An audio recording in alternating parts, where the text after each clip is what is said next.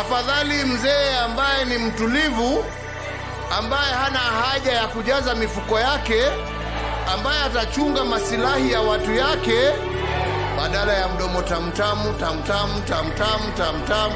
Lakini akiingia ni wale wa kufanya moja yako, nusu ya mwananchi, mbili yako na tano yangu.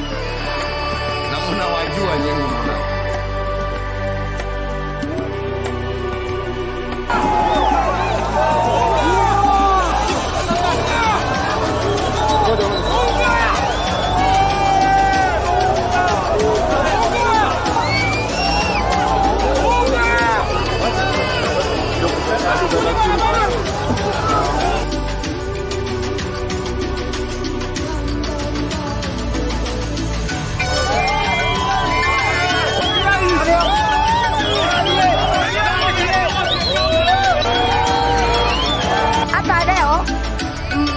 Mimi naona hii maendeleo anasema iko maendeleo, hakuna maendeleo. Maendeleo ya nini? Ya matope. Maendeleo ya matope kama maya.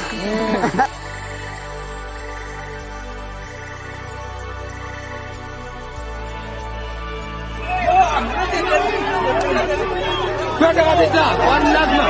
Enda, tera zuende.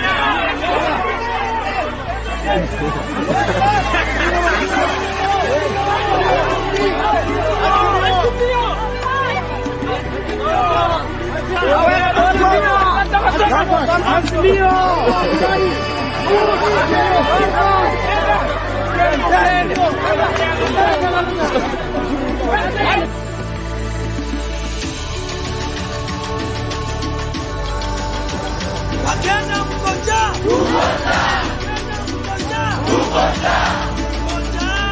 Anasiwezi karaka. Uwe hae. Magala magala. Niko tayari. Kulipa gharama. Nitasimama maovu ya kitawala. Nitasimama maovu ya kitawala. Ukizani ubinafsi ukabila. Tunaingia vijijini, mijini na hata jijini kukuletea taarifa mchana kutwa. Usiku tunaketi kitako, tunadadavua tukichanganua taarifa na makala muhimu yanayokuhusu wewe na familia yako. Ungana na Bernard Ngozi kwenye Open Forum Political Show kuanzia saa 4 usiku hadi dakika zake kila siku ya wiki kwenye Sound Candy Talk. Tukutane Sound Candy Talk.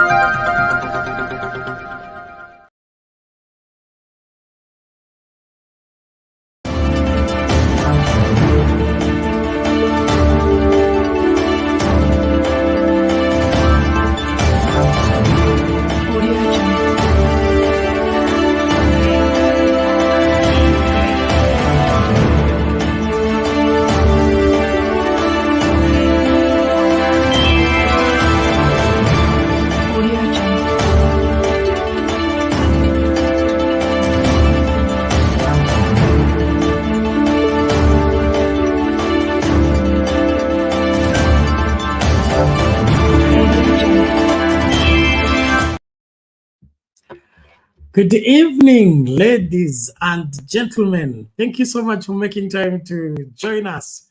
This is Sound Candid Talk, Open Forum Political Discussion Show, the show that gives you an opportunity to air what you feel and think about the latest development on our political front. A lot is taking place in our country so fast. Therefore, everybody must work hard to remain on the cutting edge as far as knowing what is going on and the position to take to be on the right side of history, even as things develop so fast. One of the greatest phenomena development is brooding in the Rift Valley. There is an outstanding former member of parliament of Nandi Hills who has chosen to take the bull by its horn and call the spade and not a big spoon. And therefore, there is a revolt building up in Rift Valley against one William Ruto on all his promises that he has not delivered, and instead he has continued to make life unbearable for the Kenyan people. It is no longer business as usual in Rift Valley, nor the other parts of the country called Kenya. Therefore, one William Ruto needs to get a helmet and prepare himself for tough moments, even as things begin to get tougher and tougher with every passing moment. I urge you, even as we start the conversation, please invite somebody, remind somebody. Unfortunately, we have an issue with Facebook. Therefore, our Facebookers, you can find us on Kibali Lounge, Facebook Kibali Lounge. That is where we are able to join. The other one of Sound Candy Talk has issues. I'm yet to find out what Facebook is demanding from us, but we are blocked from going live until further notice. So please, if you are a fan of us who follow us on Facebook, unfortunately, it is not possible for us to bring the broadcast right there, but you will see on how to probably share the live link for YouTube right there so that you are able to join. But in the meantime, remind somebody that we are live and ready to keep engaging about our country and what we need to do to secure the country. Another sad reality that is now in the face of Kenyans is KEBS's findings about the imported edible oil. You are told Moses Kuria was in the mix and the edible oil was imported, and then it was meant to lower the cost of living. But what happened now, all the oil that has been imported has been flagged by the KEBS as being not fit for human consumption. Therefore, another loss and another fall for one William Ruto in all his policies and in all his moves. Kama vile baba amesema, inaonekana laana ya Mungu iko juu yake. Kila kitu anaguza kinaoza, kinaanguka. Sasa hiyo mafuta yote inasemekana ni mbaya, na hofu yangu ni moja tu, Kenya iwe vile ilivyo, hayo mafuta kuna uwezekano yatapatikana kwa shelf ya supermarket mahali. Kwa hivyo wakati wa tahadhari ndio huu, aswa tunapoingia msimu wa Krismasi.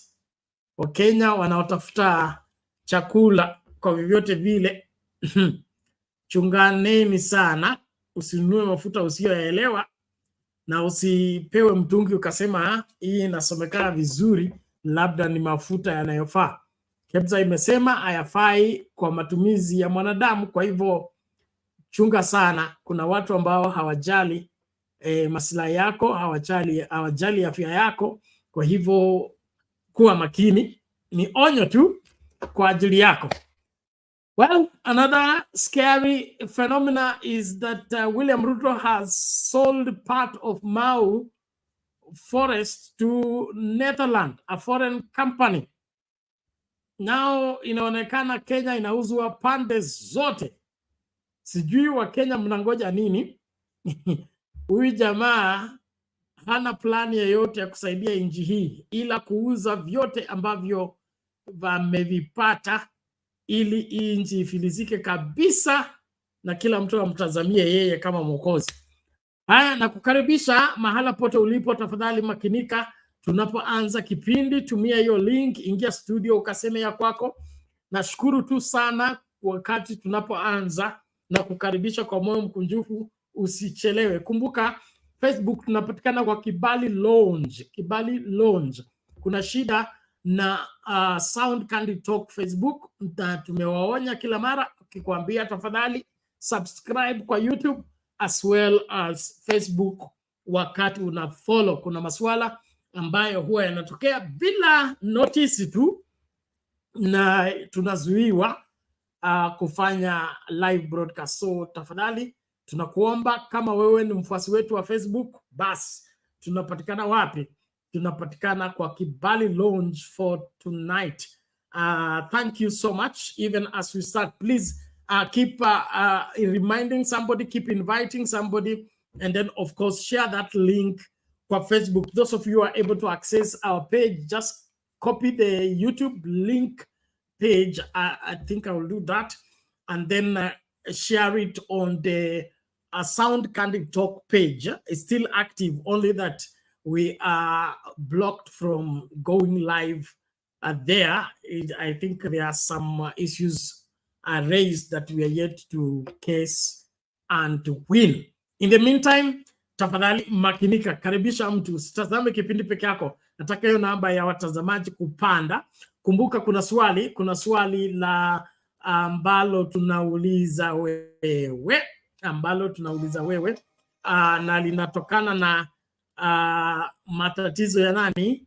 Ya William Ruto. Do you believe Ruto can recover his falling apart political command? Do you believe Ruto can recover his falling apart political command? On Sound Candid Talk, 16 votes already, and in the 16 votes, 38% say yes, and 62% say no. What is your take on the same? We would love to hear what you think and feel about the whole scenario. Kwa hivyo tungependa kujua ujibu lako usika, lakini wakati unapiga kura yako hakikisha kwamba una like video kwanza. Tangulia na kulike video kisha upige kura yako. Hiyo ndio sababu ya hiyo nafasi ya wewe kupiga kura yako, alafu pia kuchangia kutokana na vile tunavyoongea masuala ya nchi hii na jinsi tutakavyo makinika kuhakikisha kwamba hakuna yeyote ambaye anaachwa nyuma kwa mambo haya yote ambaye yanatokana na sisi kusimama mstari wa mbele kukomboa nchi kwa vyovyote vile. So I salute everyone who is joining from wherever you are. Please be active and participate. Like I've already said, our Facebook page, I have shared the link of the YouTube channel. You can follow the broadcast from there, but we are not able to broadcast there right away on matters I'm yet to understand. So thank you very much. Is William Ruto able to recover his falling apart political whatever political command? That is the poll question which you need to respond to. Ubuntu, karibu sana. Charles Green, karibu sana. Engineer Kariuki, karibu sana. Zakayo is selling our carbon credit on Mau Forest. Crazy. So let's be on the forefront. Let's do what we must do to secure ourselves. Okay, let's continue. Angela Wamboi, karibu kwa show. Asante sana. Kuna Simba Omar Said, karibu kwa show. Kuna Hana UK, karibu kwa show. Asante sana. Ulele TV, karibu sana. Kuiba kura ni kujiita God chosen ni ufala tupu. Haya, mambo ni kama hayo. Na kukaribisha tafadhali ufuata kipindi chetu. Tuko live kwa Sound Candid Talk, Sound Candid Talk live YouTube channels and Facebook page. We are unable to connect there directly, but we have shared the link. You can follow the broadcast right from the page. And if you must follow on Facebook broadcast, bas fuata Kibali Lounge. Follow Kibali Lounge. Hapo ndio tuko live sasa hivi katika kipindi hiki kinachoendelea. William Adilo, karibu kwa show. Joyce Ogutu, welcome to the show. Freedom, welcome to the show. Thank you so much. I salute everyone. Laban Misiani, karibu kwa show. Kuna Kipungeno Araboileni. I hope I've not spoiled it, but thank you very much. Let's keep going. Ulele TV anasema Kenyan government is a government of the witches, for the witches, by the witches. Okia Omtata. Haya. Haya, mambo ni kama hayo. Hii ni hatari sana. Kenya government is a government of witches, for the witches, by the witches. Okia Omtata, huyo ni senator wa Busia, amedai hayo. Haya, kama unakubaliana naye, basi karibu ukatuambie vile unavyofikiria kwa masuala haya. Hii nchi iko babaya na lazima kila mmoja asimame kidede kutetea haki ya nchi hii na kukomboa kila mmoja, kwa sababu tunapoteza kwa njia kubwa sana wakati forest zinauzwa, parastatos zinauzwa. Zakayo mwenyewe hakai hapa, okay? Kuna mtu amesema is coming from Dubai on his way to India. He's never here, and so we should just declare him our, or rather, we should make him Mr. Kenya ambassador, okay? Mr. Kenya, hiyo ndio cheo labda anaweza kufanya, kwa sababu traveling ndio muhimu kwake. Apewe hiyo cheo ya Mr. Kenya, alafu awe akitembea kama ambassador wetu wa kuuza Kenya huko nje. Masuala yeye kuwa rais hayaingii kabisa, kwa sababu yeye hana habari ni nini kinaendelea na ni vipi tutakavyofanya ili tusaidie wananchi wa Kenya. Parastatos anauza forest pia. Hiyo sijasikia, lakini this is crazy. How do you even come to that kind of understanding? By using what logic? This man seems to have not had any patriotic sense in him, no matter how long he's been in government. He thinks government is an instrument to use to get whatever you want, and it has nothing to do with defending the people, standing out for the people, and making the country progress. We must all rise up and stop William Ruto before he finishes Kenya. That is my take, and I want you also to weigh on the same. Link ya kutumia kuingia studio nishakupatia. In the meantime, nataka tuanze kwa fujo tu na ile video ya nani, ya Alfred Keter akimchinja William Ruto kwa size yake. Inaonekana haijakuwa ready, lakini subiri tu kidogo, kitambo kidogo tu itakuwa ready, and then we'll be able to share it with you. In the meantime, I want everyone to be on the lookout. Mambo yanaendelea vile yanapaswa kuendelea, kwa hivyo hakikisha kwamba unatekeleza wajibu wako kama Mkenya mzalendo. Usikubali nchi yako ipotee wakati upo. Sababu ya Mungu kukuweka hapa ni kuhakikisha kwamba wewe kama mzalendo kamili kama mzalendo nani kamili, utakuwa nini, mstari wa mbele kuokoa nchi yako. Tumia hii link, ingia studio ukaseme ya kwako wakati bado kuna nafasi. Usingoje ya studio imejaa ndio uanze kuteta, nilikuwa nafikiria, nilikuwa napanga, nilikuwa nahisi kuingia. Tunataka wewe uwai mapema tu uanze kusema ya kwako, ili tukakusikilize na tukakufuate, kwa sababu ni lazima kila mmoja aweke usemi wake kwa mambo haya.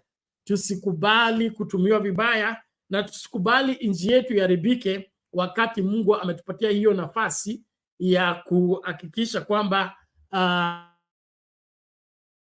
sisi ndio wakombozi wa nchi hii katika karne hii na katika kizazi hiki. Kwa hivyo usisileki, mambo ni kama hayo. Tuko hapa Sound Candy Talk. We are live on Sound Candy Talk Live, Sound Candy Talk YouTube channels, and on Kibali Lounge on Facebook page ambayo tuna broadcast live ni Kibali Lounge ya Sound Candy Talk. Iko na mushkili kidogo na tutashughulikia wakati wa kipindi ulifika, kabla to sort whatever was happening with Facebook.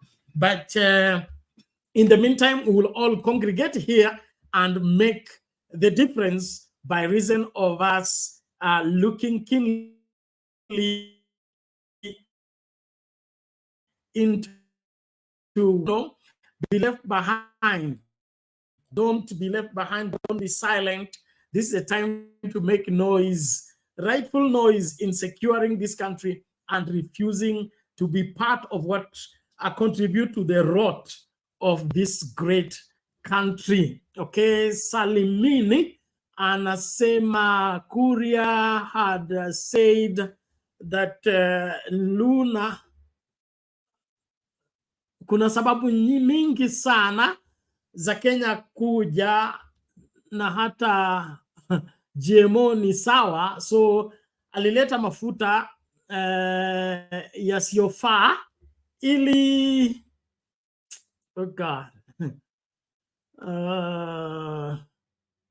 Yes, alisema kuna kufa Kenya, asema Wakenya wanakufa kwa sababu tofauti, so kama GMO ni mojawapo ya njia watu kufa, basi ni sawa tu wakufe, hakuna haja ya kuzuia GMO. Naye sasa yuko katikati ya sakata ya nini, ya haya mafuta ambayo yamekuwa declared by KEBS kwamba they are KEBS, it's called KEBS, not KEBS.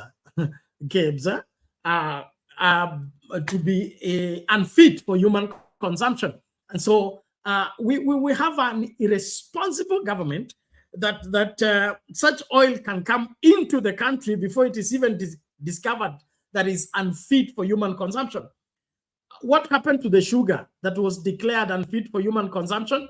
It was taken to the warehouse, it disappeared from the warehouse, and no doubt it ended up on the shelves of our supermarkets. Now they are talking about this oil that is not fit for human consumption. Who knows? It has already hit to the shelves, and innocent Kenyans are taking in what they should not be taking in. Why? Because of Zakayo and his irresponsible policies and the madness that drives him into, fighting to remain in power, yet he's doing nothing in defending Kenyans, only complaining, murmuring, and finding one excuse after another. Ubuntu anasema, I trust Kaluma's speech. Kenyans, Kenya has a mentally mad person on the throne. Wakenya wenye wanafuata tribal kingpins watatufundisha, wataturudisha nyuma sana. Majimbo Kalasinga was blaming Wetangula for misleading them. To me, it's just being irresponsible. It's just being irresponsible. We cannot let the country be run by one, foreigners. Two, the country needs to be safeguarded. And the best place to safeguard the country is to only make sure that responsible leaders are the ones that are given the responsibility to lead. We will not have an idiot on the throne and expect to get excellence. It doesn't work that way. We will not have a careless man in front and succeed in having a successful journey. And so where we are right now as Kenyans, we have been coming here for a long time. When we let our guards down and opened the leadership for everybody, we brought in what we call Manamba culture, okay, where everybody can work as long as they are available. So the things that were once chaperoned, things that were once protected, things that were once jealously guarded were opened for everybody. And what happens? We are now ending up with a leadership that is unfit in every way. Yet, wamekwamia hapo. Education ndio hiyo. Wametupatia 75%. Kila mtu kwa science. I mean, if you cannot hold an exam, God have mercy on me.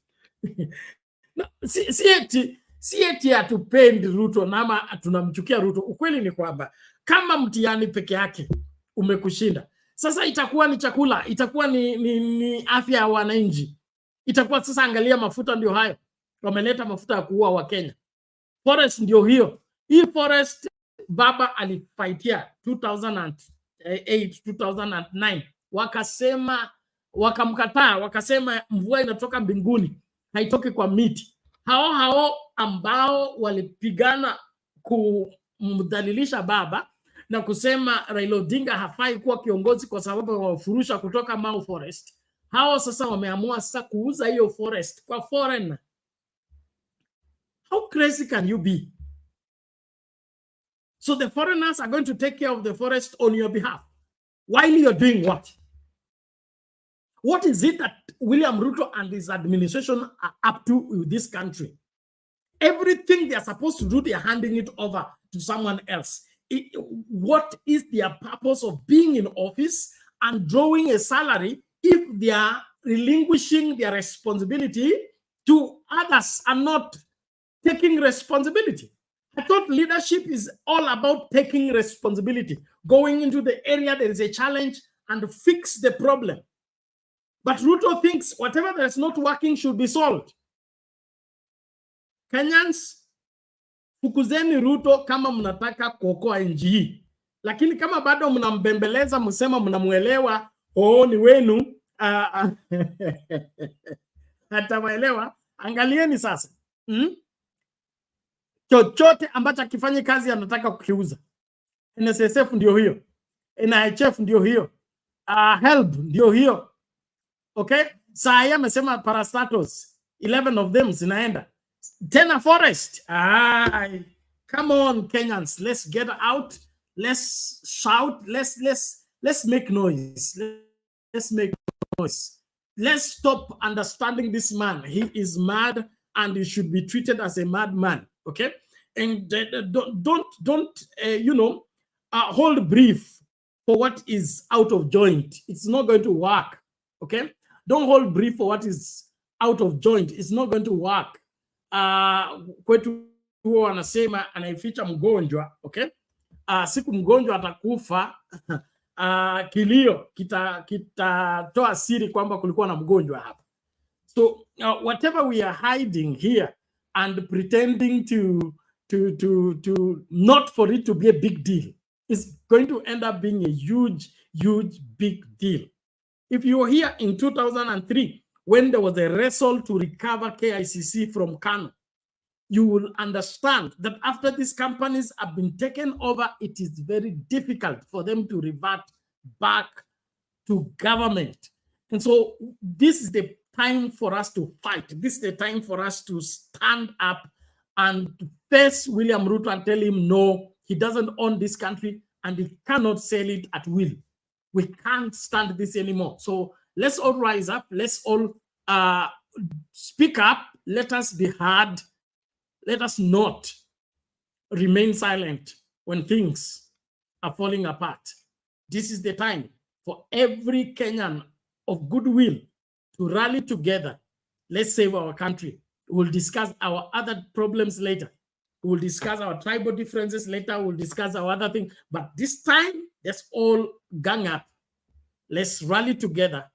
Let's do what we must to save our country. I salute everybody who is joining from wherever you are joining. Please be on the forefront. Make sure you participate into our poll.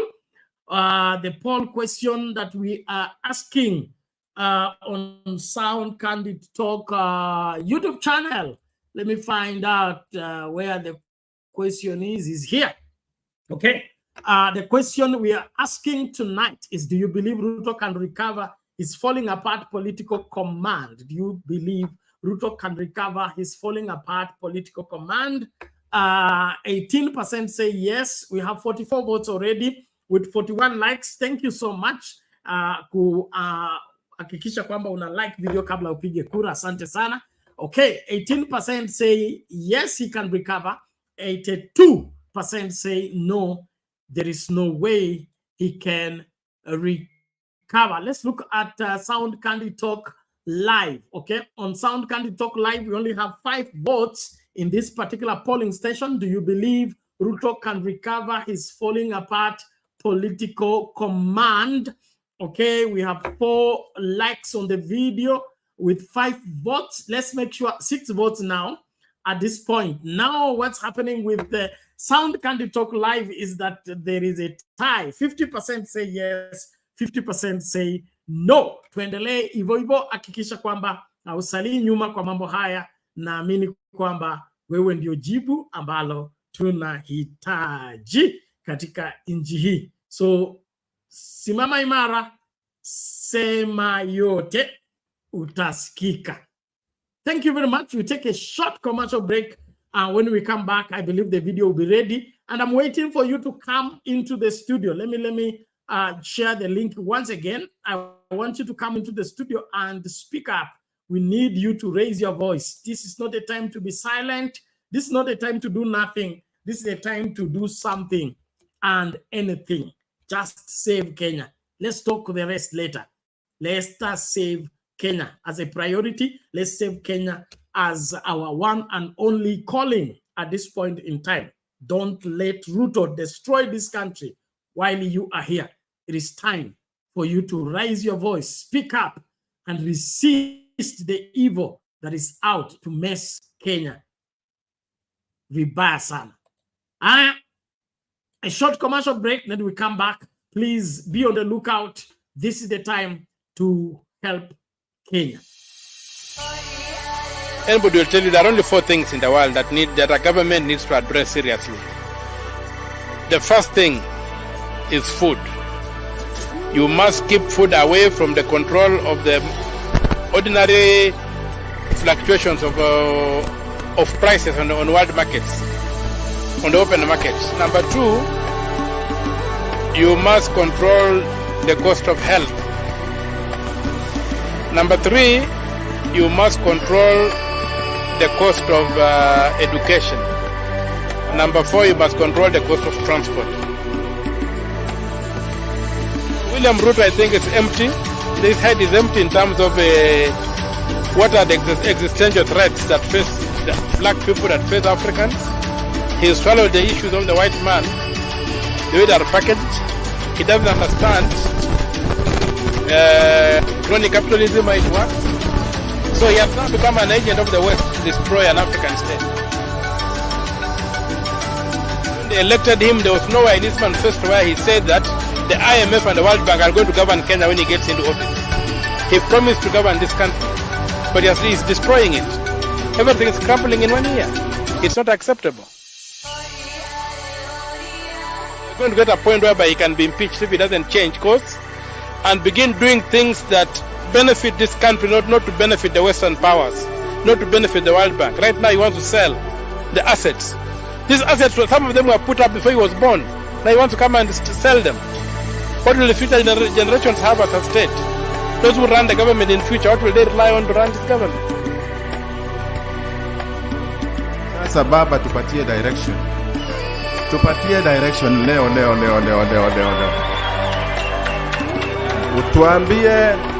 Utuambie kama ni kurudi kwa barabara, tuanzie kesho. Murkomen iko ndani. Faruki Ben iko ndani. Ati Adam Duale iko wapi?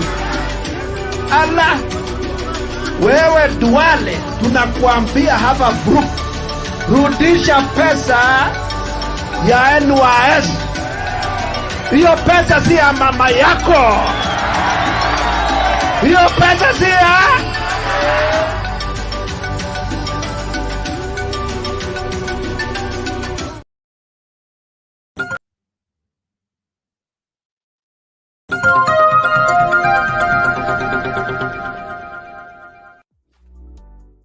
Dear amazing subscribers, followers, and members of Sound Candid Talk, as we approach the end of this incredible year, we find ourselves reflecting on the journey we've shared, the triumphs we've celebrated, and the challenges we've conquered together. We stand in awe and gratitude for each and every one of you who have been an integral part of our YouTube family in 2023. Thank you, from the depths of our hearts, for your unwavering support, enthusiasm, and dedication to our channel. Your presence has been the driving force behind the success and growth we've experienced this year. It's impossible to adequately express our appreciation for the countless hours you've spent watching, sharing, and engaging with our content. Your loyalty has not only fueled our passion, but has also given us the motivation to strive for excellence in every video we create. As we navigate the ever-evolving landscape of content creation, your feedback has been our compass, guiding us towards improvement and innovation. Your insightful comments, encouraging messages, and constructive criticism have been invaluable, pushing us to reach new heights and explore uncharted territories. It's your enthusiasm that lights the fire within us and inspires us to continuously raise the bar. To our cherished members, your commitment to our community has created a tight-knit family where ideas are exchanged, friendships are forged, and support is abundant. You are the heartbeat of our channel, and we are endlessly grateful for the vibrant community you've helped us build. As we enter the festive season, we want to extend our warmest wishes for a Merry Christmas filled with love, joy, and cherished moments with your loved ones.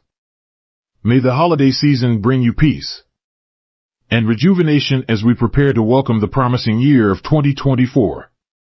Looking ahead, we are filled with excitement for the opportunities and adventures that await us, and we couldn't be more thrilled to have you by our side. Your dedication has been the cornerstone of our success, and we have no doubt that the coming year will bring even greater milestones and shared accomplishments. In the spirit of this season, we extend our heartfelt prayers for each and every one of you. May God's blessings surround you, providing comfort, strength, and joy. As we usher in the new year, may His grace be a guiding light, illuminating your path and showering you with countless blessings. Once again, thank you for being the heartbeat of our channel. You are not just subscribers, followers, or members, you are the heartbeat that keeps our channel alive and thriving. We are immensely blessed to have you on this journey with us, and we eagerly anticipate the wonderful moments that lie ahead. With deepest gratitude and warmest wishes, this is Bernard's and the entire Sound Candid Talk crew.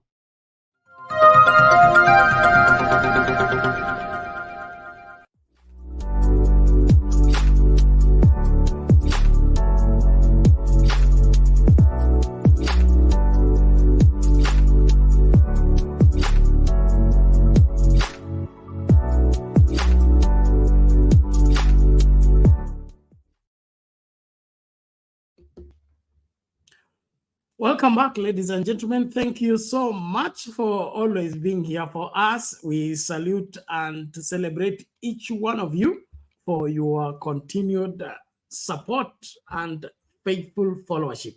Please, let's gang up, make a difference. This country is ours, and we must do everything in our power to save it. And so let's not tire, let's not be weary. The Bible says, don't be weary in well-doing, for in due season you will reap if you faint not. Yeah, the key is if you faint not. So we must not faint until we recover this country. Things may be running out of hand, but we can do something in salvaging the situation. We are calling upon each one of us to be on the far front. I salute every one of you. Please, let's continue. The link to use to get in the studio nimewapatia mara nyingi. Sasa sijui mko wapi. Naomba tafadhali tuingie tukaseme ya kwetu. Mimi masaa yangu ikifika na ngatuka. Nimeambiwa na Mato Makundets kwamba nisikuwe na compromise. Ikifika masaa mimi naenda tu. Ni tuwe tumemaliza ama hatujamaliza. Lakini ningependa kuwahimiza tafadhali, fika mapema, ongea ya kwako, tukayaelewe mambo haya ipasavyo. Kuna mushkili na matangazo yetu kuingia Facebook Live. Wale wote ambao mnatufuata kwa Facebook, tunaomba tafadhali, kuna link tumeshare kwa Sound Candid Talk Facebook page. You click on the link to lead you to the YouTube channel. When you get to the YouTube channel, if you're not a subscriber, make sure you subscribe, turn on all notifications. You will be notified anytime we come on a live show like this one. And we are doing live show full day. Those of you who've been following us, you notice we are bringing you different episodes of different cases around the country. Though we select which one we share and which one not to share with you. But I believe you're following our program and growing by the same. So please make sure you are a subscriber. You turn on all notifications. And then, of course, you can consider becoming a member so that you are resident at Sound Candid Talk and we can all enjoy. So because of issues with Facebook, we are broadcasting live on Kibali Lounge. Okay, Kibali Lounge. That is the Facebook page for Kibali. You all know who Kibali is. If you don't, you will know him. I want to please appreciate everybody. So please, tafadhali, usikae mbali na usikae nyuma. Nchi yako na wewe unafaa kuiokoa kwa vyovyote vile. Kwa hivyo tafadhali tunakutegemea, lakini wewe ukuwe mwaminifu, ukuwe mwaminifu. So lazima tutekeleze wajibu wetu. Kuna mambo ambayo William Ruto anafanya ambayo hayafai. Na mimi naendelea kuuliza hili swali. Wazee wa nchi walienda wapi? Where are the elders in this country? Why should they let one young man destroy the country while they are keeping quiet? What does this mean? Does it mean that now William Ruto is above the law and nobody can caution him or nobody can call him to order? Is this what being an elder is? I think we are joking with the gravity at which William Ruto can destroy this country. In my opinion, elders need to wake up. It is said in West Africa that elders don't sit in the house when a goat is giving birth outside. I think something is wrong with the way we are going about dealing with the issues of one William Ruto and his appetite to sell everything that his eyes can see. Okay, something is wrong with the way we are treating him. That is why he has the guards of doing what he's doing. Okay, it is not, if it's not a port,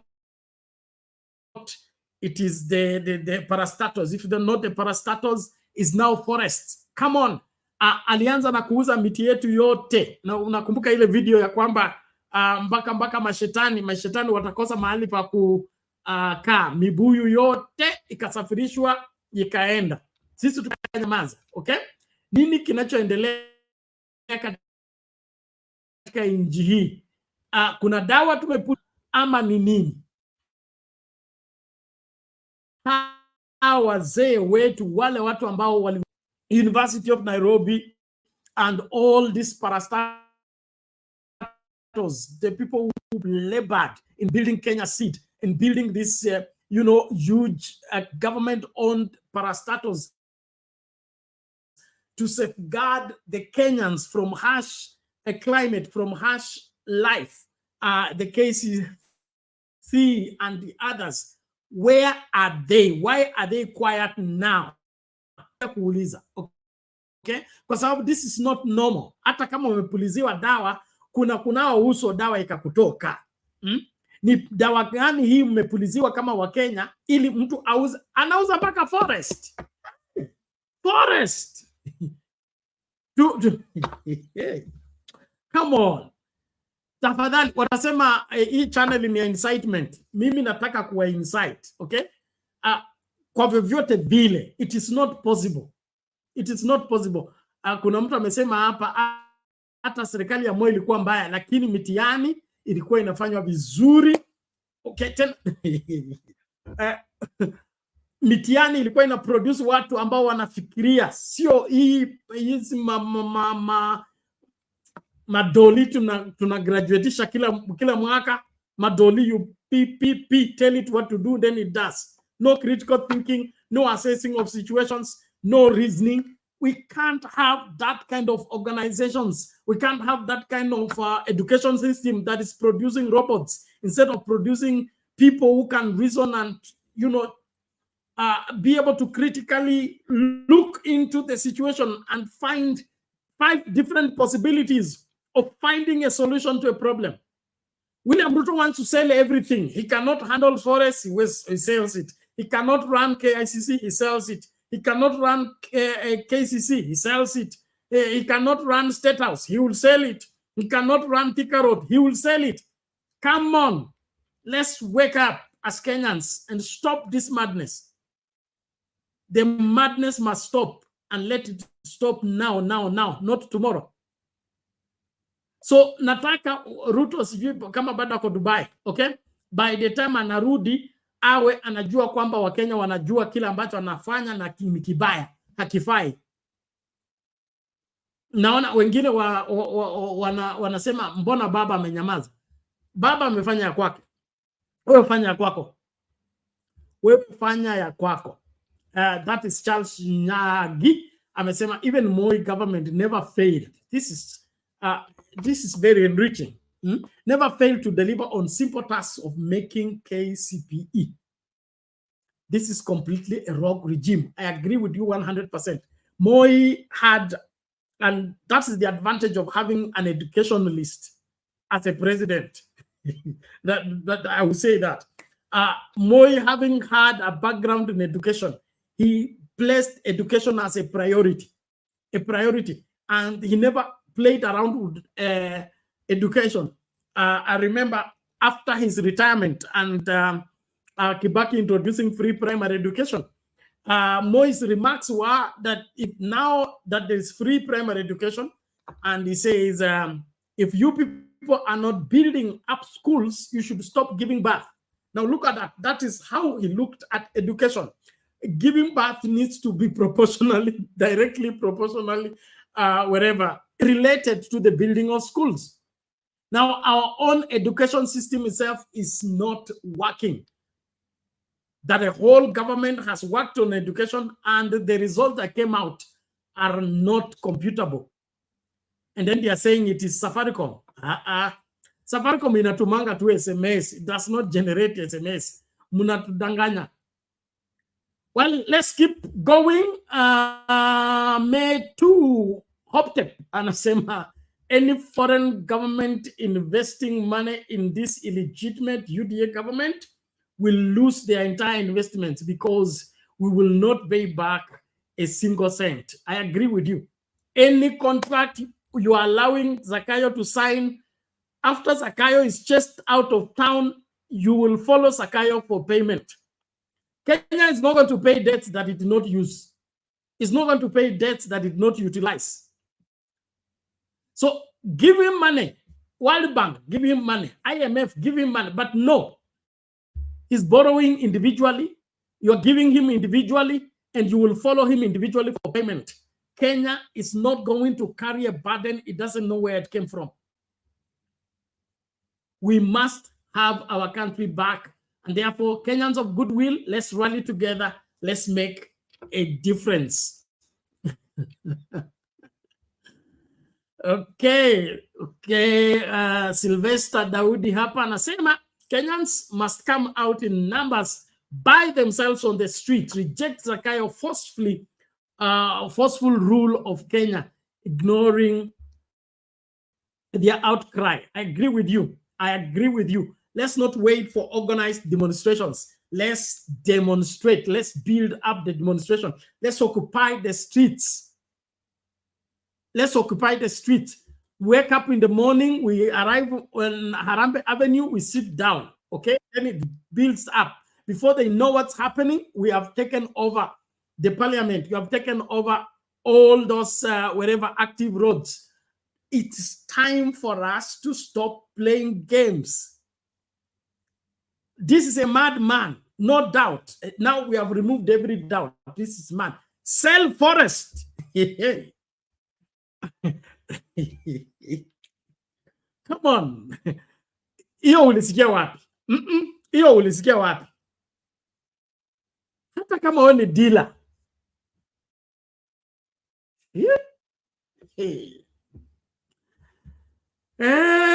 Ubuntu anasema from Dubai is on his way to India. Just donate him. Let's donate him. We have donated many things. Okay, kuna time Moi ali donate some elephants. We have donated many. Why can't we just donate Ruto to those foreigners who want him? Because America wants him, British wants him. Let's donate him. Okay, tumpeane bure 100%. Atumtaki akae nao, sisi tuendeleze nchi yetu kivyetu, kwa sababu hapa akae. If it's not climate change, it's change climate. If it's not climate change, change climate. Come on, let's wake up as Kenyans. Let's stop the madness. Thank you very much. I'm happy Arun is here. I appreciate everyone who is joining from wherever you're joining. Please don't relent. We must fight until we win. Hapa naulizwa swali na Makndete. Anasema which elders? Wale waliosomewa kama watoto. Ruto is the elder, the person on the middle life crisis, the youth, the child, and the pregnant woman. Oh, and also mama wa kuzalisha. Hey, yani yeye amechukua enda polepole wewe Magnet, utapigwa mawe hapa. Lakini kuna kaukweli hapo. Ruto anataka kuwa kila kitu. Awe mwalimu, awe mwanafunzi, awe mtahini, mtahiniwa, invigilator, examiner. Hey, Kenyans, let's stop the madness. Stop Ruto, stop the madness. Stop Ruto, stop the madness. We cannot sell this country and everything that is not working. If Ruto cannot fix what is not working, let him leave office. We don't need anybody in office who can fix what is wrong with the country. He's busy selling off everything. Mau Forest. Come on. Tuache mchezo. Tuache mchezo kabisa. Kila mtu asimame. Tuanze maandamano yetu kwa mlango wako. Kwa mlango wako. Tena usingoje. Okay? Asema Rachel and Dorcas should deliver Ruto. Well, by now they should have delivered them if they were deliverers in the first place. Ubuntu. Okay? Kuna vile Biblia inasema kwamba utakatifu wa mke unatakaza mume na utakatifu wa mume unatakaza mke. Hao watu inaonekana wako group. Mtanisamehe lakini inaonekana wako group moja, kwa sababu kungekuwa na mtakatifu angekuwa ametakasa ile mwingine. Kungekuwa na mnyoofu angekuwa amenyosha huyo mwingine kulingana na Biblia. Lakini kwa vile wameishi pamoja na hakuna anayenyoosha, uovu ndio unazidi, basi inaonekana wako group moja. Okay, hiyo masuala ya kanisa ni hideout. Mtanisamehe lakini cha muhimu hapa ni tusimame imara, tuhakikishe kwamba ukweli wa mambo ndio unakidhiri wakati tunapoendelea na kutangaza kwamba William Ruto is unfit for presidency. He needs to be out of that office soonest. Asante sana. Mr. Harun, hali vipi? Hali sambamba kabisa, labda ya kwako Mr. Bernard. Nashukuru nimefika hapa. Asante sana. Mzigo wako ulifika? Utumie kwa njia mzuri, na hapa katikati huenda tena nitaangalia maneno. Haina ngori baba. Asante, karibu. Yes, nimefurahi sana kwa kunipa nafasi angalau nami nipate kuchangia kuhusu topic ya siku ya leo. Sasa huyu mtalii sijui tutamsaidia namna gani, because kama vile mmesema kuwa eti immediately akitoka Dubai atafika Kenya alafu akielekea India. So hiyo inamaanisha kuwa atakuja kusalimia familia yake maybe siku moja hivi akielekea zake India. Na sasa sijui kutoka Dubai mtalii ametuletea kazi ngapi, because unajua akitoka unasikianga nimeenda kutafutia mavijana kazi. Because mliona wakati alienda Saudi alisema 350,000 jobs. Ameenda kutafutia wa Kenya. Germany akasema 200,000. maybe Dubai na India combined, atasema ametafutia Wakenya kazi bilioni 1, hata kama Wakenya ni milioni 52 hivi. So huyo ndio William Samoei Ruto ambaye tunamuita the Wendara, yani mtu mwenye kazi yake tu ni kukimbia, na chenye anakimbisha unaona hakipo kabisa. So mimi William Samoei Ruto hawezi akasaidika, cause juzi tu hii mambo ya NADCO imekuja na mliona teams zilikusanyika pale Bomas of Kenya, alafu kila mtu akapeana mawazo yake, then William Samoei Ruto unaona alrabish yote, na baada ya kurabish kila kitu, yeye ile kitu aliweka mbele ni kubuni nafasi kwa watu wake ama nafasi za viongozi. Lakini Wakenya wala ambao tuko wengi ambao tunataabika, alitusahau kabisa, kwa sababu hiyo ndio that is his norm. Yani yeye kazi yake ni kuangalianga wachache, alafu wengi uanga anawatumia tu kama tu ng'ombe tu, bora tu akamue bas, maziwa ni yake. Hata huyo ng'ombe hataki kujua, atampa nebia grasa, atampa feeds. So Wakenya sisi tumeachwa tukiwa mashakani. But Mr. Bernard na Wakenya wenzangu ambao mnanisikiza, unajua William Samoei Ruto ile kitu tu ilimpatia nguvu kabisa ni vile hatukusucceed kwa mambo ya maandamano, kwa alijua kuwa maandamano ingetoa huyu jamaa uongozini wacha tu niwaambie ukweli, ingemtoa tu uongozini kabisa, cause hawa mapolisi, there is no way utaniambia polisi watarani kwa miezi miwili miezi mitatu mfululizo pasipo kuchoka. Uliona the way walikuwa wanakimbia, wanawacha mpaka gari inakuwa karibu kuacha manzee, wakipiwa na mawe baada ya wao kurushia Wakenya marisasi ama yale maji chafu ya ping ping hivi. So wakati aliona kuwa Wakenya nimewashinda kwa kusimamisha mambo ya maandamano, so hiyo ilimpatia nguvu na kiburi, ndio unaona anafanya hiyo upuzi yenye anafanya. Cause kama atungewacha mambo ya maandamano tuende kwa meza, huyu jamaa tulikuwa tumemweka mahali ambapo panastahili. Sasa hivi haya yote yenye anafanya angekuwa anayafanya, angekuwa na uoga mbaya sana. Lakini sasa hivi sijui vile kutakuwa, but options ziko. Mimi najua vile huyu jamaa amefinya Wakenya namna hii, ile siku tu Wakenya tutaamua wacha tuingie tu barabarani, huyu jamaa, cause hakutakuwa. Unajua sasa hivi Wakenya tukisema kuwa wacha tuingie barabarani kwa maandamano, I'm very sure William Samoei Ruto hatakuwa na wakati tena wa kurudisha watu kwa meza, kwa sababu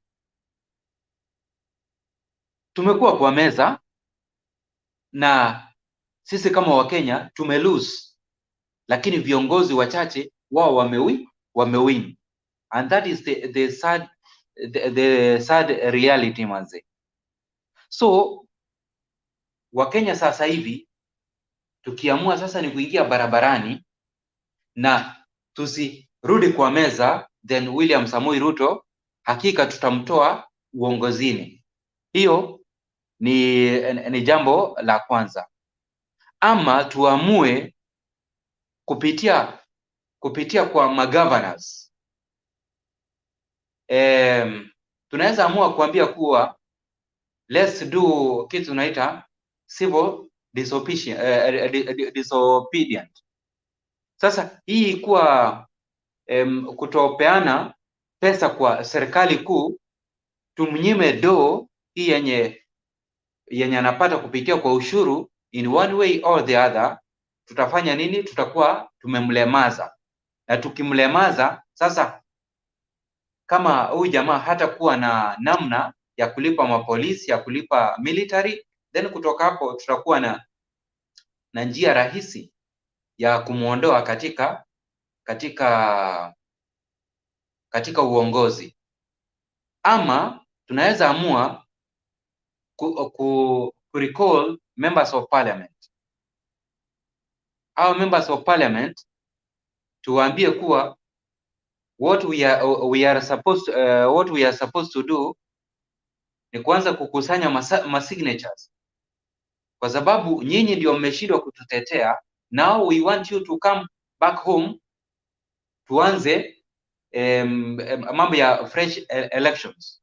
Haijalishi kuwe na IBC, kusiwe na IBC, cause kama hakuna IBC ambayo iko in place sasa hivi, the international community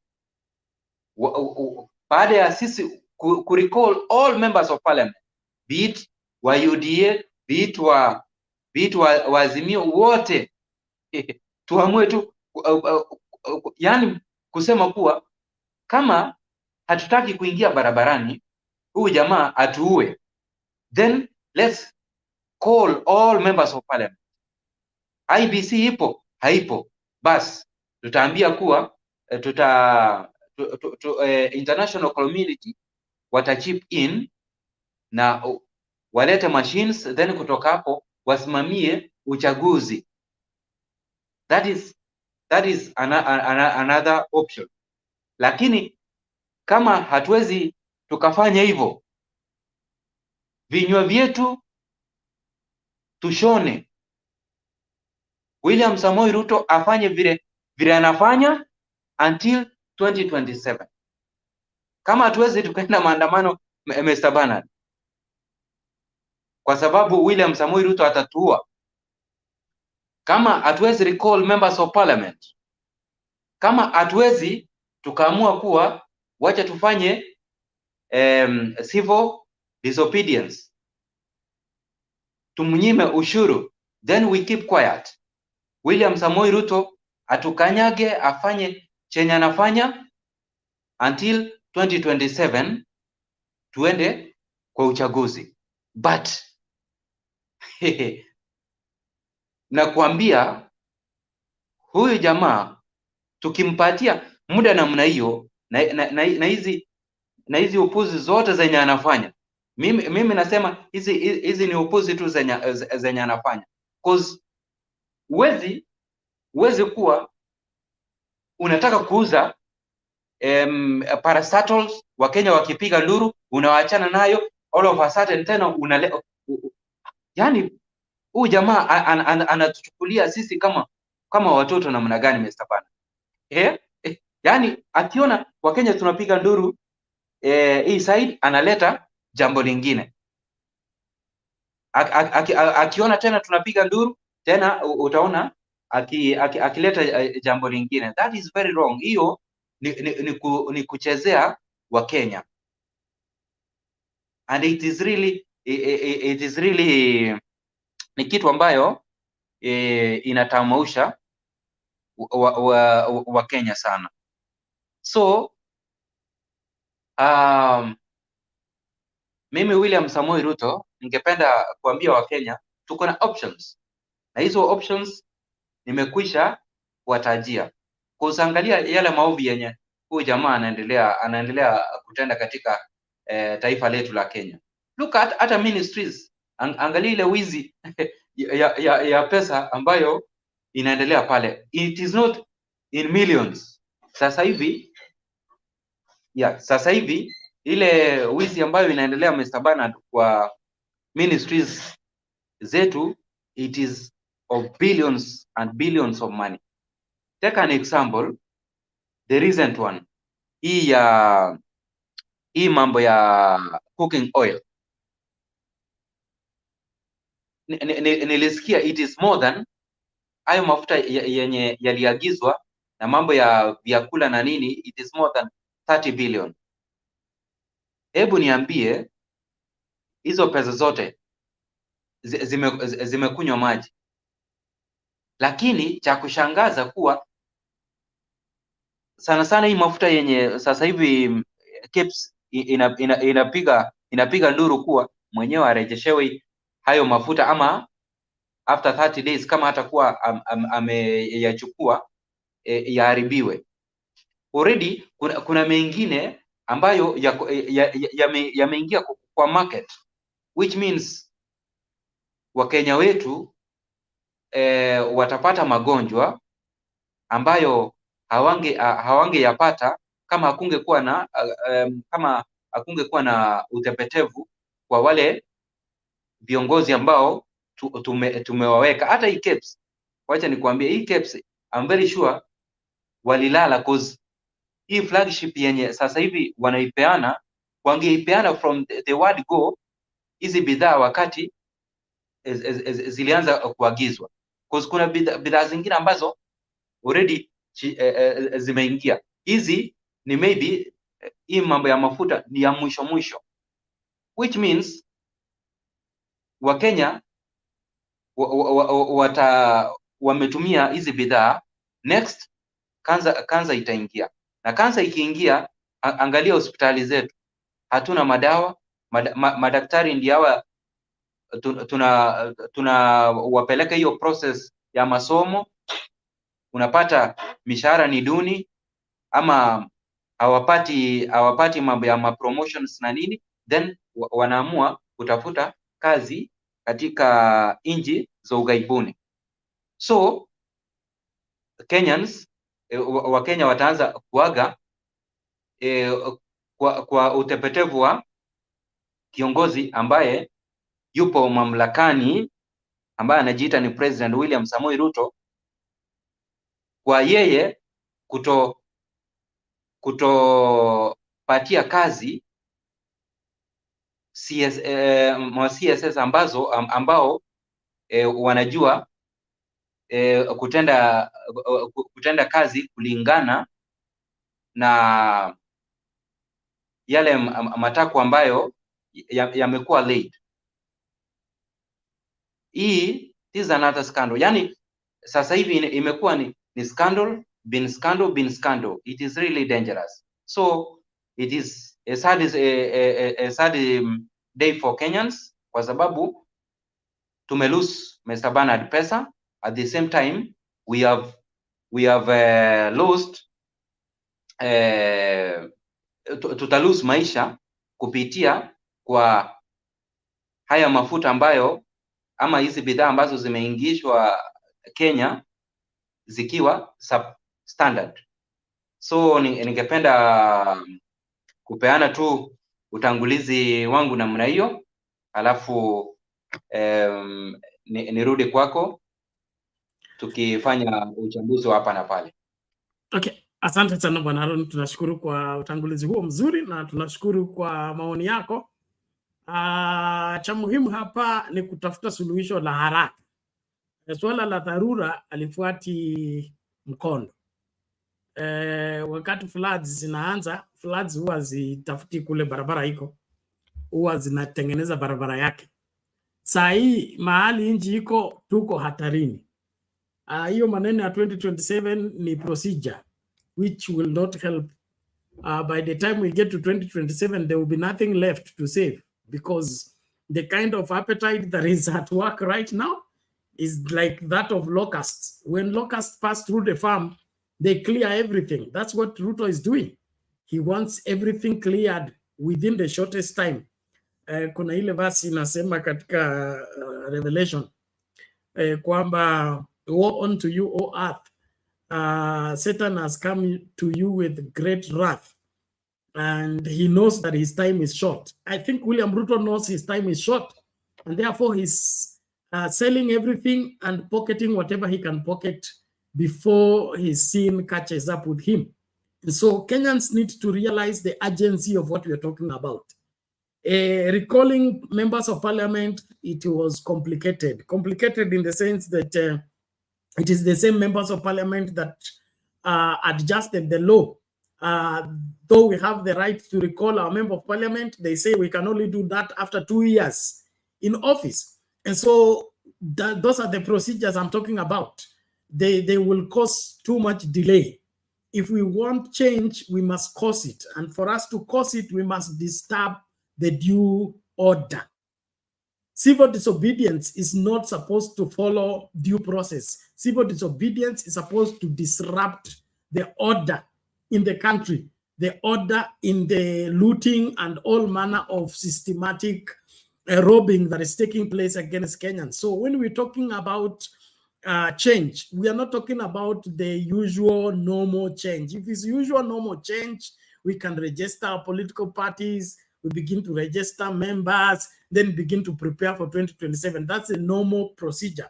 Right now, the country is in a mess. We need to save it. We can't take any more time, because the more time is taken, the more losses we are suffering. The law, now look the way even KEBS is talking, okay? That the oil has, the owner of the oil has 30 days to collect the oil. That is not what the law says. The law stipulates when KEBS finds anything that is being brought in the country and then it is found it is not fit for human consumption, or it does not meet the Kenyan standard for the market, that thing is destroyed at the port. It is not taken back and it's not given 30 days to be collected. So KEBS is also compromised. They are only engaging us to confuse us, then bring that oil on the shelves. So ni bado ni ile wizi tu, utepetevu ule umeongea kuhusu. Mtu wewe hakuna Michuki si aliharibu magari hapo Mombasa, mkaona magari imported, okay, that have overstayed on the port or are substandard, they cannot be admitted into the country. Zote zilifinywa, tukaona mbele ya cameras. So hii story ati tumeweka mafuta wakujie, hakuna mafuta inakujiwa iende wapi? If it's unfit for human consumption, is now going taken back to be what? Given to nguruwes. Kenyans, let's not play around. What we have is a rogue administration, and the rogue administration is out to destroy this country. Let's not treat it as if it's friendly and it's warming up to come and help us. They are not helping us. They don't have any way of helping us. All they're out to do is to destroy us, and therefore we shouldn't let them. And I'm calling on the civil society and the other players. The second liberation was very much propelled and fueled by the civil society. I don't know what's happening with the civil society today. If there are any people who should be on the street already, it's the civil society. I don't know what they're waiting for. Are they also waiting for Baba? I don't think so. So there is compromise everywhere, and that compromise is what is costing us dearly as Kenyans. Let the civil society step up. Hii miaka yote mmekaa mmepewa leave. Mlipewa leave time ya Kibaki, mkapewa leave time ya Uhuru Kenyatta. Saa hii sasa ndio wakati wa kusimama kutetea wananchi. Hayo mafuta itauzwa. Hayo mafuta itauzwa tena kwa Christmas. Saa hii ni Christmas rush. So hiyo story ya 30 days by January utaambiwa at warehouse imepotea. Watasema mafuta ni warehouse imepotea. They can't locate where the warehouse was, where they had kept the oil. This country needs to be saved. Kenyans need to rise up and save their country. Tuache mchezo. Tuache mchezo, na kila Mkenya mahala popote anza kupiga kelele kivyako. Tuache huu mchezo wa kuelewa Zakayo. Zakayo hana lolote ila uovu tu kinyume na inji. tusimtegemee, tusitarajie lolote lema kutoka kwa Zakayo. Ushaona mtu ameuza forest. Ameuza forest. This is crazy. So please, let's all be on the forefront in participating into our poll question. Somebody's asking the poll question. Poll question is 1, 2, 3. Do you believe Ruto can recover his falling apart political command? Do you believe William Ruto can recover his dwindling or falling apart political command? On Sound Candid Talk Live, 9 votes already cast, and 33% say yes, 67% say no, he cannot recover. So the majority say no, he cannot. Let's look at Sound Candid Talk. At Sound Candid Talk, we have 90 people who have already cast their vote. Do you believe Ruto can recover his falling apart political command? 20% say yes, and 80% say no, he cannot. Thank you. Please, let's be on the forefront. Before you cast your vote, make sure you have liked the video and, of course, comment on the video. It is important. Let me also quickly remind us that we are paying our bills. We are paying our bills, and therefore we are calling upon you to send in your contribution. And so far, I want us to do the usual challenge. I need 40 of us to send me 1,000 shillings each. Tukimaliza hiyo, tutakuwa tumemaliza hii mambo kabisa within this show. So how many people are we having viewing already? Let me see, my screen is misbehaving. Okay, we have 156 people viewing. So of these 156 people, mtafutie watu 40 wanitumie 1,100. Okay, kutumia hii namba. Let me share the details. Sorry, naona msimama ashasimama. Lazima kuwe na mbiu la mgambo. Okay, to support Sound Candid Talk, pay bills via M-Pesa, till number 516575, Sound Candid Talk. Or you can use the M-Pesa number +2 54718 454585. Bernard is the name. Now, I understand the people outside this country who cannot comfortably use the till number. Therefore, please don't mix the two. The till number can work locally. It is buy goods till number 516575. And then if you want to use the M-Pesa number, please don't mix the numbers. It will be a problem. So use the number +2 54718 454585. Those of you following on a smaller screen, you may not be able to see those details clearly. So I'll be sharing in the comment section so that we clear. So nataka hiyo challenge tumalize tu kwa hii show. 40 people, 1,000 each, tufunge hii maneno mara moja. Asante sana. Na natarajia kina nani ni saa ngapi? Dakika 4 baada ya inaitwa nini? Saa 6 usiku. Okay, saa 6 usiku. Kwa hivyo niko hapa pamoja na nyinyi kwa another 55 minutes and then mimi nakatuka. So Alexio, Njiru na hao wengine wote, tafadhali tumakinike. But let's be on the forefront, tumalize hii mambo ya kulipa bills ili tuanze story ya mwaka mpya na jinsi tutakavyomngoa Zakayo. Mimi changu ambacho ni cha muhimu sana hapa ni Zakayo kung'olewa, kwa sababu hauwezi tuacha panya kwa store ya mahindi alafu unamwambia tungoje 2027. Hakuna 2027, hakutakuwa na mahindi kwa hiyo store, hakutakuwa hata na ile osogoro peke yake. It will not be there.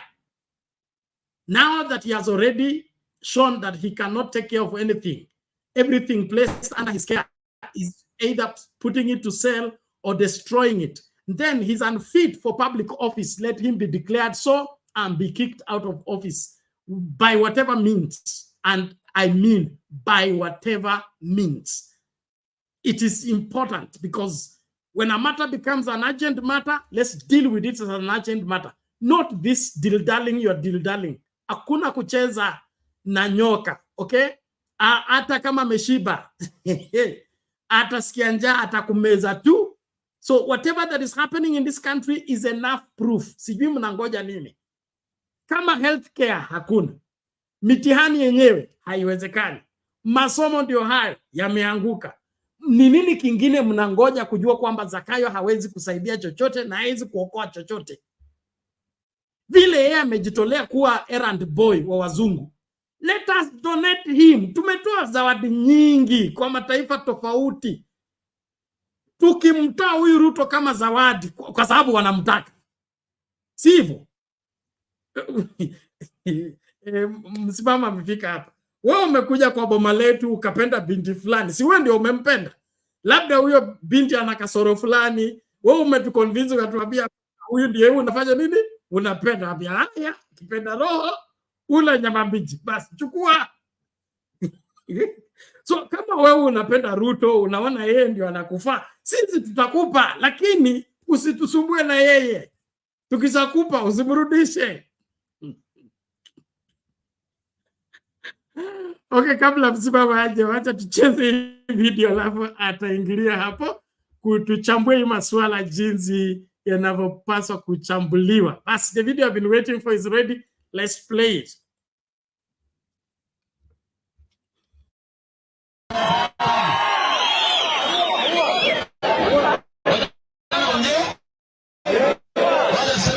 Ndio kila mtu asikie. Unajua mimi sikuwa na shida na mheshimiwa rais, na niliunga mkono nikaingia chama cha UDA na nikasimama nikalipa pesa vizuri, and I'm not complaining that I did not succeed in being given a certificate. What I'm saying is that I believe in nothing. All the promises they made were valid. The that is facing the common wananchi, then you will have addressed the problems that most Kenyans are going through. Next year, they are planning to increase school fees 3 times. Cost of fuel. Na mulisikia nani akisema mwenye la kwengonga gogo goyo mugonyo kwa nyingia matongana mato kukuti buru ya mabachula ngale. Magikuti. Ale, mato kuti pale mego kitiro, uri serikali tara keteri kwa malala kutakena nale. Mama chegas. Mama ja kitambi. Sebogale ndi ngongeta kipsikisa kwa tukena kwa mara kwe. Ako inandi ako limba kumba. Mami kina wate? Aine. Nikutetea watu. Nane. Amasa amekuja ile kwa sababu MP siji gavana siji senator. Yangu ni kutangaza ukweli. Siko tolma kotol gepa. Nane. Ana. Omi gomye. Oga somye. Uyo oga somye. Matemeno kengala la Ruto ko leo katesi senyo. Wate tango bikenya litos. Temi digiri ni seki ngonyal sangnaro. Tengo nyone kiongozi akatukun kumebu watibike mi naro. Wangalali nguno kumi bikyo ke Ruto ingmao. Sema nyoro makao. Aba agelele nya serikali. Tunaelewana? Agelebana la 200,000 ya lene. Ya gale mandazi ni kama mandazi. Nale. Okase amate tishana agelo kwa kilo sisi. Oh, aba macho gaskita kenge. Viongozi tikage kwa Nairobi kumogeribe. Kikwa epi siko ribi kemiga. Naelewana? Okasa kunye? Kiribe bi kemiga mashinani. Uyo kikatoi chama cha mashinani. Kiribe bi kemiu. Wacha bitu geri. Bi kemi Nairobi anageri kemigraso. Amugo geri chun kwa nene kwa mila menengete ano. Tebole ahore kwa ijebunya. Nene. Lame na mama kwa lame ama mandazi ngasomi. Mendo hii tangaza ni promise cha serikali ni wametanga na kwa bigi contract kwa dargazi.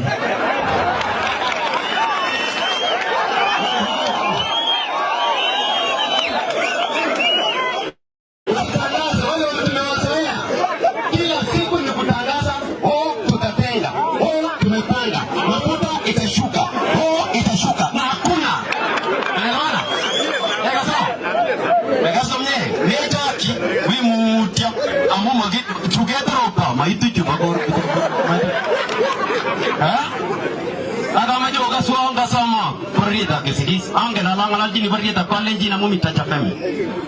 Amaje kwa kasa barieta kalenjin ngolemi. Matinye shida mheshimiwa Arap Ruto. Wala tinye shida kwa promise chiki promise mpiga kalenjin akibagenya timo itukaru. Hiyo ndio shida niko nayo mami shidaga mama tekasi. Mimi sio mtu wa kuandika kazi. Tunaelewana? Mami kazi na majamaa kwa mtende titiamwa. Ako gaspichu.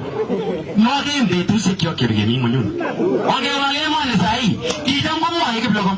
Kole yogi soi agonge nakine. Ama Catholic. Yogi soi gele ntamu tainde. Oneto mitwagi kyo kibarani. Majamaa mutai. Ile gele yogi lo mutai kidogo atiago ya. Ona ile itu jiso huyo. Angatia meta agui chika goyegi tuje mi assista yu anyeba simanyor maendeleo gonyor huyo. Ha? Ingele bika chibana ngugu yo moga sebe itabsagaro. Amome rabwani.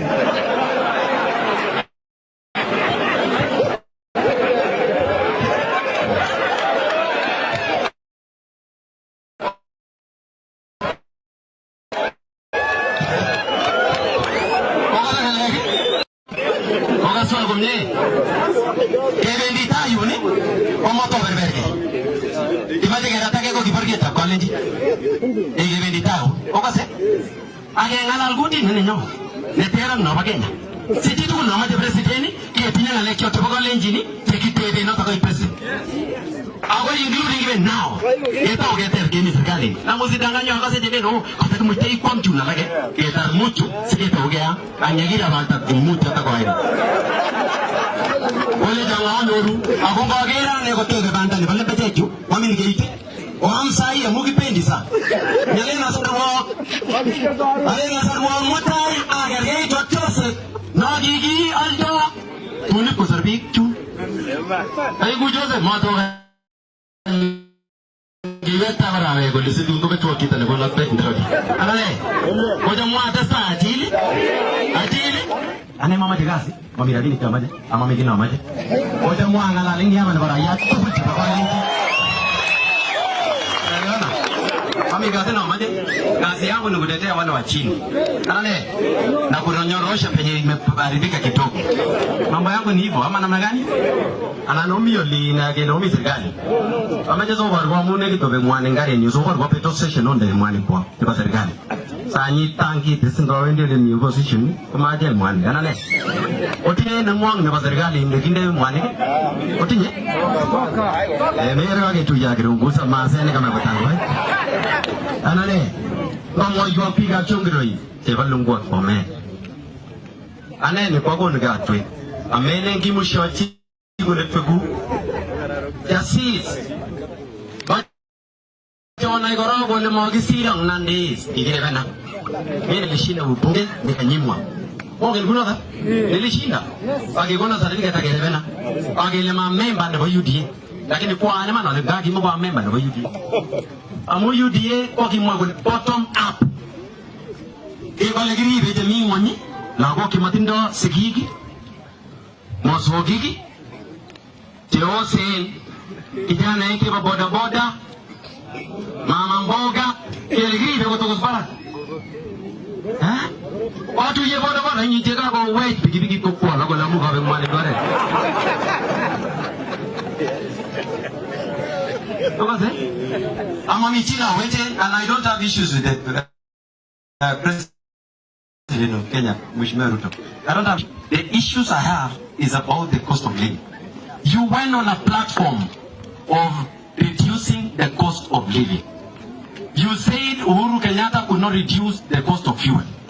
You said Uhuru Kenyatta did not understand the challenges that the common mwananchi is facing.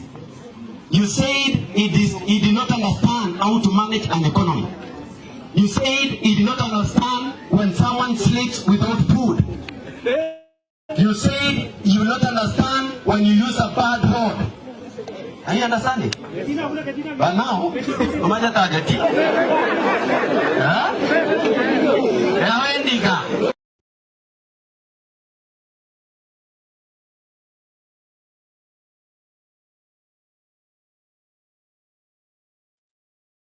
Haya, mambo ni kama hayo. Kuna Tokota kule Rift Valley, huyo ni former Nandi Hills member of parliament, amesema hapa Zakayo hutajitetea. Hiyo kujificha ficha haitatoa, haiwezekani. Lazima kieleweke. Ni kipi hiki ambacho ulielewa ambacho Uhuru Kenyatta hakuwa anaelewa ambacho kimekushinda kuelewa sasa hivi? Asante kwa kila mmoja, na washukuru wote ambao mnahusika kwa kipindi, na kuomba tafadhali tuendelee kukaribishana. Hiyo namba ya watazamaji endelee kupanda. Nashukuru wale ambao mna respond kwa challenge yetu. 1000 from the 40 people so far. I've received from 4 people, 36 people remaining. Kuwa mmoja wao 36 people. Tuendelee namna hiyo tukireduce as we go. Asante. Msimamo.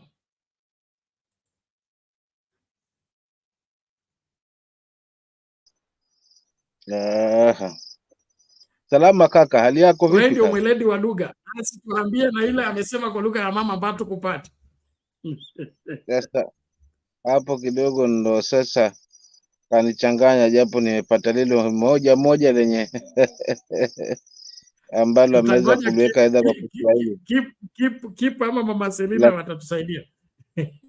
Keep akiwa hapa atatusaidia, but huyu bwana mimi nilikuwa namfuatilia ataingia ule usemi wa last week, wakati ule tukichambua hapa tu, lakini ni bora kuzungumza ukweli kuliko kuganda tu kwenye pua kama inzi, yani kuganda mahali kama inzi kwenye pua ya ng'ombe.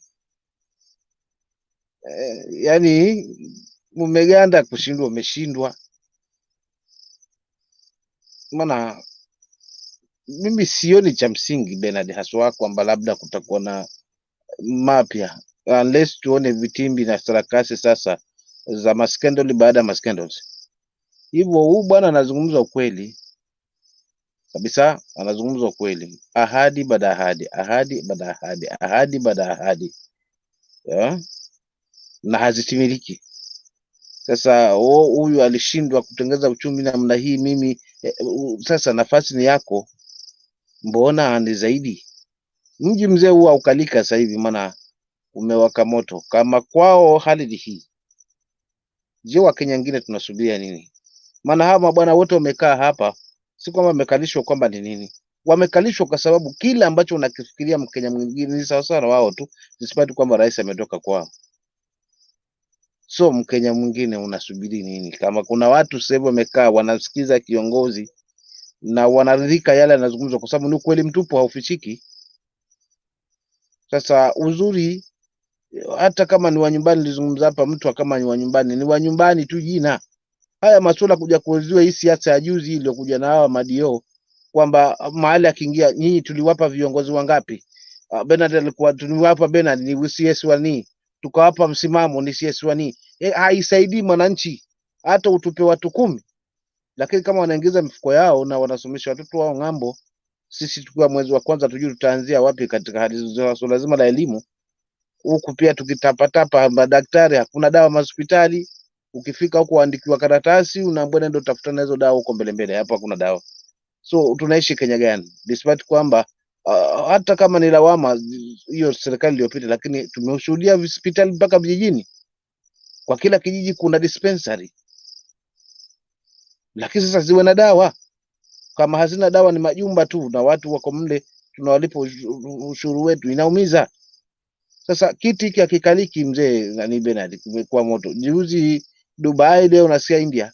Sasa masuala haya ni wapi na wapi na uongozi?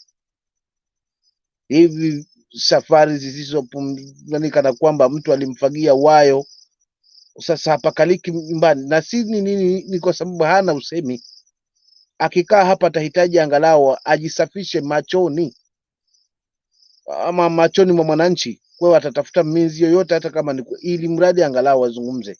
Lakini unajua unaweza zungumza mengi yasiokuwa na matendo, mtu pia mwisho ikawa ni historia za hekaya tu za buniwasi. Mnazungumza watu wanakusikiza tu, ile basi itoke. Kwa hiyo situation kuna na Wakenya, hata kuna kingine. Martha Karua amezungumza vizuri tu hapa. Mimi mama nampongeza zaidi. Na hivyo hata angevai kuwa president ningesema this is the kind of a lady namhitaji. Kwa sababu ni kiongozi ambaye hana cha kubabaika wala kurudi nyuma. Aenda direct kwenye the point. Sio unazunguka huko kwa bypass za mwisho wa siku unajikuta umerudi pale pale. Yaani umechukua kichwani umeregesha begani na hapo kwa bega pia napo kitoka hapo unaregesha tena kichwani. Sasa mzigo huo mmoja mwili ni huo mmoja. Kwa maana hiyo hakuna haja ya shortcut hapa. Kile kinaonyeshwa wazi ni kwamba Wakenya wamechoka. Na wamechoka na hawa mabwana ambao wamejivisha ngozi za kondoo. Wametuuzia uungu, wametuuzia vitabu vya Mungu na hadi kocho, lakini mwisho wa siku imekuwa ni tofauti kabisa. Yaani ni mafuta ya taa na maji hayatengamani hata siku moja. Kwa hivyo maji yatabaki chini, mafuta yataelea tu juu kivyote vile. Kwa hivyo ukweli wa mambo, uongozi ni ule ambao unajali maslahi ya wale unaoongoza. Na jambo la kuwajali kwanza haswa ni kusimamia rasilimali zao. Hiyo ushuru utoze haswa, hata utoze zaidi. Lakini ushuru utozwe, kuna jambo linafanyika linaonekana machoni.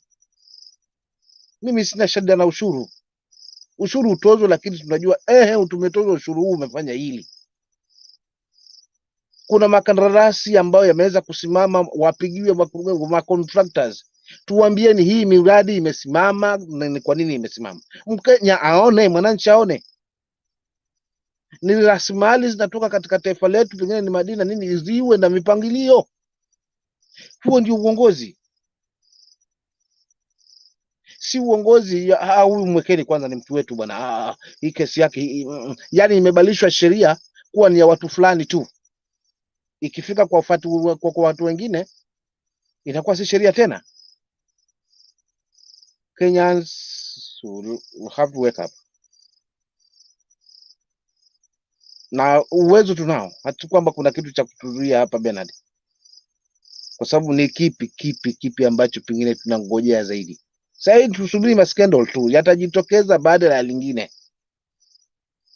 Juu hii regime hii lijakuwa na ikiingia na kimavi.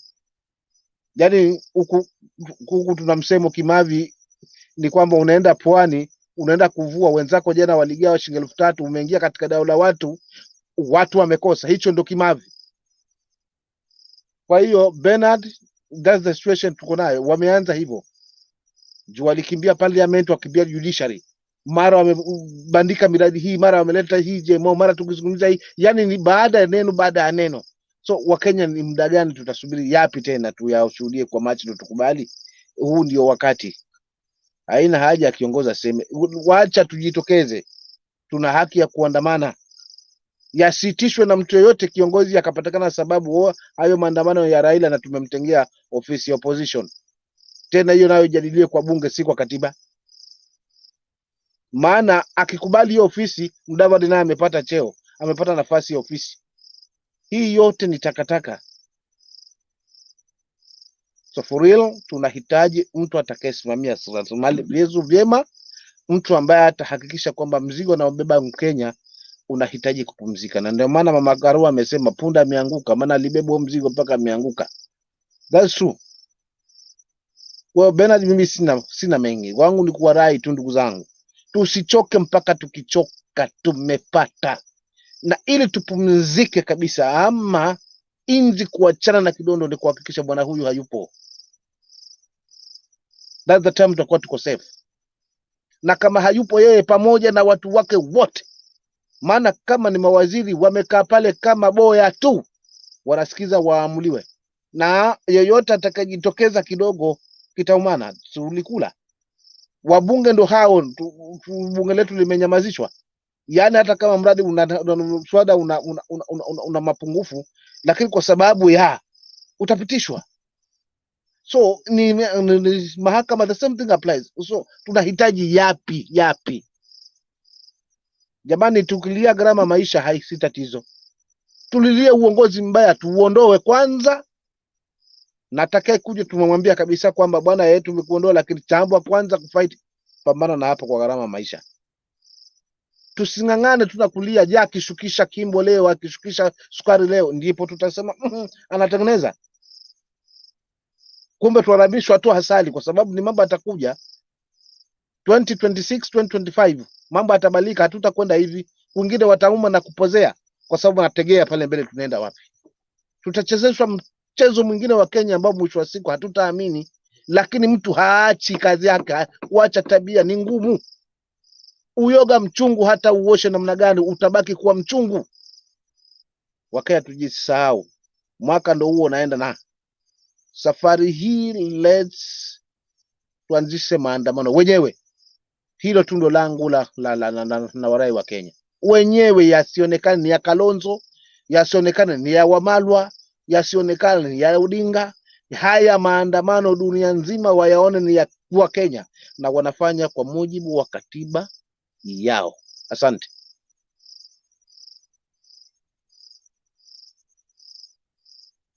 Kwako kaka Bernard. Kwanza nikushukuru, nimepata kaka. Nashukuru. Asante. Nashukuru msimamo. Asante sana kwa utangulizi mzuri na maoni ambayo yanafaa kwa kila Mkenya kuwajibika. This country will only be safe in safe hands. You cannot put your child in the hands of hyena or in the hands of the lion and expect your child to be safe. It does not work. So what is threatening this country is bad leadership. It is not Kalenjin, it's not Kikuyu, it's not Luya, it's not Luo. It is bad leadership.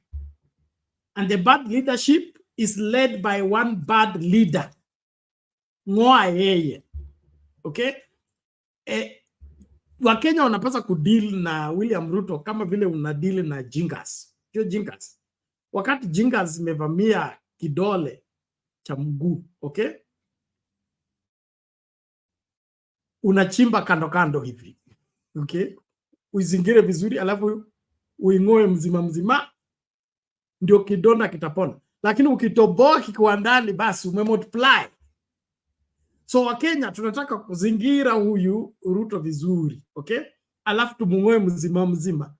Na wale wa mataifa ambao wanampenda, tumwape, okay? So wanataka agent wa climate change to donate yeye, aende huko ashughulikie maneno ya climate change. Sisi hapa we can change our own climate. We can change our own climate with our right leaders. We don't need those climate change conferences. Pata kiongozi anayefaa Marsabit, pata kiongozi anayefaa Turkana, kiongozi anayefaa Garissa, Moyale. Give them 3 years. This entire country will be green. We'll be exporting food to the rest of the world. All we need is right leadership. And so Kenyans, tuachane na story ya siasa ya vyama, siasa ya kikabila, siasa ya majimbo. Tushughulikie inji inaitwa Kenya. Kenya ndio inabeba hizi vitu zote. Tukiokoa Kenya, tutaokoa ugatuzi, tutaokoa maendeleo, tutaokoa masomo, tutaokoa afya, tutaokoa kila kitu. Lakini mradi tu Kenya inaongozwa na kiongozi asiyefaa, hata tufanye nini ni kama kumsafisha nguruwe, okay? Utamsafisha, umpake mafuta, ongeza marashi, alafu mpatie dakika 5 tu, kando yake kuwe na puli ya matope. Atakuonyesha kwamba mimi ni nguruwe. Hata univalishe zile nguo takatifu zile za pop. Hizo nguo za pop ndizo ataingia nazo kwa matope. Nataka Wakenya waelewe, the problem of Kenya is bad leadership, and until we cure that, we are yet to find a solution. So let's wake up, let's do what we must do. Don't fear. Stand up, speak up, be hard, and move into action. Understand there are people who are not seeing the question. If you are not seeing the question, refresh the browser. Refresh the browser. Utaliona kwa sababu alifutiki ni kusonga tu juu umesonga. Kwa hivyo ukirefresh linafunguka, unapiga kura yako. Na ile swali tunauliza ni simple, tunauliza tu do you believe Ruto can recover his falling apart political command? Wewe unaona Ruto anaweza kuokoa uwezo wake wa kisiasa ambao unaendelea kudorora. Okay. Kwa Sound Candid Talk Live, 11 votes already cast, and in the 11 votes, 27% say yes, 73% say no. Let's look at the Sound Candid channel. Okay, Sound Candid channel, we have this 125 votes cast.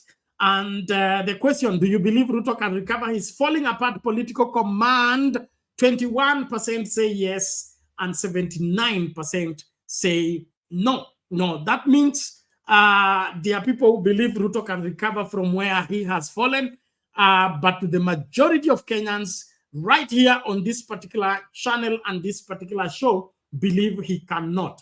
Thank you. Also, the likes are 86. I want us to keep them at par. 126 votes. We should be having over 120 likes on the video. So please, let's not forget to like the video before we cast the vote. One more reporting. We are unable to broadcast live on Sound Candid Talk Facebook page. There are some issues Facebook has brought up which we are yet to sort out. So in the meantime, those of you who follow us on Facebook, we are live on a Kibali Lounge Facebook page. So if you are not finding us on Facebook, tutafute kwa Kibali Lounge, hapo ndio tupo.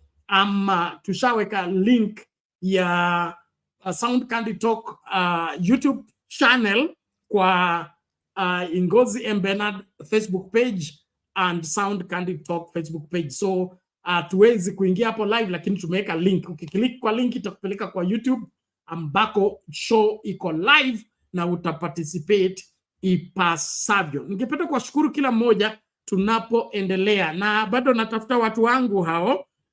Ilikuwa tukue 40, saa hii tumeanguka, tunatafuta 36 people. I have 156 people viewing right now. I just need 36 people. Send me 1,000 shillings each. Tumalize maneno ya kulipa bills ili tuconcentrate na kung'oa zakayo.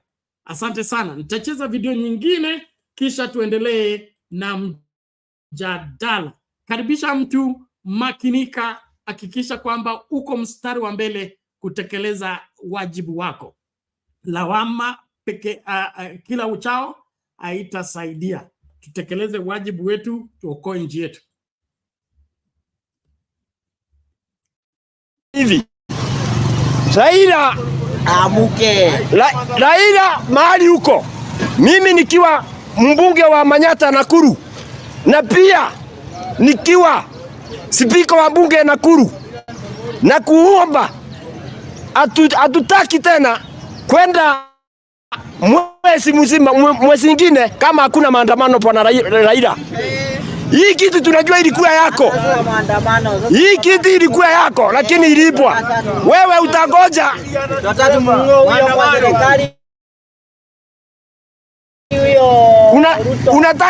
Tunataka uitisha maandamano, sababu tunajua saa hii maandamano ikiitishwa, hata mtoto atatamani kwenda maandamano. Hata wale watu hawaja itoka kwa nyumba watatoka. Nao watu wa Mount Kenya msikie leo. Watu wa maandamano wa Mount Kenya.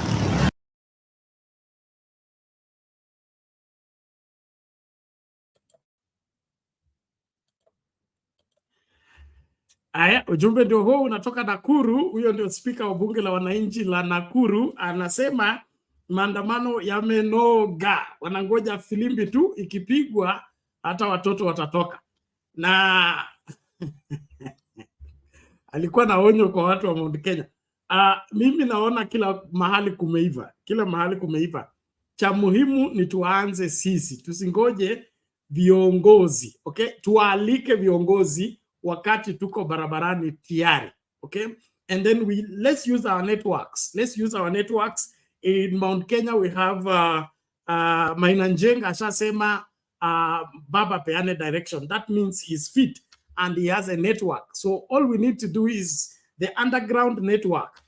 Tuseme tarehe fulani ambako agitatangazwa kwa TV, ni kuamka tu asubuhi, barabara zote zimefungwa, na kwamba Zakayo akikuja na ndege yake hakuna kutua. Yeye amejitolea kutumikia IMF, World Bank na hao wengine wote ambao wanamlipa, ambao ameamua kuwapatia forest, wamchukue waende na yeye. Sisi tunahitaji kiongozi wetu atakayetuongoza sisi, atakayeshughulikia masuala yetu sisi, sio kiongozi wa kuzurura na kutoa speech writing. Hiyo ni kazi yetu wanahabari. Mbona yeye ameamua kuwa ni speech writer, speech reader? We don't eat speech. The country cannot move forward by speeches.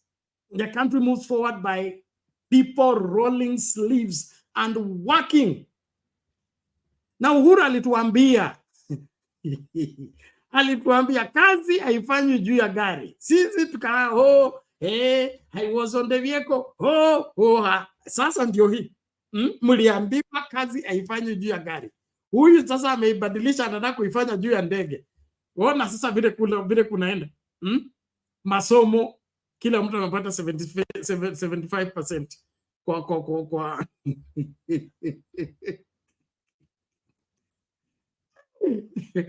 I went to school when school was still school. I mean, there is no way you can sit for the same exam and then get the probability of people getting same marks from same school or same county is almost zero. Lakini hawa wa Majogo, anaitwa Majogo ama Majogo, wote 75% county mzima. Wale ambao kukalia sign language pia wamepewa marks ya sign language without sitting for the paper. And you tell me we have a country that cannot manage simple primary school national exam? Atumuko na serikali? Hakuna serikali hapa. Hawa ndio ambao mnaenda kutoa damu yenu atuwapeleka laboratory wakuambie shida yako. Kama hawezi kuleta matokeo ya ABCD, itakuwa matokeo ya mchemko wa damu yako? Hapana. Tuaje mchezo. Ruto afukuzwe. Ruto afukuzwe tena mara moja. Hatuwezi kuwa na ujinga kwa aina hii, tunavumilia. Ngoja tu tupatie muda wa kutuua. Muda wa kutuua saa hii. Sasa umeleta mafuta ambayo hayafai kutumiwa na mwanadamu. Tena unasema eti nimewapatia siku 30 wakujie mafuta yao. Sheria inasema kitu chochote kikiingia kwa nchi ambacho akichapita kiwango kinachohitajika kinaharibiwa wapi? Pale kwa port. It does not go back and does not enter the country. Ninyi mmepeana hela, mumeingiza mafuta ambayo ni duni. Tena mnasema tumepeana 30 days wakujie yapeleke wapi? If it's unfit for human consumption, it should be destroyed. A responsible government will not let poisonous oil stay in their borders another hour. Ni nini hii? Hata kama hatujui. Hii sio 1980. We are in 2023, for heaven's sake. Kenyans, shika network. Kuna mjumbe anaitwa full network. Kila mtu shika network ya kijiji chako, cha sehemu yako, anza kushinikiza watu, anza kuongea na watu. Ruto na timu yake wametuangusha tena vibaya sana. Wacha wale waliwapigia kura na wale wasio, ameharibu Kenya. Na kwa kuharibu Kenya adhibiwe. Kuadhibiwa ni kutimuliwa. Asante sana. One video and then we can bring in huyu dada. Dadist. Sasa wewe umebuka jina tena unataka kutatisa hapa, tutakuita dada. na mweledi wa Kiswahili yuko hapa atatumaliza. One short video and then we get back into the conversation. In the meantime, like the video, participate into the poll, and then of course tunaendelea na challenge yetu. I'll be giving you update. Sisi vile vile si wote ambao wanataka ugomvi kwa sababu ya ugomvi. Niwaambia nyinyi ni wajinga mkimfuata Ruto. wakadhani tunawadanganya. Jeti ya Ruto. Hii maisha ya Ruto ni stress na ni stress. Mungu, wewe umetukosea.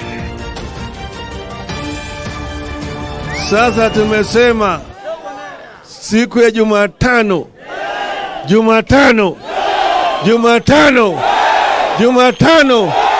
Muko tayari?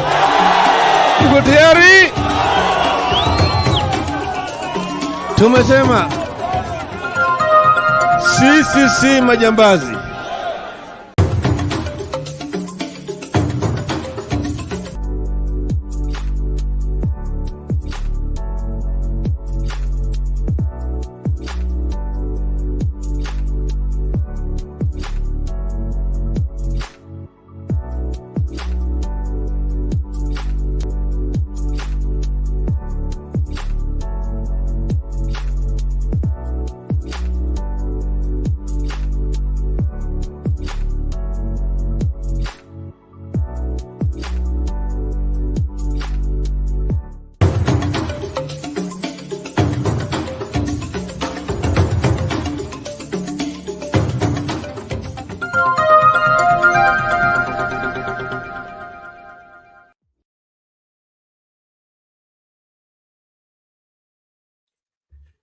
Excellent. Ladies and gentlemen, thank you so much for being part and parcel of the great conversation on Sound Candid Talk. Please, let's be on the forefront. Let's keep engaging, and then, of course, fully supporting the channel. Right now, we are paying our bills, and I'm looking for 36 people. I think now we have reached 35 people. As we continue dropping that, 1,000 shillings each will be able to clear our bills, and we want to close that in this particular show. So I have over 164 people viewing. Just 36 of us will be able to clear that, alafu tutasonga mbele na kuconcentrate kuhakikisha kwamba William Ruto na timu yake hawaendelei kuharibu Kenya tena, na hiyo ni wajibu wetu kuhakikisha kwamba hayo mambo yanatekelezwa ipasavyo. Okay, let's get this.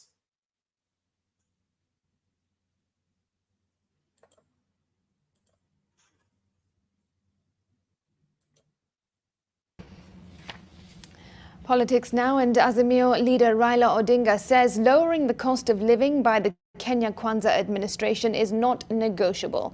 The opposition leader says Kenyans are losing patience with the government over the failure to fulfill campaign promises and the high cost of living, terming it unbearable and worsening by the day. He was speaking in Nyamira during the burial of former West Mugirango MP Benson Kegoro. Ile lugha ambayo ilikuwa wanaongea ya toka chini kwenda juu, mama mboga, jua kali, boda boda, hiyo lugha sasa imesahaulika.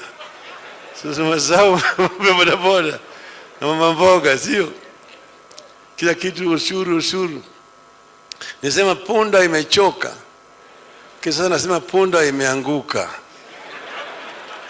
Si punda imeanguka sasa, hawezi kubeba mzigo tena, hakuna chochote ambacho iko hapo, na kila siku ni ahadi. Barabara hii tutajenga, shule hii tutajenga, hospitali hii tunainua level 6. Hiyo yote ni takataka. Gharama ya maisha haiwezi panda mpaka kila mtu anatetemeka kwake nyumbani. Mimi nasema kwa vile mazungumzo haikuleta mambo ya gharama ya maisha, Wakenya mkumbuke katiba imekupatia nguvu. Kila mtu aende kwake nyumbani, tujiulize ni lini tutasema enough is enough. Elsewhere, Kiambu Governor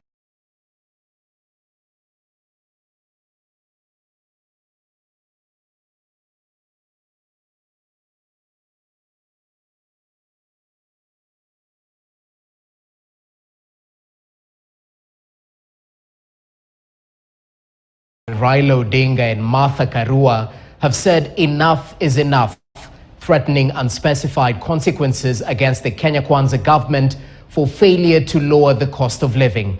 Speaking in Kisii, the leaders said tax increments will not solve the problem, as our political affairs reporter Grace Nganga details. Azimio leaders have kept up with their critics against President William Ruto's failed promises. Speaking during the funeral service of former West Mogirango Member of Parliament Benson Kegoro, the leaders faulted Ruto over what they say is a failed bottom-up economic model, saying Kenyans are suffering more under his administration due to the high cost of living. Kila kitu ushuru. Nisema punda imechoka. Kisa nasema punda imeanguka. Punda imeanguka sasa. Hawezi kubeba mzigo tena. Hakuna chochote hapo. Na kila siku ni ahadi. Ahadi. Barabara hii tutajenga. Shule hii tutajenga. Hospitali hii tunainua level 6. Tumefinyiliwa na hii serikali ya kunyakua. Hawezi nyakua kila pesa ya mtu umwache bila chakula ukisema ni kodi unatafuta. Hawezi ondoa pesa ya shule. Tulijua free primary na free secondary. Sasa tunasikia watoto wakiitishwa pesa kila mahali. Huwezi anza upanguzi kwa watoto wa university. Karua said it was time for elected leaders to be accountable and defend the people who put them in office. Endeleeni kunena na wengine mjikakamue. Msimamie wa Kenya, hii ni wakati mgumu na ndivyo nchi yetu iweze kusimama. Tukishirikiana pamoja tutachinja ama will slay the dragon of corruption in Kisii, and other counties will follow in.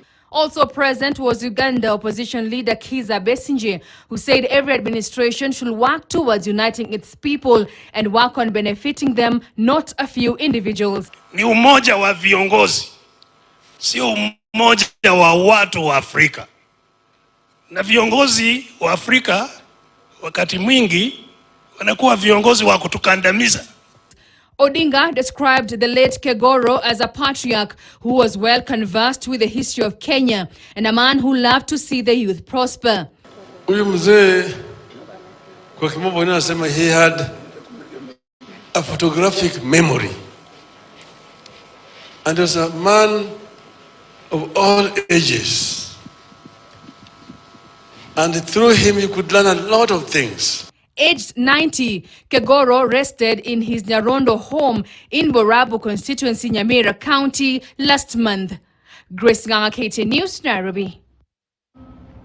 Now, the Supreme Council of Kenya Muslims, SUPKEM, has asked the government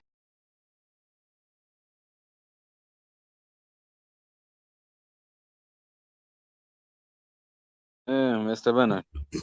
Okay. Samani kidogo tu, nataka nimalize mkururo wangu ili muda wangu ukimalizika mimi nang'atuka. So mtanisubiri tu kidogo, nataka kudisplay hii ya mafuta alafu tumalize mambo. Na haya ndio hii hapa.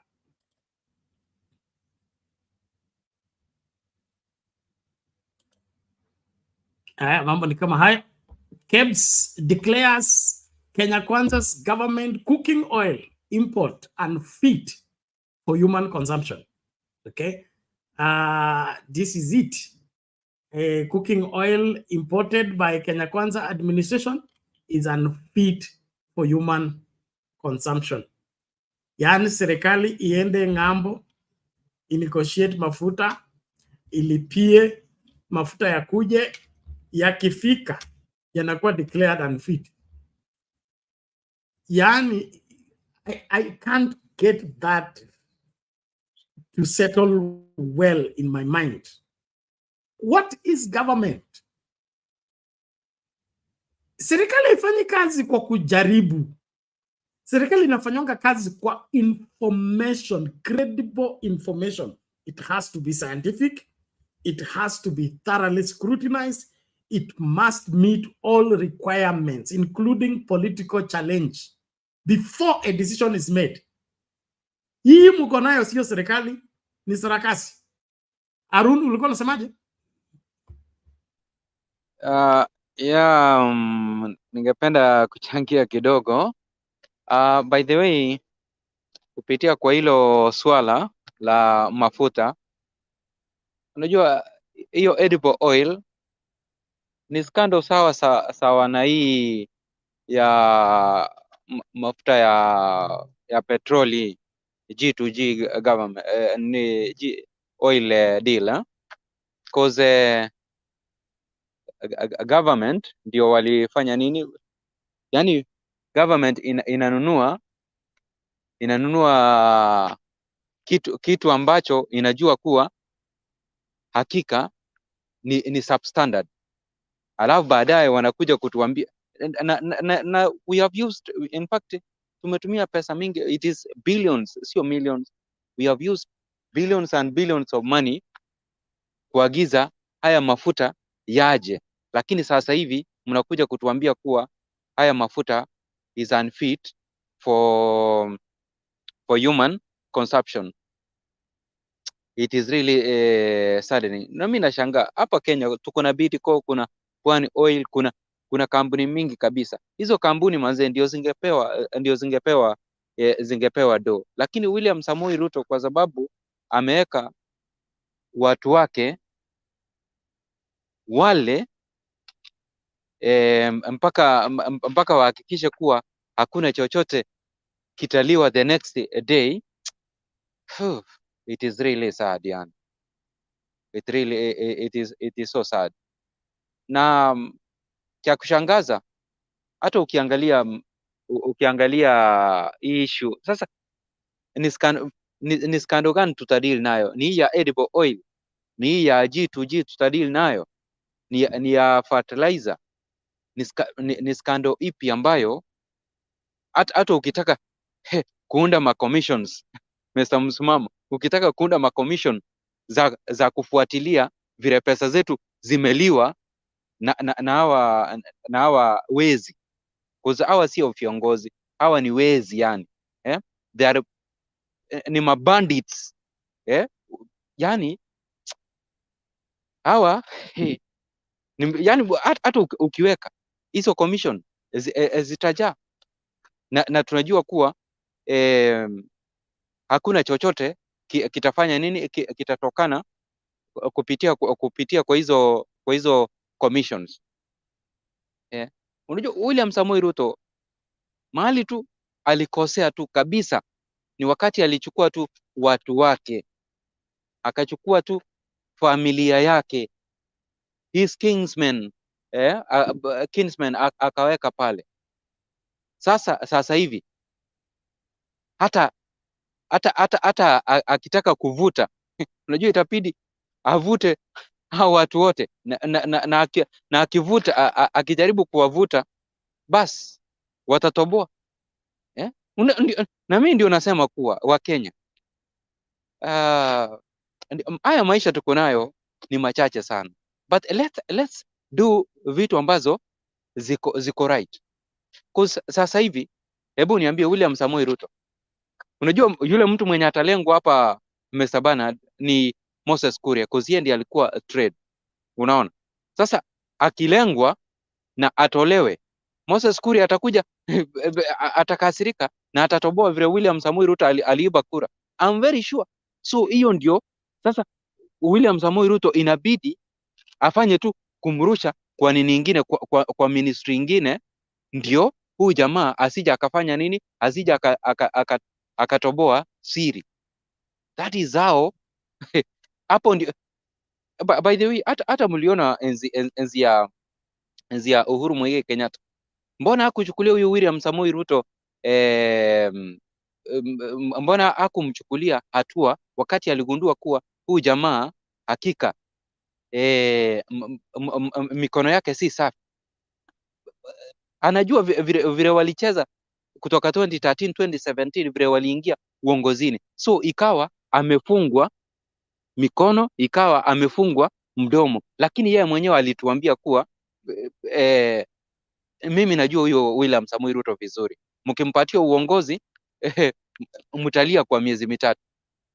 Hebu niambie, baada ya yeye kuingia, hata from the word go imekuwa tu ni yani vile aliweka hiyo Biblia chini, imekuwa ni nduru mwaka moja inaenda na miezi 4 ama miezi 5, imekuwa tu ni vilio siku baada ya siku. So nini ambacho hii mambo ya enough is enough, nini ambacho ninaona? Maandamano is coming back. Mpende msipende bro, maandamano is coming back. Hii mambo ya cost of living, William Samoei Ruto hatoboi nayo. Maandamano na hizi ghasia zote za maskandal namna hii, maandamano is coming back. Na hii maandamano ikikuja namna hii, bas sasa Luele William Samoei Ruto hakika hata kuwa na chake, ila tu kufunganya virago, atorokee kwa hizi nchi ambazo maybe amekuwa akiiba pesa zetu, anaenda anaficha pale. Cause mimi nashangaa, wewe ni president wa nchi, mbona unaruka kutoka nchi hii ukienda kwa nchi nyingine? Yeah? So maybe amekuwa akitengeneza uhusiano akijua kuwa in case anything happens, atakuwa na mahali ambapo atatorokea yeye na familia. Cause mimi najua hii issue ya cost of living, hii ndio mshale ya mwisho kabisa yenye itaondosha William Samoei Ruto uongozini. Na imagine hata baba mwenyewe alimwambia kuwa if you want, kama unataka kuendesha hii serikali vizuri, kitu cha kwanza alimwambianga kata expenditure by 500 billion. Na kukata expenditure ni kuensure kuwa kama kuna mambo ya ghost workers nini au wote asafishe kile kitabu cha watu wenye wameajiriwa kwa civil servants. Alafu na mambo ya corruption apunguze, then kutoka hapo angeachieve hii kusave 500 billion na create jobs. Ku create jobs si kwenda sio kwenda kupewa mikopo, no. Ile kitu hii pesa yenye angekuwa baada ya kukata expenditure, hiyo pesa ndio angeiweka kwa kuunda ma industries, awachane na hii mambo ya kuchampion mambo ya climate change. Cause the moment unaendelea kuchampion for climate change, hautaanza kuindustrialize. Cause ukiindustrialize, wale watasema kuwa nao wewe tulikuwa tunataka uanze mambo ya green energy. Manarun oko muda masande hayo. Yes. Nikimalizia nasema kuwa wao wale wenye wamemtuma watamwambia kuwa hii mambo ya green energy, mambo ya fossil fuels lazima ufanye nini, uachane nayo. Mambo ya industries, factories, William Samoei Ruto atafanya nini, hata hawezi akajenga. So na hapo sasa there will be no jobs. So ikiwa yeye mwenyewe anataka kujiokoa, kuna viegezo inastahili avifanye, then atajiokoa. Lakini yeye sasa hivi hawezi akajiokoa, cause ukiona hata watu wake kutoka nyumbani, the likes of Alfred Keter, wakijitokeza na kutuambia kuwa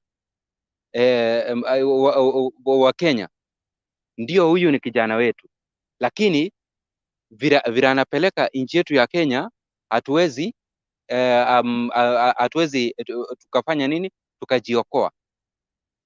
Then sisi ni akina nani tupinge? Cause Alfred Keter anajua William Samoei Ruto vizuri, cause ni mtu wao, anamuelewa vizuri. So the moment amekuja na ameanza kutuelezea namna hii, na yeye anatoka mahali William Samoei Ruto mahali anatoka.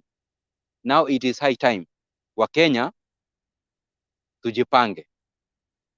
Wakati maybe civil society wataanza kuitisha maandamano, it is high time tujirushe barabarani. Kama uko mbali, kama uko nje ya Kenya, through mchango wako unaweza tuma tu pesa kidogo hivi, angalau watu wakati wameenda maandamano wapate kopo la maji, na utakuwa umefanya kwa njia moja, utakuwa umesaidia hata kama uko long distance. But what I know, William Samoei Ruto, ile tahadhari nampatia, ile maandamano yenye inakuja, it is unstoppable, na hiyo ndio itampeleka nyumbani, apende asipende. So ningerudisha usukani kwako Mesabana. Okay, asante sana Bwana Arun for that observation. Na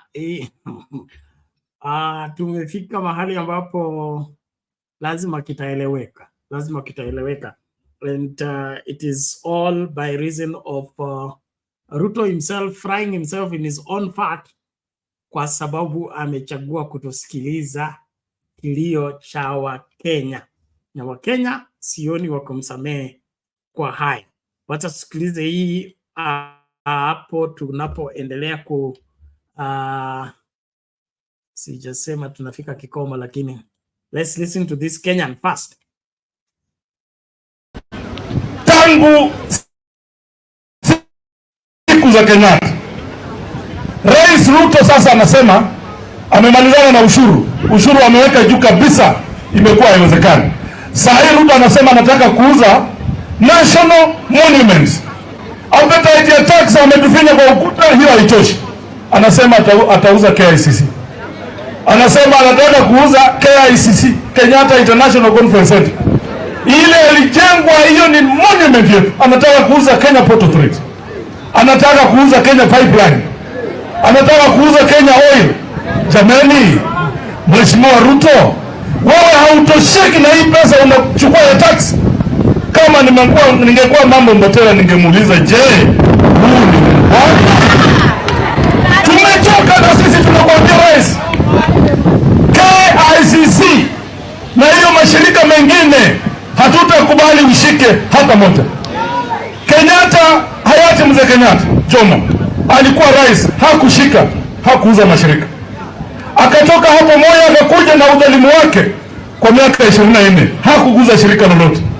Moja akaenda Kibaki akakuja, hakuuza mashirika. Kibaki akaenda, Uhuru akakuja, hakuuza. Appetite yako bwana rais inatoka wapi? Wachana na Wakenya bwana, kama hutaki kutusaidia, achana na Wakenya, tutapata rais mwingine akuja asaidie watu. Nyinyi mnakumbuka Mheshimiwa Ruto alikuja hapa, tukamwambia barabara zetu zimekwama, tukamwambia maendeleo yote Bungoma yamekwama.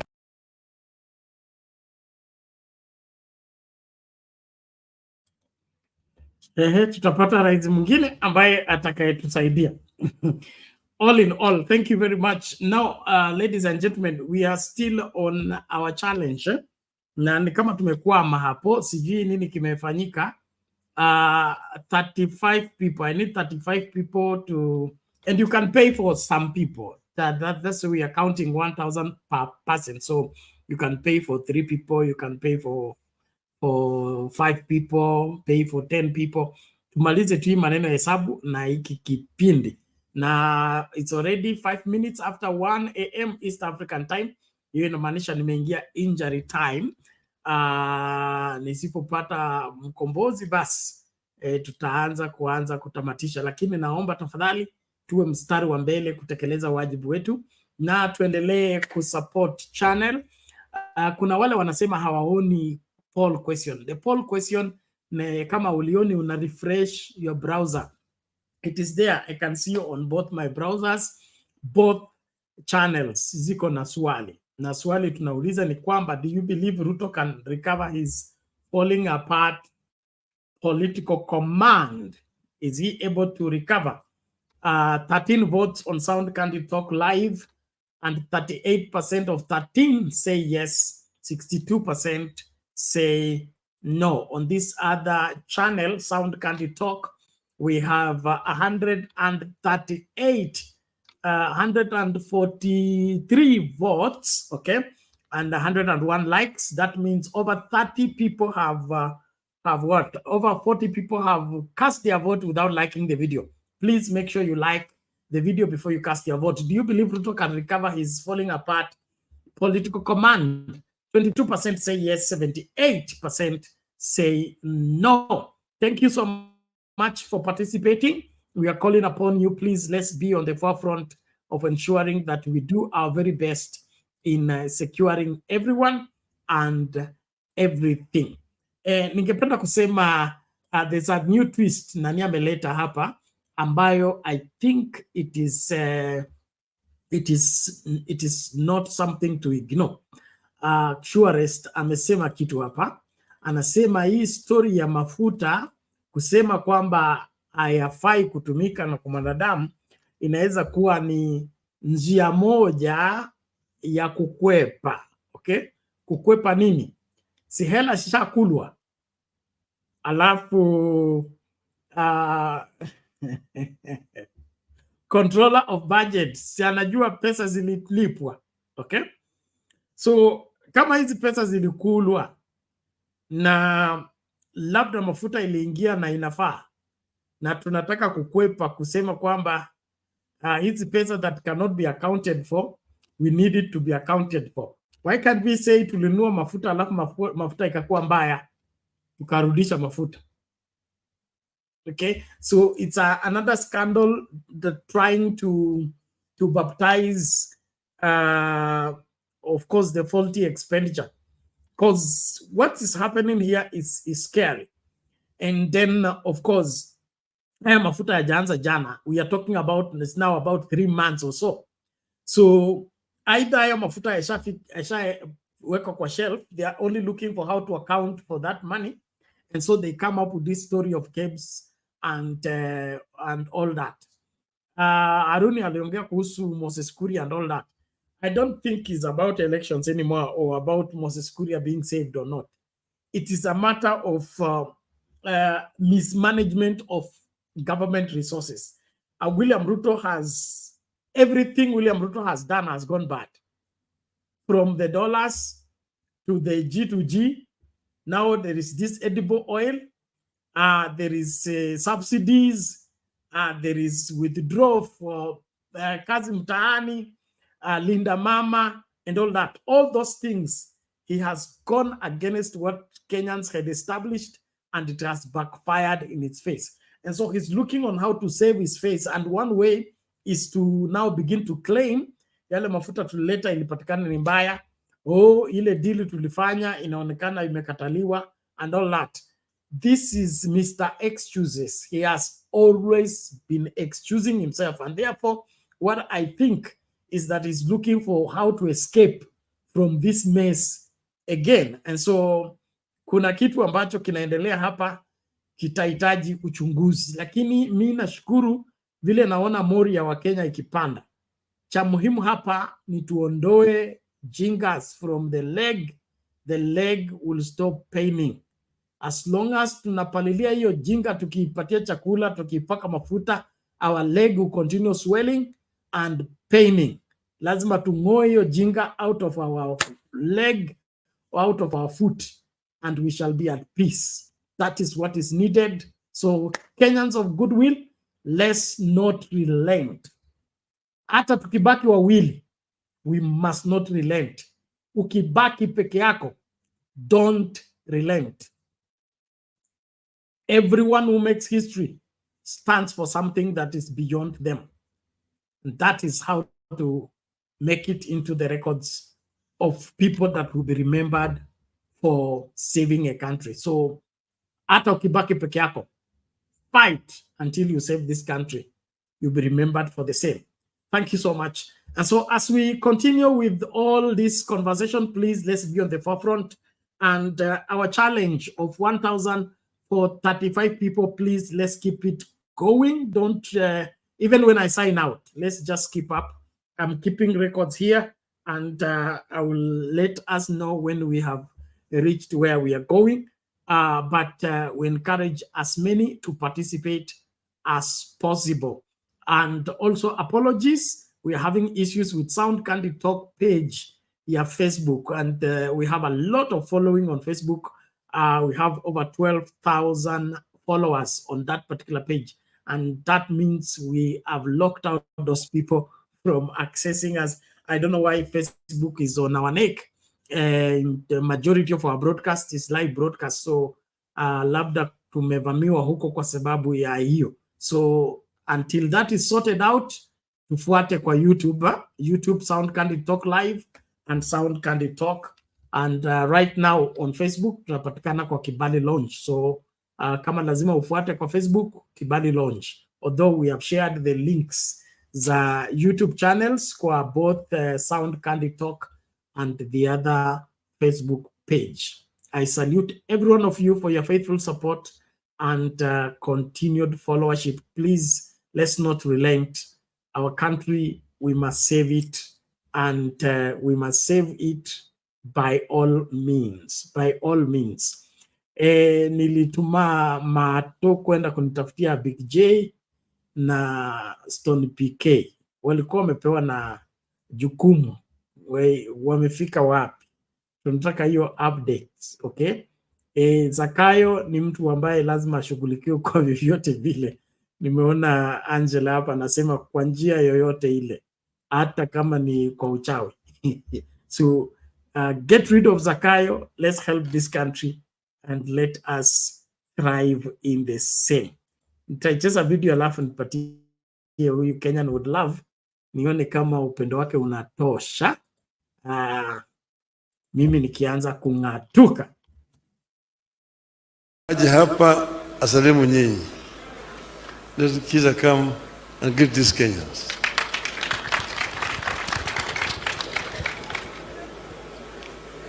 Naheshimu protocol yote. Mungu ni mwema na wakati wote. Ndiyo hali yake, mpigie makofi basi. Asante sana. Tulikuja hapa na wenzangu kuungana na nyinyi wote kumshukuru Mungu. Kumshukuru Mungu kwa maisha mzuri na marefu ambaye baba wetu aliyepumzika alipata duniani. Mlivyosikia, miaka yetu huwa ni 70, na ukiwa na nguvu ongezeka kuwa 80. Sasa kama alitupatia mtu mzuri kwa miaka 90, tafadhali mrudie kumpigia makofi. Alitufanya vizuri kabisa. Huko kwetu kulikuwa komo kwa miaka viongozi wanawezi kugombania uongozi tena. Ilikuwa ni miaka 75. Hivi karibu wakati kiongozi wetu ilifika na kwa katiba, lakini alisahau kwamba kuna komo iliyowekwa na Biblia, na Biblia haiwezi kubadilishwa. Hiyo ni constitution,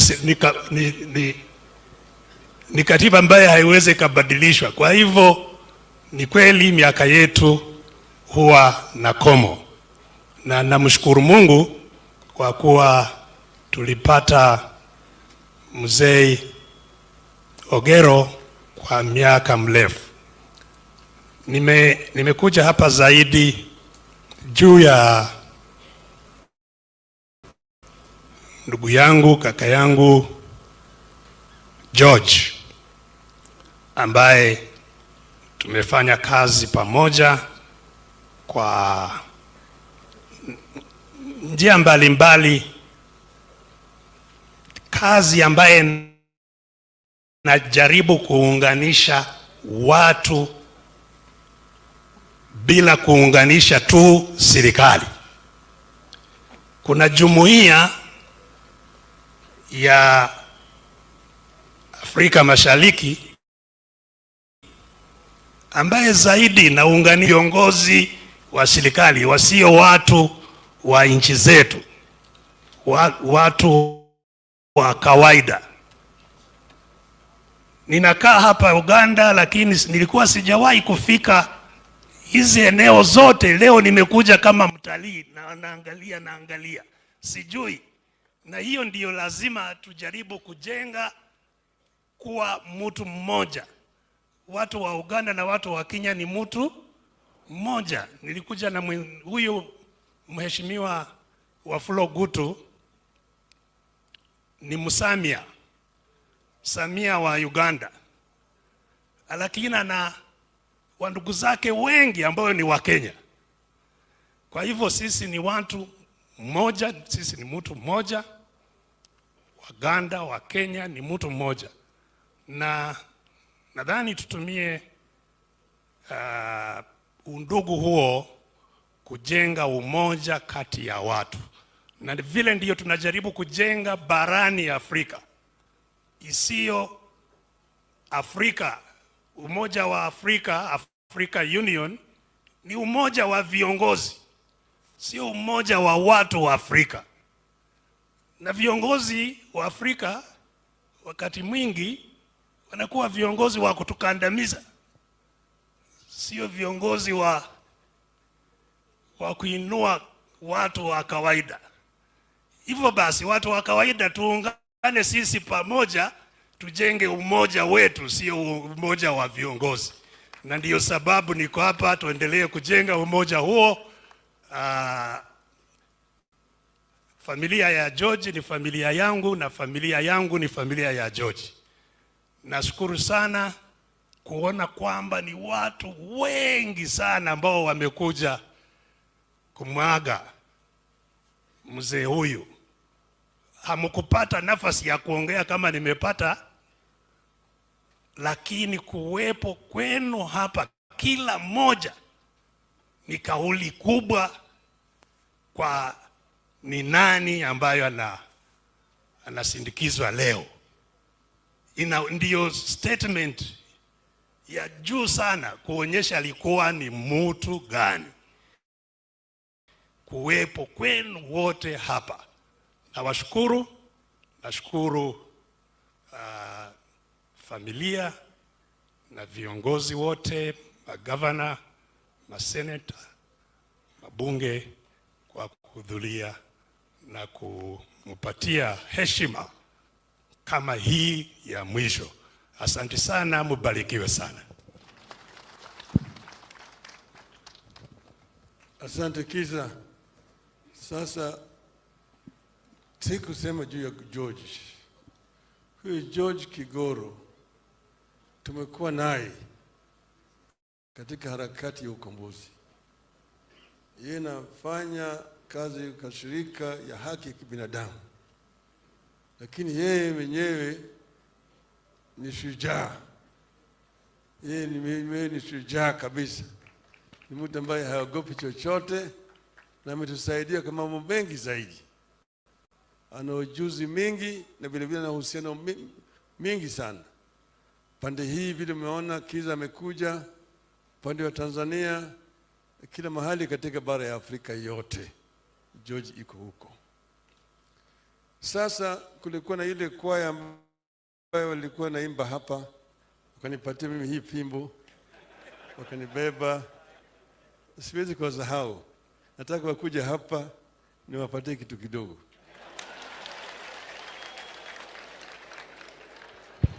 Mission brothers, please, mission brothers. Mulipatia baba kitu na yeye sasa anataka kurudisha mkono. Mpaka nirudishe mkono.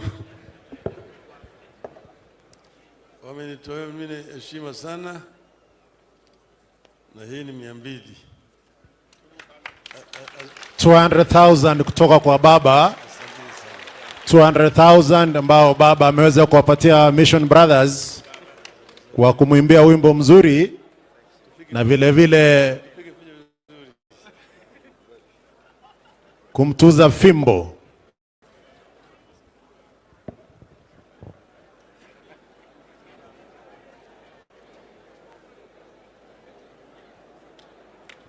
Asante.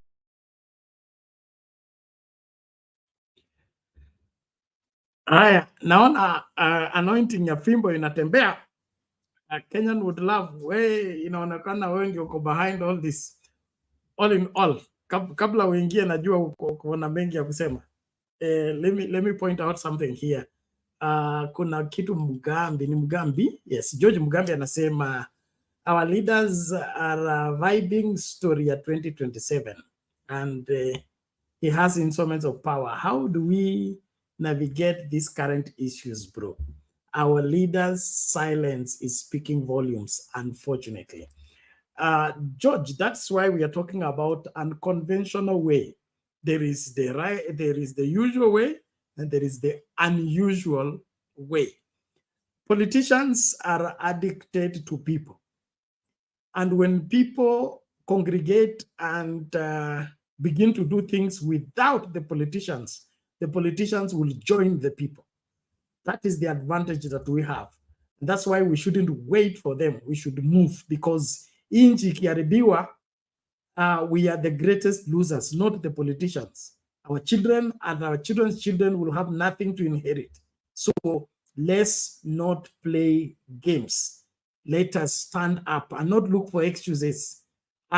Saa hii vile kunakaa, hata Raila aende State House, wasaini mkataba na William Ruto kwamba William Ruto atakaa kwa ofisi mpaka 2027. If there will be no change in the way William Ruto is treating Kenyans, that is not going to hold water. We are beyond the handshake.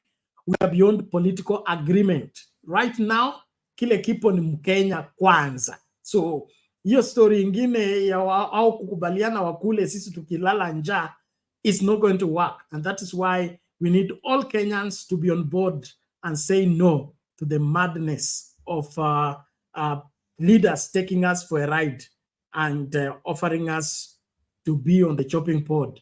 I mean chopping board every time everything goes wrong. Umeona Zakayo, kila kitu kiharibika ni taxation. Kila kitu kiharibika Wakenya walipie. Yeye amezurura, amechukua madeni, sai anataka kurudi anasema Wakenya walipie hayo madeni. Haitawezekana. So haya maandamano tunayozungumzia yatakuwa ya tofauti. Itakuwa Wakenya wanaongoza viongozi wao kufanya maandamano. Wakenya wanaongoza viongozi wao kufanya maandamano. Asante sana. Kenyan would love. Nimeona Baba amepewa rungu, nikaona Kateri pia amepewa rungu. Rungu ya Nyai narudi nini? You know, Bernard, when wacha kwanza nianzie kule naanzia. Ni nini shida yenu tukiuza Kenya? Kenya ni yetu, sio yenu. Mnauza kama nani? Mimi nimekuajiri kama shamba boy. Nimekuacha kwa shamba. Alafu wewe unaanza kuuza shamba langu. Wewe. Si hatuishi Kenya, si hiyo ni mali ya nini, hiyo ni mali ya umma. Umma ni nani? Umma si ni Kenya. Ala. Unajua sasa hata tunataka kwenda by the way, unajua you have a very good culture in Kenya of people, different tribes, nini, very good culture that has been really wanted to, I mean, nchi yote ulimwengu mzima unatakaga kujua hiyo hospitality, different tribes, different nini cultures na nini. Sasa hata tukiuza culture moja mtatusumbulia nini? Shida yenu iko wapi? Si culture moja tulipe deni.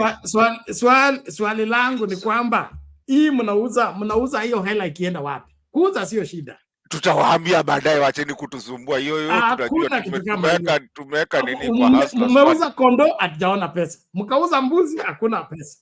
Tumeuza farasi hakuna pesa.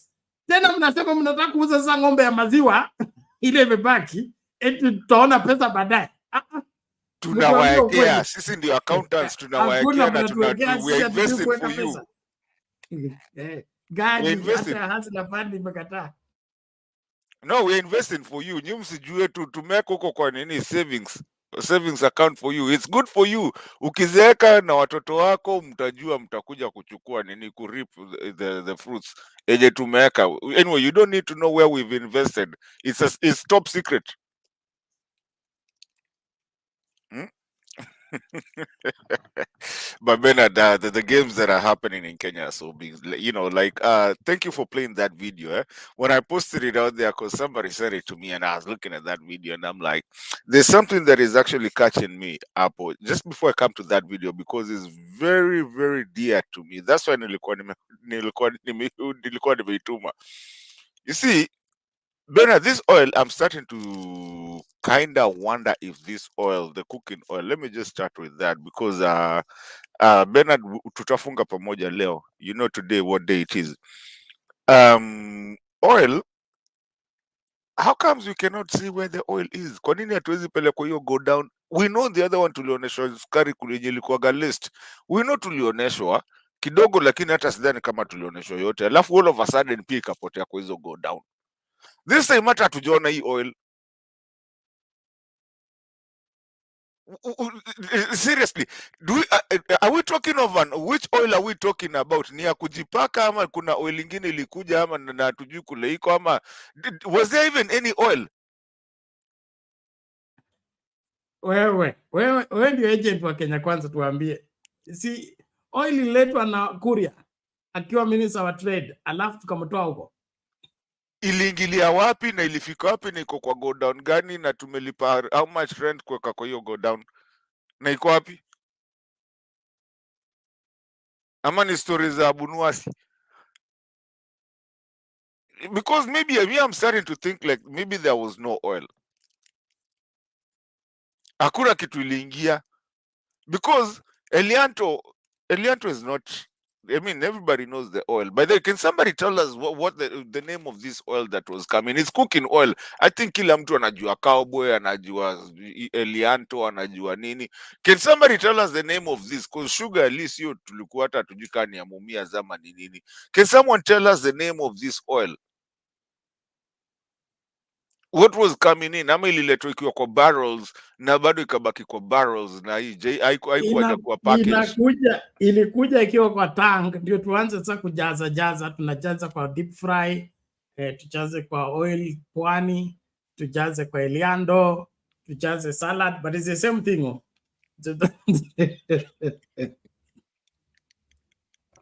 Sadly, yes. It's a game. But Bernard, the reason for that video, actually, thank you so much. That video, the reason I wanted people to see it is because, Bernard, when you look at it, there's something that Kenyans, and maybe I need to tell Kenyans so that they understand what exactly they're being told. Remember who BCJ is, how much is fought on the other side. I was short of, I had gotten some news somewhere that also Bobby Wine would have been there. I don't know what happened. But Bernard, I didn't even know that. Kwanza BCJ amenishtua sana. I didn't know that he had such good Swahili, you know. But when you get Raila, BCJ, Mother Karua, they are all talking about the same thing. They're trying to tell Kenyans something without them saying something. They're telling you, go to the streets. BCJ just told you guys, this is not about the leaders. It's about the Mwananchi. Baba is also trying to tell you the same thing. Mother Karua is trying to tell you guys the same thing. It's up to Kenyans. You've been given a limelight, a go ahead to go to the streets and complain and do whatever you have to do. BCJ kumbuka yeye alifanya kila kitu na Museveni. And remember, for him to come in, and especially when I was reading the history of this guy when alikuwa na Zika, these guys are trying to tell you guys something without saying that they are ready. And they're telling you guys, Kenyans, get up, move. Bernard, as I keep quiet, ninyamaze. I want, no, let me not play that video. There's a video that I had of a lady living in Saudi. Remember, Ruto ako hizo area, live in Saudi, and the whole family, the kids, Yani crying because she's leaving because it's not viable anymore. And then it's the same person telling us that that is where we have to go. So you can see the kids. So I guess she had a good rapport with the people who mwenye alikuwa amememploy, but the way it's happening, I think there's some things that are happening out that side. Watu wanafaa kutuambia, especially watu wa Saudi, because now I know 3 people that are coming back. And when you look at this lady, she's just crying. I think she had a good employer out there, but it's about time to exit. Kuna vitu zinaendelea out there that we need. Maybe I'll send you on peke yako, and maybe you can send it, or even in our admins, maybe you can play it kesho. Bernard, I think that's all I had today. Like I said, it's Sunday. It's good to see everybody. Asanteni sana. I can see Kibali huko hivyo. Thank you guys.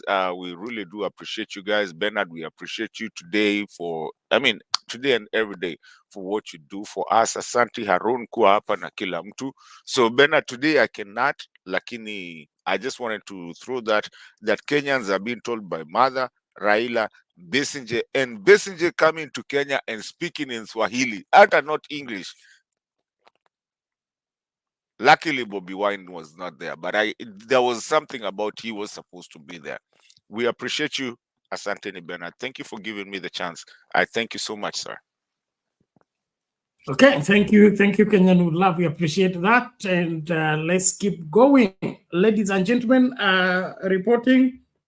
So far, we have dropped from 40 people to 30 people. That means 30 people to go.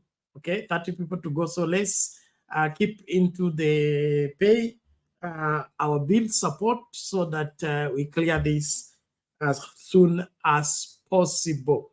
So I'm still waiting for my 30 people to send in their 1,000 each. And like I said, you can pay for 2 people, pay for 3 people, pay for 4 people. All we need is to get to that final figure, and then tunamaliza hii maneno, tuna focus. I agree with you, Kenyan would love. The coded language is, what are you waiting for? If you move, I will move. There is a verse, I think is in the book of James, where God says, draw nigh to me and I will draw nigh to you. Wewe anza. Okay, wewe anza. So I think the message is, Kenyans, start. We will ensure that whatever you start will succeed. Don't hesitate. And you have right. You have constitutional right. And that constitutional right is not mandamano being led by somebody. Kenyans have right to start riot anywhere against a bad leadership. And so the message is clear. We just need to have that proper understanding. I appreciate everybody who has responded to our call to pay bills. Please, I still continue to urge us, let's clear this so that we concentrate on making Kenya free completely by reason of keeping in the fight. And we will ensure a sound candid talk to ensure that you get the platform to air what you feel and think about the whole scenario. And then, of course, let us sensitize people in our villages, because the deception, that's why one thing I love most about what Alfred Keter is doing is that he's now cleaning the brainwashing in Rift Valley and talking to people in the vernacular so that they understand clearly what they were told and what is happening, what is the difference, and why they should support the ousting of William Ruto out of office. Now, that is very important. And I'm urging every one of us, the 165 people viewing right now, call your village, make people understand. Bad government will not do good work. Bad leaders will not do right things. And so the only way to cure this country is get rid of bad leaders. And like I noted yesterday, we must review on who makes to the ballot. Who makes to the ballot? Kwa sababu hii mvua haianzangi kutunyeshea wakati watu wanaweka Biblia juu. Hii mvua huanza kutunyeshea wakati tumeweka watu hawafai kwa ballot box. They should not make it to the ballot paper if they are unfit. Kama vile tu in the African traditional setting, ilijulikana kabla familia fulani, okay, iko na tabia fulani, na hiyo tabia haifai kwa uongozi. Kwa hivyo ikifika kuchagua kiongozi wa kijiji, wanajua hii familia fulani ama grupu fulani ya watu hawafai kwa sababu wako na tabia hii. Hiyo ndio sababu ya certificate of good conduct. Certificate of good conduct is supposed to sieve for us the people who make to the ballot paper. So tukisha anguka kwa good conduct, IEBC pia iko na code of conduct that is supposed to be adhered to by everybody requesting to vie. Those people need to be scrutinized, they need to be checked, and only be approved to run when they are fit for public office. Hizi vitu zote ziko katika katiba na katiba imeweka wazi. Shida tulio nayo ni wazembe. Watu wamekuwa wazembe katika kukagua people. Nikiwa shule tulikuwa tunaimba kwaya na headmaster wetu alikuwa ni choir master. Na yeye alikuwa anachagua waimbaji. Alikuwa anachukua class yote, and he was teaching music, a music teacher as well as the school choir master. And so what happened is, because he was the headmaster, he used to make a music lesson to be double lesson like maths. So he comes and teaches the first lesson, then the second lesson inakuwa choir practice. Now you can guess the craziness of the school I attended. So the second lesson inakuwa choir practice, and the choir practice means after memaliza the first lesson, the second lesson munakaa in different voices, then you are trained to sing the set piece. And then he will force everybody, hata wewe unaimba kama kuchura, utakaa kwa hiyo choir practice, utaimba na sisi mpaka dakika ya mwisho, okay? Then when it remains 3 days to competition, anasema wale watu ambao mpendi choir sasa tokeni. So he wants to reduce the choir to the right number of people participating. But tumekuwa tukiimba tukiwa 70 or 50 or 60 of us. But he now wants 42 people that are required for singing. So he begins by, wala wapendi choir, tokeni sasa. Umefanya mazoezi, let's say 3 months, umekuwa hapo always, but you don't like singing, so you are thrown out. Then the remaining, he has to assess each and every individual, so that by the time he constitutes the choir, he has the top cream, those that are going to compete and win. That is how leadership is done. You don't just say that tuko na uhuru, mtu yeyote anaweza kuvai, haijalishi kama umesoma ama hujasoma, haijalishi kama umeua ama hujaua. We can't have a good country that way. And so we have to get back these things working. The way forward, we must, as we fight to get rid of Ruto and the team, we must ensure that we will never get ourselves where we are ever again as a country. And the only way to do that is, let's get credible people in credible places, in sensitive places. The Supreme Court should not be led by people who don't know what they are doing, like they have done. The IEBC should not be put in the hands of incompetent people. Wale watu wanakuja number 2 kwa mkia, kutoka kwa mkia. Hao ndio mnapeana tu ndio wanakuwa chairman wa IEBC. Hizo vitu zote zitolewe. Tukue na wale watu ambao unatetemeka kwenda kusimama mbele yao kwa sababu watakufukuza. Kwa nini? Haufai.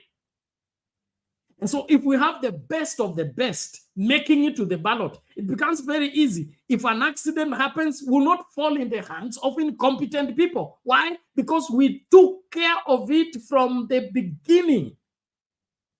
Lakini mmeacha accident zote zimepita kila mahali, mmeachilia nyoka zimepita kila mahali. Sasa imefika mwisho ndo mnasema leta rungu tukonge, pira tuma.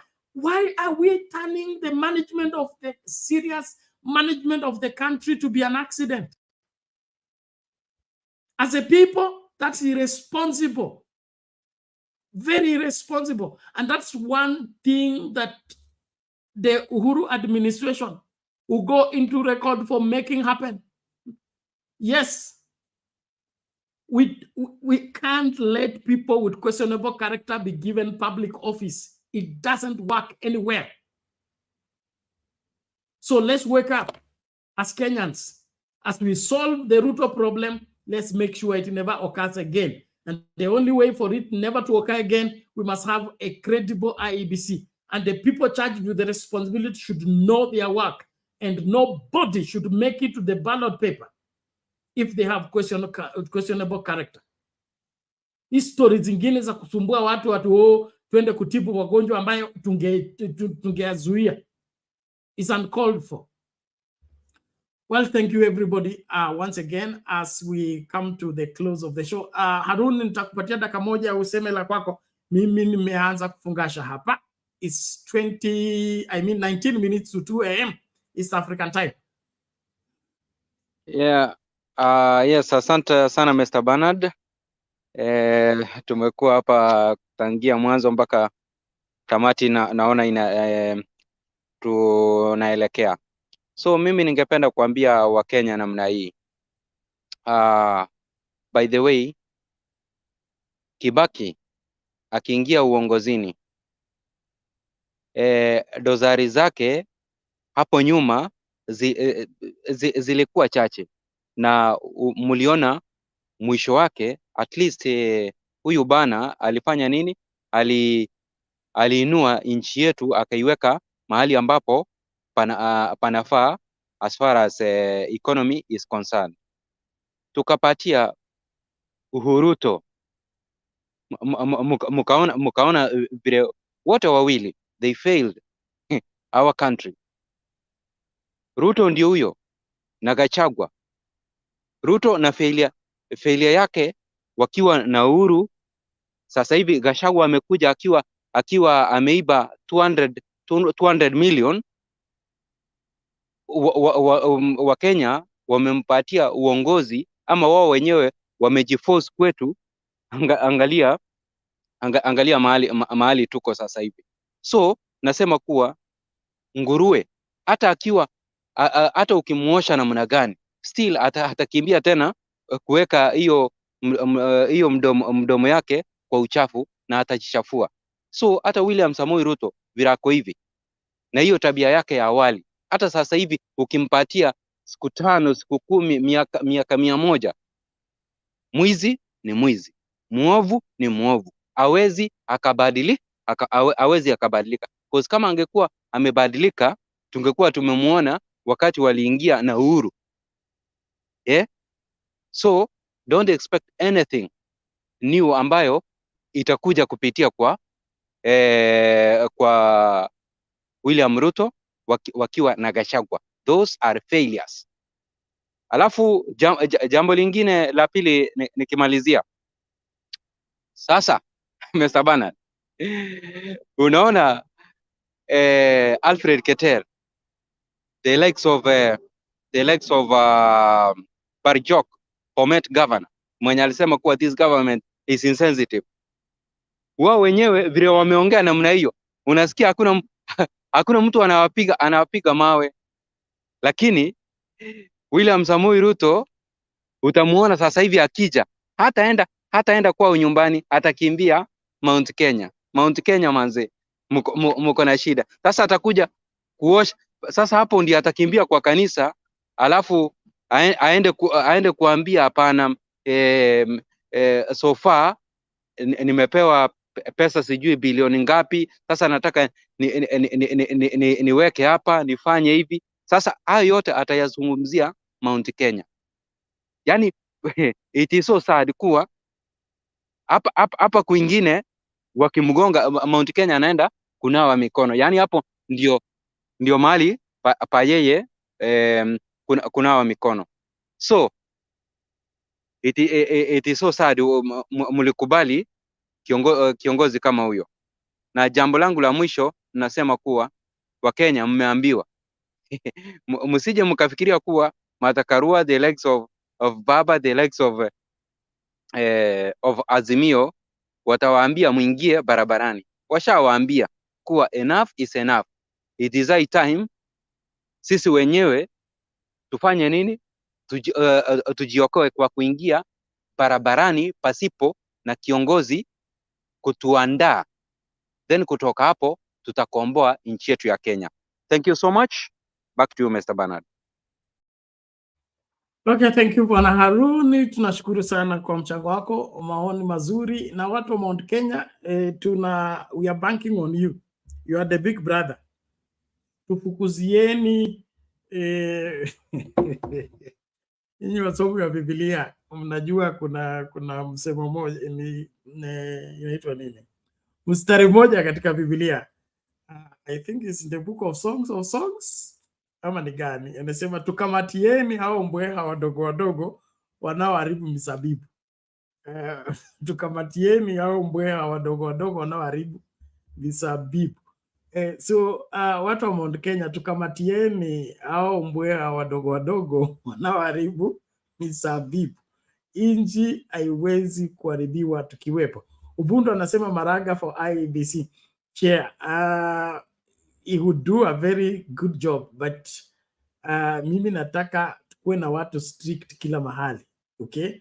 Hata ikiwezekana tuende kwa archives, tulete watu kama Kaguthi, alikuwa anaitwa Kaguthi, the notorious PC, nani mwingine huyo, wapewe ile job ya kupeana good conduct, ili mtu akifika hivi lazima ajitetee, and then watu wasiruhusiwe kuhusika haswa katika vyeo vya public service kama uko na questionable character. Simple hivyo tu, na ndio itakuwa sasa ni jukumu la kila mtu kujilinda, kwa sababu if you have a question mark on you, you will not be allowed to vie. Wacha hii story ati nimevai nikawin. You will not be allowed to vie.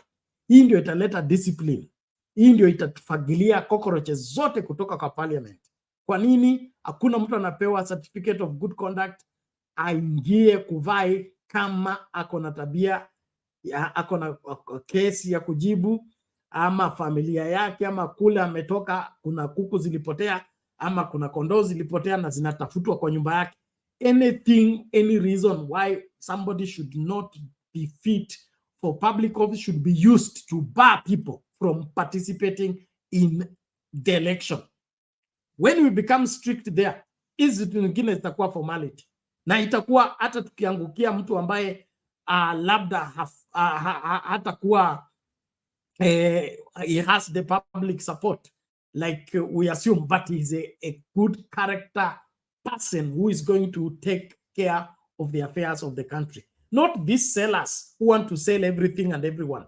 So William Ruto is a flop that should be gotten rid of as soon as possible. So Kenyans, let's engage, let's keep going. And I continue to look for my 30 more people to send me 1,000 each. So please, let's be on the forefront. And like I said, you can pay for 2 people, 3 people, 5 people, 10 people, so that we clear this as soon as it is possible. Thank you for the 159 people viewing right now. We salute you. Thank you so much. Thank you for those of you following us, Facebookers. We are sorry about the Facebook page, but I believe we'll sort it out maybe by the next show. Otherwise, please, let's focus. Let's focus.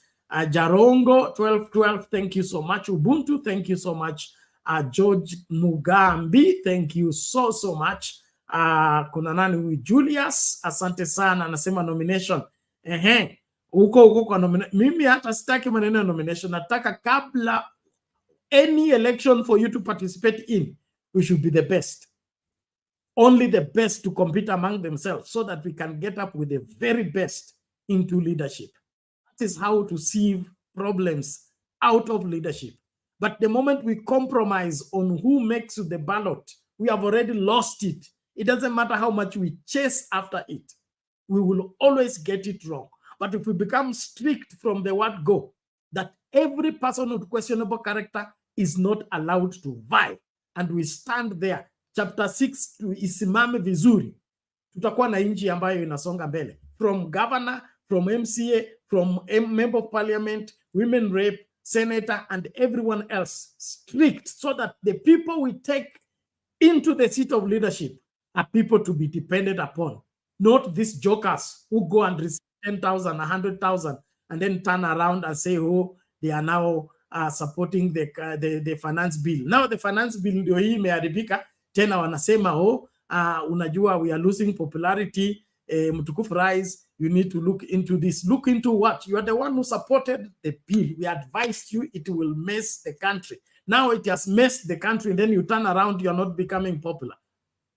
Some people need to be beaten many strokes.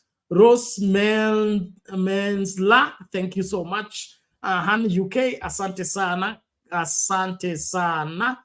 Nani huyu mwingine? All right, Harun, of course, Harun wetu, asante sana. And every other person, we salute you. Joyce Peter, asante sana kwa kuwa sehemu ya mjadala wetu leo. On that note, we are calling it a day unless Kenyan would love, you have fresh revelations? Bernard, I just fell into this video, and I think people need to watch it even as we close. I think to understand where our country is, you see, Bernard, sometimes we say, sometimes when the country wants to come together, there's nothing you can do about it. Even if you're a tribal king, or want to be a tribal king, hakuna kitu unaweza change. People will talk, whether you like it. And I'm so happy that is also one side of the country that is actually talking, because it's the problem that we have in our country. One people ndio maana tulikuja tukadividiwa in the sense of dynasties versus hustlers versus nini. And when you used to that kind of politics, Bernard, kinakuja kinaanza kukuramba. Listen to what this leader is talking about. I was just watching mtu amenitumia, but I was also, looking, and just listen to what this guy is talking about.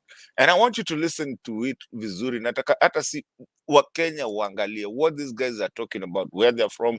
I'm not tribalistic in any way, but you can see the unity that is happening here. Just listen to this guy. Bernard, just give me a second. I'm sorry. I know you're about to go to sleep. It's a little bit of a lengthy, but not really lengthy in the essence of what it tells us of where we are going and what is happening huko chini.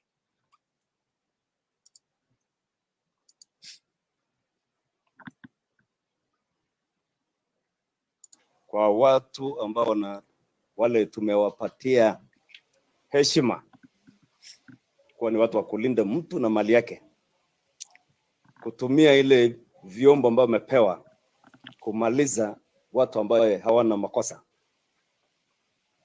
Katika hii area ya Takwel, wale ambao wataweza kufika pale, ni area ambayo kila mtu, just a cosmopolitan area. Kuna village inaitwa Lorokon, ya jamii ya Turkana, lakini Wapokot pia wako ndani. Then upande wa Takwel ni mali pa KFDA na Kenchen, wafanyikazi watu wa kutoka Kenya mzima, engineers nani wanafanya kazi pale. Alafu sasa hii boma ambayo maskari wa jeshi wakitumia ile drone, ikakuja ikatwanga mpaka hata watoto wa shule. Mmoja amekufa, wengine wako hospitali. Na sisi, mimi nikiwa mjumbe pale, tumejaribu sana, wale wazee wa area hiyo, makanisa wamekuja pamoja kuweka hii jamii pamoja. Mpaka inafika mahali kama kuna kitu, like now tuko na shule ya secondary inaitwa Takwel Mixed Secondary School. Ikiwa mwenyekiti atatoka upande jamii ya Pokot, ya vice chair naibu wake anatoka upande wa Turkana. Alafu yule PTA chair na nini natoka sasa wale wengine wasasi. Ni kwa sababu ya heshima ili kuona kwamba hata watoto waone kwamba watu wao wako pamoja. Hii nikizungumza hapa hivi, nimeelewa, nimejua, si mara ya kwanza kuona vitu kama hii.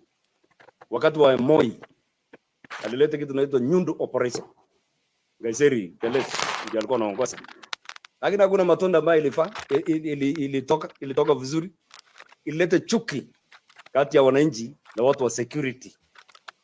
Kwa sababu ilikuwa ni kutumia nguvu. Mpaka jina ya helicopter ambayo jeshi alikuwa anatumia, tukapandika jina inaitwa Lotere. Na hiyo sasa hata ikipita watu wanaanza kukimbia, nasema hapana, hii serikali ni mbaya. Kibaki alipoingia akaleta yake inaitwa Dumisha Amani Operation. Jeshi wale walikuwa wanapiga watu, ndio nakuja kuuliza wananchi ni nini inawasababisha ninyi watu wa West Pokot kuingia Trans Nzoia. Watu wanasema hatuna maji wakati wa kiangazi. Engineers kutoka jeshi wanakuja kuchimba maji. Wakaweka hema kubwa, hata hii nyumba ni kidogo. Ya kama hospitali, madaktari, wanajeshi wanakuja kutibu watu. Vijana wanapebwa na ile malori kwenda kucheza ya kutoka Trans Nzoia, kutoka West Pokot, kutoka pande wa Turkana, Kacheliba, watu wakaingiana namna hii. Mpaka sasa huwezi kusikia jambo mbaya kati ya watu wa Trans Nzoia na watu wa West Pokot. Ni kwa sababu, lakini ile nyingine ya Nyundu hakuna kitu ambaye ilifanya. Sasa hii serikali ya sasa imeingia.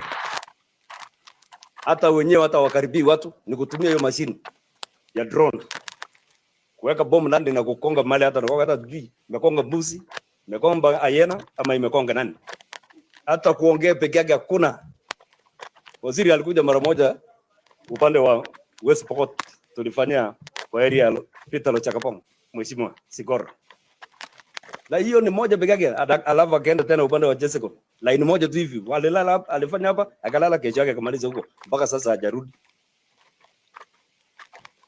Wale ambao wamepewa jukumu. Na unajua katika vile Mungu aliweka mwanadamu, ukiwa kiongozi na damu na mwakika wakati wako, hiyo damu yote inaenda kulani wewe. Sasa mimi najaribu kwangu kuona kwamba kila mtu iko pamoja. Lakini ukienda Kapenguria sasa hivi ni cosmopolitan area, Wakikuyu nani, lakini huwezi kujua nani huyu. Hata imebidi sasa tuoe kila kabila ndio watu waingie pamoja. Kwa sababu tunaona kwamba hiyo ndio raha yetu. Kwa hivyo nataka niambie serikali, especially Kindiki, kwa sababu yeye ndio anaongoza hiyo kitu. Yeye ni lawyer. Lakini inaonekana yeye anapenda FIFO, watu wakufe. Anasherehekea na kupiga makofi wakati watu wanakufa. Hiyo sio njia. Na naambia hata Mheshimiwa Rais, tulikubaliana na tukafurahi kwamba okay, wanajeshi wakienda pale watalete uhusiano mzuri kama vile ya Kibaki ilifanya. Hata mwenyewe alikuja maombi pale Kapenguria makutano. Na kaidi akaambia watu kwamba hii serikali yangu italeta ninyi pamoja, watu wakapiga makofi. Kama vile nimesema yote ni kabila moja. Hatutaki kutaja, mimi mwenyewe sitaki kutaja hao ndio wamefanya hii. Hii ni serikali ndio imefanya hii makosa. Hata Turkana hawajafanya. Hata Sagire kati ya hii, kwa sababu watoto wote wanasoma mahali pamoja. Kati ya hii wenye wameumia, hata wale wengine wameumia namna hiyo. Kwa hivyo nataka niulize tu wale security wako pale. Hii kitendo ambayo imefanyika, mpaka wajue kwamba nani alifanya hiyo kitu. Na Mungu atatusaidia. Ili nimalize kwamba ndio niseme kwamba sangine serikali ndio inachochea hii communities. Walipeana KPR, NPR kwa upande wa jamii ya jirani, akawacha hii nyingine. Wewe unafikiria sasa ikiwa huyu hata watoto wako ukimpa huyu ukali, huyu mwingine usipopatia, huyu mwenye atakosa atakuja na nguvu na kunyang'anya huyu kwa nguvu. Lakini ukimpa mtu kidogo kidogo, alafu mwingine ataka kuchokoza mwingine, anaambia wewe nini unachokoza mtu na nimepatia namna hii. Kama vile nasema Kibaki alikuja akaweka watu pamoja. Sasa hata kama mtu kutoka West Pokot area yangu aingie Trans Nzoia, ni mchokozi huyo. Nini inapeleka Trans Nzoia na kuna maji hapa hivi? Sasa hizi watu wa Trans Nzoia wanakuja kufanya biashara pande hii. Sisi tunaingia huko tunafanya pande ile nyingine na tunafurahia hiyo amani. Hii sehemu ya chini ni serikali ndio inachochea. Na sisi serikali nyingine ni hii. Hata mimi ni member ya UDA. Na regret kwa nini nilichukua hii. Ambayo inaletea hata saa nyingine itafanya nisiende mbinguni. Naomba msamaha Mungu. Mimi naitwa Peter Lochakapong. Mimi ni MP wa Sigor katika kaunti ya West Pokot. Na nataka niseme kwamba jana ilikuwa ni siku ya huzuni kubwa kwa wakaaji na watu wa West Pokot County. Kwa sababu jana tulipoteza watu 4 safari moja. Tulipoteza watu 4 kupitia serikali, wale ambao tunawaita KDF, Kenya Defence Forces, walirushia watu magrenade na wakawaua papo hapo. Kuna wale ambao wamejeruhiwa na saa hizi tunapoongea wako katika ile inaitwa critical condition katika hospitali ya rufaa ya Kapenguria, na sasa wanakuwa referred tena kwa hospitali ya Eldoret. Na ni aibu kubwa kwamba serikali badala ya kulinda watu na mali yao kutumia vitengo vya usalama, wale ambao walitumwa sehemu ile kwenda kuweka amani kwa ile inaitwa ambayo dumisha amani operation, wao sasa ndio wanalete vifo, wanalete maafa kwa watu wetu. Ni aibu kubwa. Sisi tulifikiria kwamba wale wakaenda pale wataenda kudumisha amani na kulinda maisha ya watu. Jambo ilitokea ni kwamba wakati majirani wetu walikuja wakaiba.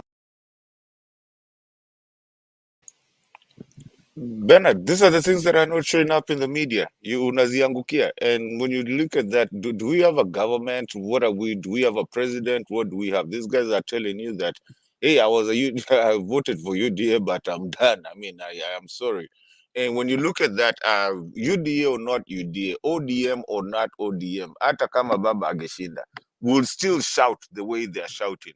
Because some of these things are actually blocked. And the person that sent me hiyo kitu, sijui kama kuna mtu mwingine alikuwa ameona, they were telling me that they were banned from kuionesha kwa social media. It's not social media, live TV. That's somebody that works from KTN and told me that waliambiwa wasioneshe hizo vitu. They are not supposed to be showing those things. I will say it here. Bernard, I've always said, I will say it here. Me, I'm not afraid. Kwani shida iko wapi? You see, one of me goes, I mean, 3 of me wanatokea. Did you see that thing anywhere in the social, in the mainstream media? So imagine those are 4 people that died. That is the Kapenguri, the places that we've always known, you know, hiyo kitu na bado wako huko hivyo, and they're still trying to do the same things, and then they hide it, and then you start telling us, you start showing us mtu amevaa counter suits sijui wapi in another country. Bernard, some of these things that, thank God for social media and people that actually on the ground to show us some things like this. I'm sorry, I don't know if you had seen it, but I don't think it, because nilitumiwa tu nikaambiwa, Mato, please try and feature it in your, you know, in you guys' channel. Look at what is happening. Is that even right, Bernard? I mean, seriously, this is just Jana. While we are busy here talking about Nani Ruto here, and they don't want to show us these things, and it's happening. I don't know, Bernard, I know you were about to close and somebody told me, Matukumbuka ile video nilikutumia. That's why I came back haraka to just play it, and thank you for giving me a chance to play that. Maybe you can say something to Kifunga Shaga. Okay, thank you very much. That was very enriching. I had seen the smaller part where he was regretting for voting for UDA. I think I saw something like that on TikTok. The main media will not broadcast that, unfortunately, and it's sad that the main media has decided to go to bed with UDA. It's sickening, because they are protecting UDA when UDA is killing people, when UDA is destroying lives and destroying the economy and everything else. As much as they want to make money, this country is bigger than money. We should all rally together and save this country, not these games of trying to sieve information and putting Kenyans at risk, because this is putting Kenyans at risk. If the KDF and the police are not doing what they are supposed to do where they are, it should be exposed by the media so that they can be called to order. And listen to what this member of parliament talking about, how Kibaki managed to handle the situation between Trans Nzoia and West Pokot. Why can't they copy-paste the solution? If something has worked, what is wrong with you repeating it again? Why are you always determined to reinvent the wheel? William Ruto and his guesswork is running this country down the drain. We should refuse, resist, and just get rid of him. And Bernard, watching that, just a quick one. I'm seeing a return of where you remember those days, Bernard, when you would go to Marsabit and they would ask you, habari ya Kenya? Because they never believed they were Kenyans. Until now, we started doing things, and even they had roads, and now they believe they were part of Kenya. They used to. I don't even think, because I don't think they remember. I mean, if they used to call them, sijui walikuwa nadhani hao ni wako wa wapi, sijui kama ni Ethiopia ama Somalia or whatever. They never understood that they were part of Kenya. Even the the demarcation. It is not understanding. It's a matter of what we call them the effects of marginalization. Marginalization whereby unajua ni jamaa wa Islando unaelewa. In those dark days like mnatoka Marish ama Jerry, okay, and then mna relate na watu wa Buru. Watu wa Buru walikuwa mababi, okay? So you can't identify with them. You can easily relate na mtu wa Jerry, mtu wa Marish, mtu wa Salem, hapo ninyi mandugu. Lakini mkikutana na hao mababi wa Buru now kama unatoka Buru usipige mawe. No, ni ukweli watu wa Buru walikuwa mababi. So, lakini sasa hata hatujaruka ile side nyingine ya kina Lang'ata. You feel out of place. You cannot easily mingle with them. Unaona? So that is the same thing. Umetoka Nairobi, kuna street lights, kuna stima, mko na stima mingi mpaka ingine mmeweka kwa barabara. Huku haijaingia hata kwa nyumba moja. So how do we say we are Kenyans? How are we Kenyans when kuna walala hoi na walala hai? Now, Ruto must be the master of trying to bring back marginalization. He hates devolution. He hates a uniform sharing of resources in the country. He wants to make the gap as wide as it can get without the country breaking. And so he is exactly what he is doing. We should not mistake him to be otherwise. He's the minister of divide and rule, and is the minister of making life unbearable so that Kenyans can concentrate on saving themselves than saving Kenya. And that is why we shouldn't give him more time. Let us strike the iron when it's hot. Reject Ruto, reject his leadership, reject his marginal, his whatever schemes of trying to manage the country by proxy. Okay? And then Arun talked about putting his people everywhere. Even his people are tired. Huwezi kuibia mtu umsaidie kuiba tena, ukaibe tena na kuja umuibie tena uibe kwa ajili yake. Hata kama ni ndugu yako utamwambia hey, that is enough. So it doesn't matter whether he has his people wherever he has them. A time comes when the truth must prevail, and so we are closer to that. So let's keep going. And then, of course, ladies and gentlemen, we must call it a day there. I really want to salute every one of you. Hebu nione kama kumeongezeka mtu mmoja kwa wale watu wangu, natafuta watu 30 akujaongezeka. So we still have got a deficit of 30K and 30 people sending me 1,000 each. Tutakuwa tumemaliza hii maneno. Kwa hivyo tafadhali, let's kick in. Details ndio hizo. Let me display the details. I share them in the comment section. Nikimalizia tunafungasha. Nashukuru tu sana.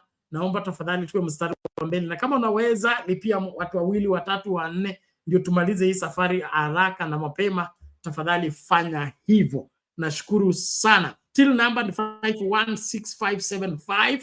That is buy goods ya Safaricom. And then, of course, the M-Pesa number is +2547184545585. Bernard is the name.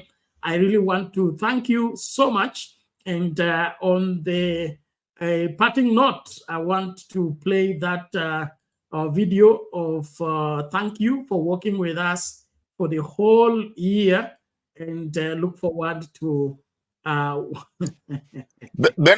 Bernard, I want to throw a challenge. I want to throw a challenge. I've never done a challenge while you're here. I want to throw a challenge for our contribution. Please allow me. Let me play a video while we're throwing a challenge. I'm challenging people as one of your biggest moderators here. I'm challenging 3 people. By the time this video ends, is by the time for the next 5 minutes. I'm challenging 2 people to give whatever they have. 2 challenge from yours lovely, yours host Mato here. 2 challenges. I played this video. Bernard is kind of emotional. It's a lady that is leaving Huko Hivyo because of what is happening in the UAE and whatever. Now having to go back, you know, they have to leave because they don't know what nini inaendelea, and she had to leave. So within this challenge, this is Mato's challenge. 2 people only sent to Bernard atajibu hapa hivi within the next 5 minutes. Whatever it is, kama ni 100 or whatever. Listen, this is how we come here. Some of us, I mean, nobody here gets paid to be here, but we try so much. Even when you don't see us, tunakwanga huko nyuma. Tafadhali, at the spirit of Christmas and New Year's, a new month, tafadhali, within the next 5 minutes before Bernard aende, because I can see Kingdom amekuja, before Bernard aende, and also me before I leave, because today is a Sunday and gotta prepare for some things. I'm challenging people within the next 5 minutes. 2, Bernard atatuambia kama kunao. But anyways, Bernard, this is a lady that is leaving his employer, and they're asking her to come back because she doesn't understand what is happening. And vitu zimebadilika because of the taxation that is happening on the other side. I was looking for her to see if I can find her and to understand what exactly is happening. Okay, na hizi ndio kazi zenye tumeambiwa zimetafutwa. By the way, mkumbuke tumeambiwa how many? Was it 120,000? Bernard, was it 120,000? I don't. The figures of Ruto should not stay in my head. I would rather. Okay. Wewe unatusumbua sana bwana, usituulize namba hiyo beste. Sawa bro. Alright, what you need? You.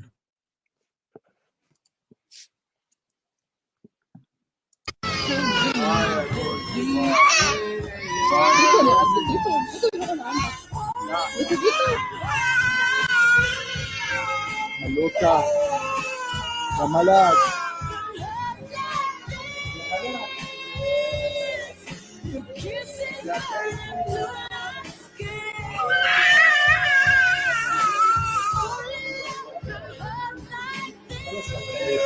خلاص يا عمري تروح روزي خلاص يا كوكا يا روزي يا كوكا يا حبيبي تعال أنا ماما يا ماما say bye to روزي يلا روزي I cannot say that this is مشاعر كل المشاعر يلا she needs to go guys Rosie no you very much يا روزي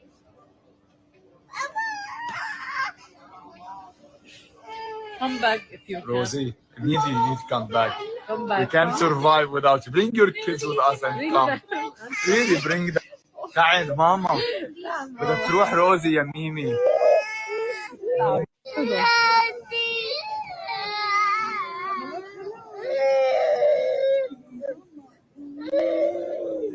معي خلاص. ايه نشتري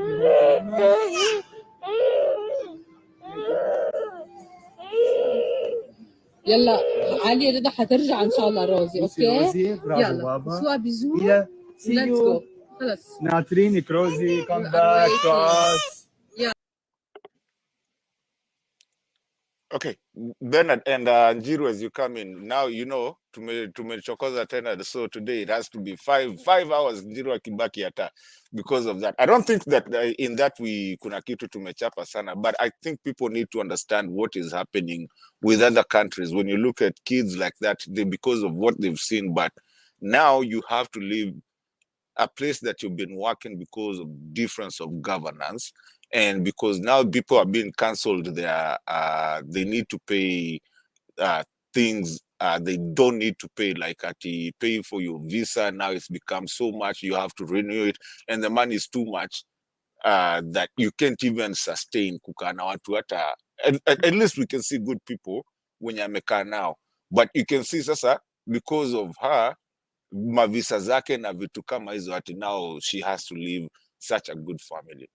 I've had a couple of stories. I mean, I have people in the UAE, I have people around who talk to me, tell us, man, can you guys feature us in what we are going through in other countries and why we have to do this? When somebody sent me that video, it made my heart crash, because at least that's one somebody that actually had a good family. You can see it's a good family. But then what is happening? Because now her visa is out. If not, she's going to go to jail. You see, and you have to leave that. Why change so many things in an instant, Bernard? Why can't you just move on with the government? The government is transitional. Bernard, if I come to your studio today, I'm not going to start a new studio. Why can't you just continue with everything that was happening? Yes, we have people who take care of, when you're wakatunzwa vibaya, we have them. It's true. But then when you're umetunzwa vizuri, protect them. You don't have to go back to Kenya to go get a new visa to come back. Unajuaje hata utajarudi. So your visa expires. And it's happening even in the US. Some people don't even want to go back to Kenya because, first of all, ile passport ya kwanza, that you have a valid passport, the black one. Unaambiwa lazima uende ulipe ingine ya blue. Hiyo blue ni how much? Imechapwa bei kuchapwa. So now, how are you going to live and still come back to your job? I sent that video mwenye alinitumia.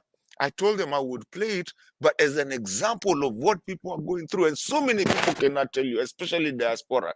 Na mnaambiwa sijui diaspora don't do whatever na nini. Diasporas are the biggest contributors in Kenya, Bernard. Why are we fighting diasporas? Why are we fighting people who want to be in diaspora and whatever? They're still Kenyans. Why can't you even, I mean, they're almost doing zero dual citizenship, you know? Because you have to pay for this, you have to do this, you can't even get it. Umenda mtu alinitumia video ingine ya pale hivyo Nyayo House. People trying to get their passports. They can't. Yani inakuwa ni shida. And how much are you paying for that? I've seen a lady akiacha mtoto wake huku hivi na ajui kama atajamuona tena. Because they don't even, anataka kwenda Christmas, angependa kwenda na mtoto. But hajui sasa atenda kusema yeye ni citizen ama yeye ni nini. And you remember tuliambiwa 2 million, I don't know hata kama walirudisha. Then I hope my challenge has been taken by at least 2 people. Hiyo nilikuwa nataka tu hiyo challenge ya 2 people. Nani is here, Kingdom is here. It's your decision. But Kingdom hata ukiendelea, because me and Bernard I think will be taking off here in a minute. I have to do a couple of things, but it has to be 5 just because of that video. It has a to chapa, so you make sure that isikanyage hiyo 5. Thank you, Bernard. I hope we survived the other one. Oh, yes, I cut it off. It was ilikuwa inangojewa. But I managed to cut it off. Thank you for keeping it within the time limits. Let's remain within that. Your challengers are yet to respond, but I'm sure they will. So let's keep going. Njiru, over to you. I wanted to do what? Here we go. Yeah. All right, there is one response. Thank you. Now, Mr. Njiru, mimi nilikuwa nataka kuplay thank you alafu niondoke, but in the meantime wewe utaendelea and then iko hapa. Bernard's thank you, hiyo ndio utacheza kabla umalize. It's important. Then the other preloads ziko vile zilivyo kuanzia chini. You are asking where they are. Unaona hii ya shosho for Mato, hii ya shosho is the one you are asking for.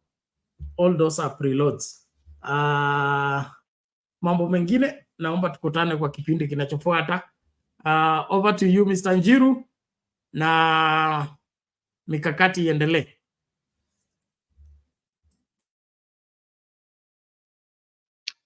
Okay, kwani nabaki peke yangu? Kila pasta akianzisha kanisa anaanzanga peke yake. Nitasikia upweke sana. Alafu watoto wanamjoin. So nitakukalisha for 10 minutes and then I have to go. I was here for almost an hour alone. Revenge time. Stay here. Ukuzaje washirika watosha. Sasa wewe Bernard, sasa umeamua tena kulipisha. Sasa unafikiria hata ni wewe mwenye, do you know how hard it is kukaa hapa 1 hour peke yako ukijiongelesha? Haya, mtakuja kufunga, mtakuta nimetusi Zakayo. Yeye mlalaumu Zakayo ameogopa kutembea peke yake, ameenda kutembea na wazungu. Sasa I think, let me tell you, Bwana Bernard, as you go, unaona historia kuanzia kupatana na watu wengine ile wakati wewe ni mkubwa. It is destructive. Unajua Zakayo tu ako tu na ile attitude au watu weupe tu wanatupenda sana. Hiyo ndio ile attitude. Saa zingine ni vizuri at least kutembea. Unajua Bernard, hii maneno ya kukuja kukutana na mambo ukuwa mkubwa hivi sio mzuri sana. That is lack of exposure. So jamani, exposure na then pia he is also cruel. So hizo vitu mbili akikutana nazo, because hii dunia vile iko ni, we are in a competitive world, and if you are stupid Bernard, even your own wife will not spare you. Na hiyo nimemaliza. So like in this world, if you are stupid, even your own kids will take advantage of you. Mtoto wako mwenyewe atakuwa anakuja anakuambia school fees ni 100,000 na sasa hiyo ni ngiri 10 because you are stupid.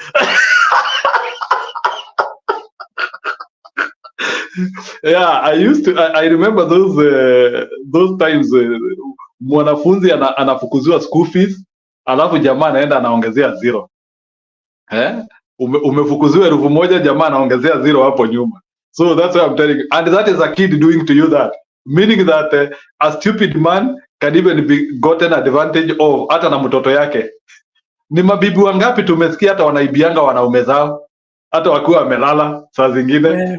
Wewe Bwana Njiru, wewe umeanza kukanyaga hot wire. Umeanza kukanyaga hot wire. Hebu angalia topic ya leo. Angalia topic ya leo na uturudishe kwa topic. Wacha hiyo maneno ya kuingilia mabomba za watu. Mabomba hii iko na mambo mingi sana. Oh, unataka Wetangula aseme nini kwa hii maneno? Kwa mfano tu. So, na Wetangula alisaini embassy mzima ya Tokyo ikaenda, ajui amesaini imeenda. Haya, mshirika mmoja ndio huyu ameingia. Pokea yeye kwa mikono miwili. Mimi niking'atukanga. Bena, niambie challenge yangu kama imechukuliwa. Please guys, kama nakujanga hapa every day. Taken by one person, I need a second one. Our ACT people, you have to do. The moment that I spend here coming here na tunafanya nini, I need one more challenge before I end. Utafanya hiyo kesho. Wewe toroka, enda utekeleze majukumu yako. Mimi nang'atuka.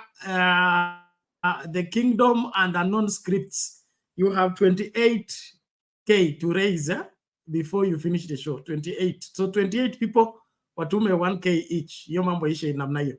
I think that is enough. Details ziko hapo kwa private chat na kwa banners. So kazi kwenu. Unknown Script, long time no seen, but we see each other. Tengeneza kamera vizuri ili Gachagua akikutafuta anajua ni nani analenga. Hii ni serikali ya kutafuta watu. So wewe usijifiche fiche, sisi tushikwe peke yetu. Tukishikwa tunashikwa. There is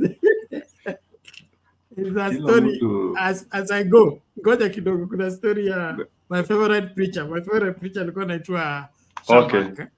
R.W. Shambak. So he was preaching on the street. And the askaris came to arrest him. he told his song leader, sing a song. Then the song leader started to sing the song. And then he was also arrested. So they had to enter the prison together. Hakutaka kuingia prison peke yake. So inabidi tujulikane wote, ili tukishikwa tunashikwa wote, tusaidiane kifungo. Otherwise, asante sana. Over to Kingdom. Kwani, what has happened to the other people? Ebu weka kamera vizuri nione hiyo shati yako. Naona uko na shati ya gold. Is that gold? Mbona Bernard anatoroka? Wacha aende, unajua. The other day you said you are not the one when I was accusing both of you. Okay, you can accuse him now. Si ulijitanga ukasema si wewe. Yeah, anything bad is not me. Anything bad is not me. Alafu anasema si mimi. Yeah, anything bad is not me.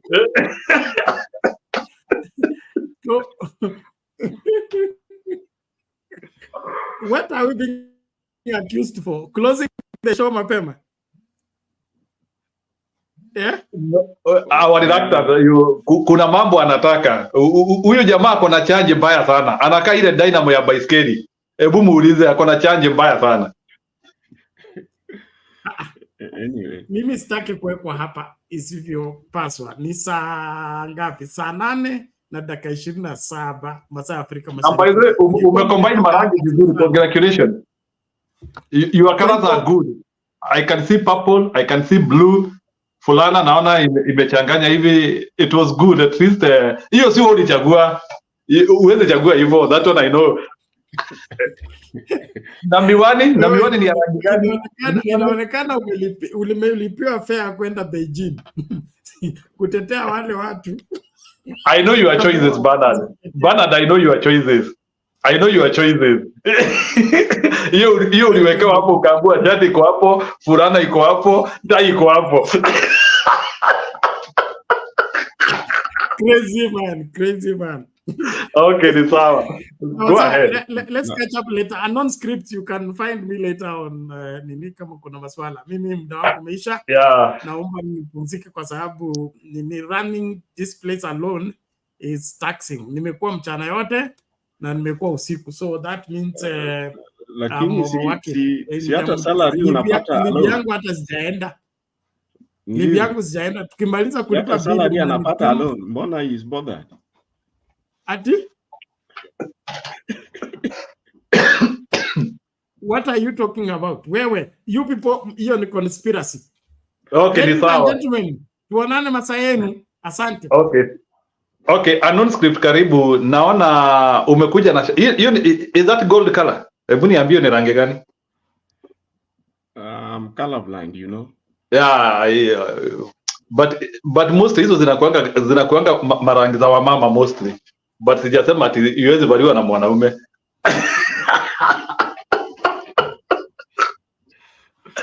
Anyway, karibu.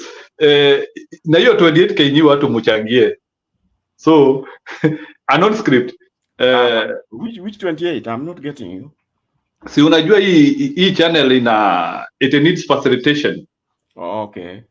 For it to unajua ili tukuone vile tunakuona na uongee hapa. It has involved effort, eh?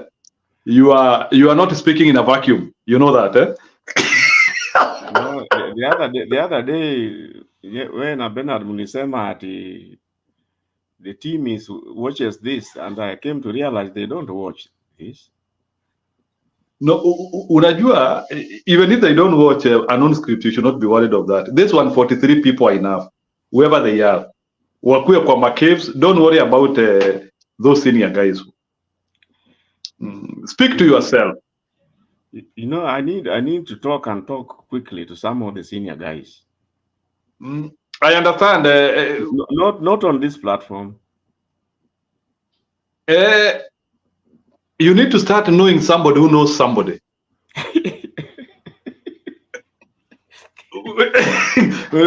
Ile shida naona ukiwa nayo ni ya kwamba the challenge which I see is that you could be having an idea, but you are standing somewhere whereby maybe those ideas cannot be noticed. But you could be having an idea. So you see, like now. I mean, I don't like. It's like as the fellows are not strategists. You know this idea. You see now everybody. I see people are welcoming the stand taken by. Is it by Azimi or by Baba on that report? Who is welcoming that stand? I've not welcomed it. None have welcomed your stand. No, not on this platform. I'm saying back home in Kenya. There are those who are saying they like the idea that at a referendum in Haiti. You know what happens maybe what I understand politics. We always have a hot time for politics and a relaxed time for politics. So right now, I think they are trying to plan the agenda, and whichever the case, which will happen is that strategies are not put outside there. Yeah, naturally, what is brought to the people, this is how I understand politics. What is brought to the people sometimes is what is not holding water. I think this is a game of cards sometimes. Saa zingine wakati mumeshikiana makadi kuna zile unaangusha na kuna zile unaweka kwa kifua. So I still believe Azimio has something unique, not what you are seeing. What you are seeing cannot give you any incrimination going ahead. I believe that because they are system, they are people with the political experience, they can't be this blind. They can't be this blind. Yeah, they are. You know why? Personally, I think they are for the reason the current setup in Kenya. I'm telling you, you'll see Zakayo grabbing that referendum affair with the two hands. Take it from me. He will grab it. You know why? As we speak now, you people are just a land of lamentation. Take it from me. You will take it and run with it. I'm telling you. Okay, let me ask you. Let's leave the referendum aside. I want to ask you a technical question now. Zakayo, you can see the behavior of Zakayo, which largely is not acceptable in all the fronts. It's not acceptable by who? Question to you. Dakamoja tu. Question to you. According to you, leave alone Azimio strategy, because you know, big political parties, they use guesswork everywhere. They use guesswork. Sometimes you begin with the guesswork, try and error, then you are lying. Something you don't start with something which is fine. You have started with the random things. So tell me this, according to you and what you see, what are the results which you expect based on all these things? What do you want? What unataka nini as an individual? You see what I want? Yeah, what do you want? I want something which will take Kenyans back to Bomas. You see the pitfalls which are currently being experienced, the misuse of existing laws which is currently being experienced. What is happening around the courts? What's happening around Parliament? You can correct it, and you will need. Can you try to rework that now? Can you tell me? Can you try to tell me now if you want us to go Bomas and you want us to correct? So now, can you try to package for me what you want, and now you compare? You can now compare with what Azimio is doing, and then you give us the differences or the distances of separation between you and Azimio. I think that one I could be able to understand better. You can give me those separation distances between your thinking and what Azimio is thinking. I think now I can get you. Can you enumerate for me?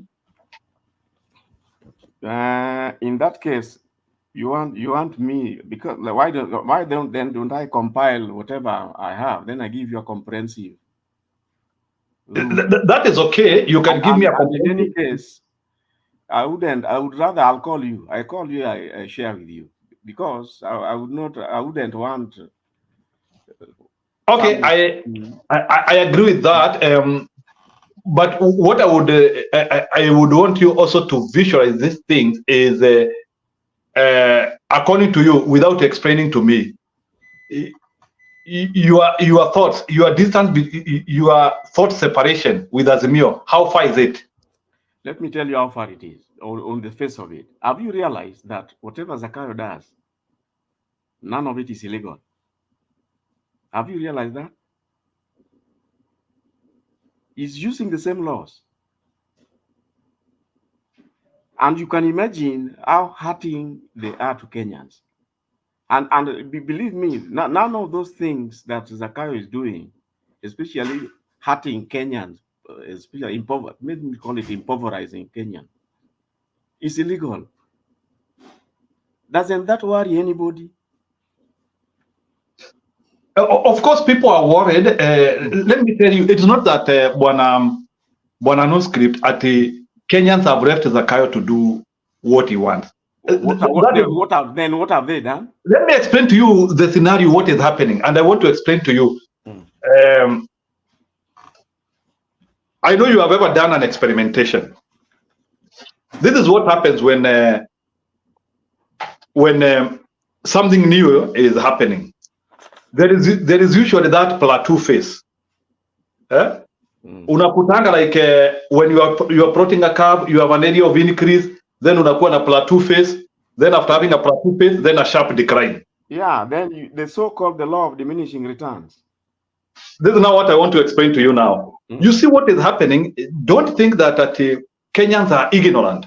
For your information, majority of people who are who are active and they can do something, they know what Zakayo is doing. They know, by the way.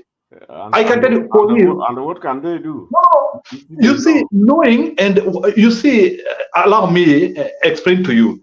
But remember, our country is not like Somalia, like where we. No. Just concentrate on Kenya. These people. Yeah, I understand. That's why I'm concentrating with Kenya. Yeah. Our country has a structure whereby even if you are hungry or you are not feeling good, there must be a methodology and structure. No. Wait a little bit. I agree.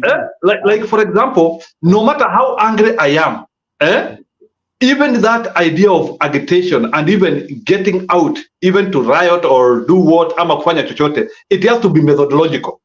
I agree with you fully. Because we have ring-fenced ourselves on some artificial laws, whether they work or not. That is the challenge which we have. There is an artificial law we have put for ourselves, and we pretend we are following it. So unless we enter into that cage where we have put ourselves in, and we agitate those laws, and we see what is working or not. So that is the challenge which Kenyans have, because no matter our feelings to Zakayo, we cannot just break law anyhow. We cannot just say now like we now even destroy everything of what we have. It has to be methodological. So I was also of the opinion like we can do anything we want, but sometimes it's not possible. You realize like your thinking and your mentality and what you want to achieve, sometimes they are not aligning. You need some processes to be done. So, and which are these processes? Number one, people, like for example, when a government is not working well, you don't need to advertise it. You don't need to tell Kenyans like Zakayo is hurting them. Mtu akienda kwa duka, those are things which naturally Kenyans know. Now, phase 2 ndio tunafaa kukua tukiulizia. Now, what is the time which is needed for Kenyans still to handle Zakayo shit? That is what we need to be asking ourselves. Can Kenyans handle Zakayo shit for 1 year? Can Kenyans handle Zakayo shit for 2 years? Can Kenyans handle Zakayo shit for 3 years? So that is what we need to be talking to us, because ultimately it's shit. And remember, Kenyans react to some leadership. We react to some leadership. Yes, it is it is true like tunaweza sema sasa Wakenya wanaweza tokezea and we riot and we start asking ourselves, ask ourselves this question. We have started rioting today. Hizo bei za unga zitarudi? I'm just trying to ask you, if we started rioting today, all those things which we are looking for, are they going to be changed? No, I'm asking you a question. Even if we do demonstration today, how can I say that and I don't even buy what you are saying? No. Forget you don't. But let's say we in the affirmative. I don't buy what you are saying. This is what happened. Even when we had to get the new constitution, people rioted. Then we had a commission of experts, I think, who drafted that thing. And then maybe there were these agitation people talking. So what I'm asking you is, which is the shortest formula for Kenyans relief? The shortest formula for Kenyan relief is simple. We have to take a ball to the people. And how do we take the ball to the people? People now have to come up with a consultant action of how they are going to change the laws themselves. Now people have to force, if it is the parliament or whatever, or they form something. So people have now to delegate that authority somewhere. And that is now what Kenyans are not doing. We need now to delegate our authority to somebody.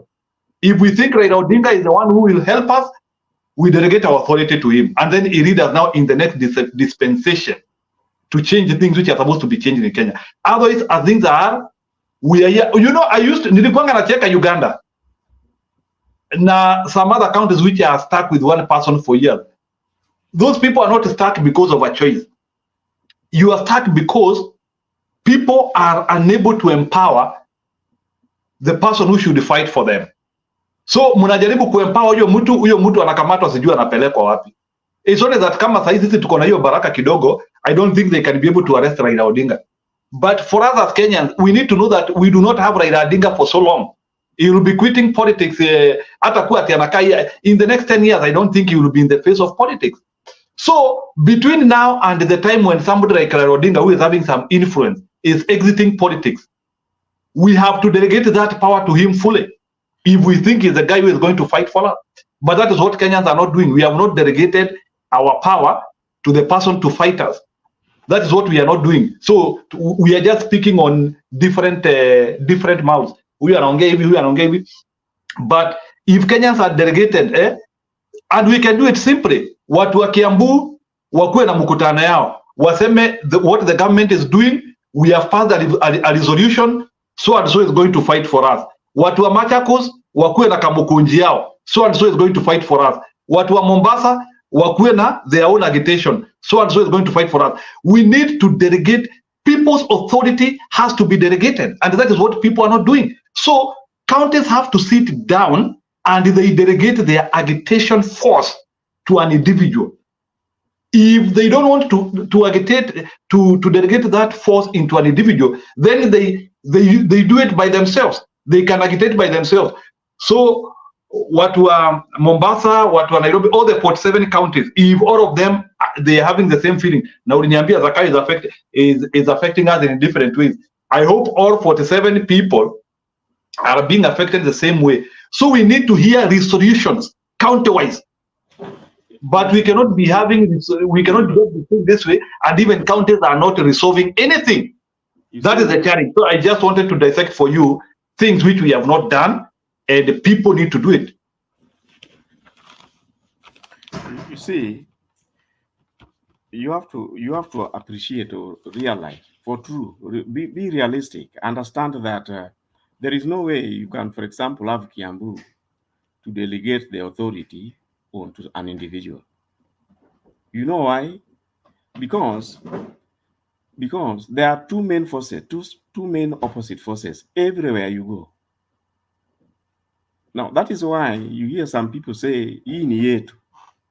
They are all suffering, lakini wanasema hii ni yetu. In other words, the both of you, like now, if you are on that side and I'm on this side, assuming that you are on Zakayo's side and I'm on this side,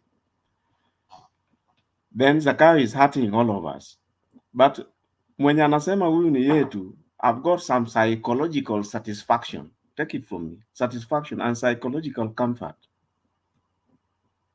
So when you approach me and say, let's take this fellow out. We can't afford unga. Now I have to deal with the aspect, the feeling, the belief that huyu unajua is the other side. Now, right from that level, take it from me, there's no way you are going to have Kiambu at Isasa. They have delegated that authority you are saying to an individual. Who now they lead. Now, just a minute. Once you don't get it right from there, how else do you proceed? And that's why I'm telling you, if you don't delegate your authority to somebody, it means you are accepting the situation. It's that simple. As a county, it means you agree with what is happening from the government. But if you have reached the level whereby things are so bad for you, you will delegate that authority. You will. Now it will work. I agree with you. It will work if we all reach that level together. Do you know that?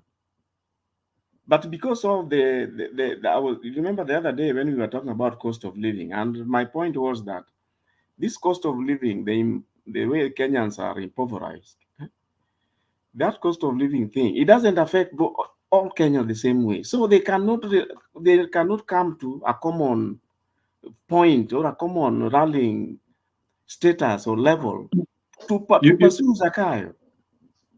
Yeah. You see the challenge which we have, Bwana non-script, ile challenge tuko nayo Kenya, it is because the people who are supposed to delegate that authority, some of them are inside the government. I understand what you are saying. I do not expect like Wamatangi to start saying that we are delegating our agitation power to so and so to fight the government. I understand. But even in that county, we have alternative forces. And that is why now people have to group. We have to bypass the county government or even the county assembly. And that is why like this, when I talk about like Bunge la Mwananchi, like Bunge la Mwananchi was a very good initiative in delegating this authority. The only challenge which we got is that we have not been able to cascade that authority, or we have not been able to cascade that effect in all the 47 counties. If today we had like an active Bunge la Mwananchi, or people who meet like in Kiambu, or even in Embu, or in Meru, people can come together, they can make press conferences, and they can say, the steps or the stages where we have reached as a country, we cannot continue in this direction again. We have to fight this government. But we will not be able to fight all of us. We are delegating our authority to one individual. And we have agreed that so and so is a patriot, he can do this thing on our behalf. We delegate this authority and we have given him power to go and fight the government. And this is our memorandum to him. Take us where you want. That is what we are missing. That is what we are missing. So we are trying to campaign. You are saying that we mobilize Wananchi to. No. I'm not saying we mobilize. Not the issue of mobilizing. To coalesce around an individual who is a patriot to drive this thing. Eventually, we have to reach there. A revolution has a face. A revolution has a face. Because otherwise, if you have a revolution which doesn't have a face, it morphs into something else. It can morph into militia and other things. You need a face into a revolution. And that face has to be delegated from grassroots, coming upward. And that is what we are not seeing. So if Kenyans are affected by Zakayo, we need to see formations happening. So if people like Akina Maina Njenga, if Maina Njenga are serious people, they can form those formations. We can have them, and they delegate that authority. But if to kusemanga tu mudomo sijui Zakayo this, those are the things which people are not doing. We are not seeing formations which are delegating authority to patriots. And that is why we will be in this for a long stretch, because we are just talking and things are not aligning. We are not connecting meat and bone. That is the problem which we are having. Meat iko pande yake, bone iko pande yake, soup iko pande yake. So this agitation cannot work because people are not connected and they are not able to think in lines of having a patriot within themselves. Yes, Baba anaongeanga na I agree. But remember, Baba akiongea, people will be saying, huyu mtu, like the way they started saying, anakuja kutuharibia biashara. But if Baba stood with authority from people, delegated authority, which can be delegated, even in memorandum, it can work. Even right now, I want to see even the young people, even university students, have they delegated the authority? Ama tu ni kuongea tu? That is the link which is missing, bwana, a non-script. So, until we identify a face as a people, si ati Baba anatokezea yeye mwenyewe, because people will be, and even other people will take us serious. If there are people even want to shrink this thing, they will take us serious. But the fact that we have not been able to see people patriot connection, we are here in a long range. Hata tunaweza kaa hapa miaka mbili, because that is what we are missing. So hii ni story tunaweza ongea, nyinyi mnaweza ongea tu story ya referendum as you speak, but there is a lot we are not doing, and that is one key element we are not doing. Go ahead. What I was saying is that listening to around, you find that some people think, and I think at one point you had it on the screen here that Baba has cornered. Some people are even using language like that. Baba has cornered Zakayo on the bipartisan talks, isn't it? And I don't know whether you are aware of the stand Martha has taken, which personally I support. Now, what Baba wants to go to the referendum, imagine, does not address the issue which led to some people dying here. So sometimes, personally, I wonder what Baba is really up to. The reason why some people died in there, call it the cost of living and electoral problems, isn't it?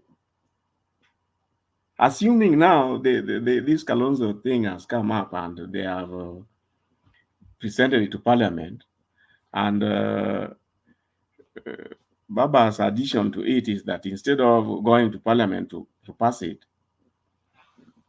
let's take it to the referendum.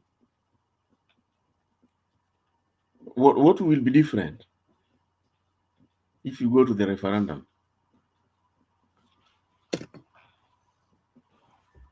Is that my question? Yes.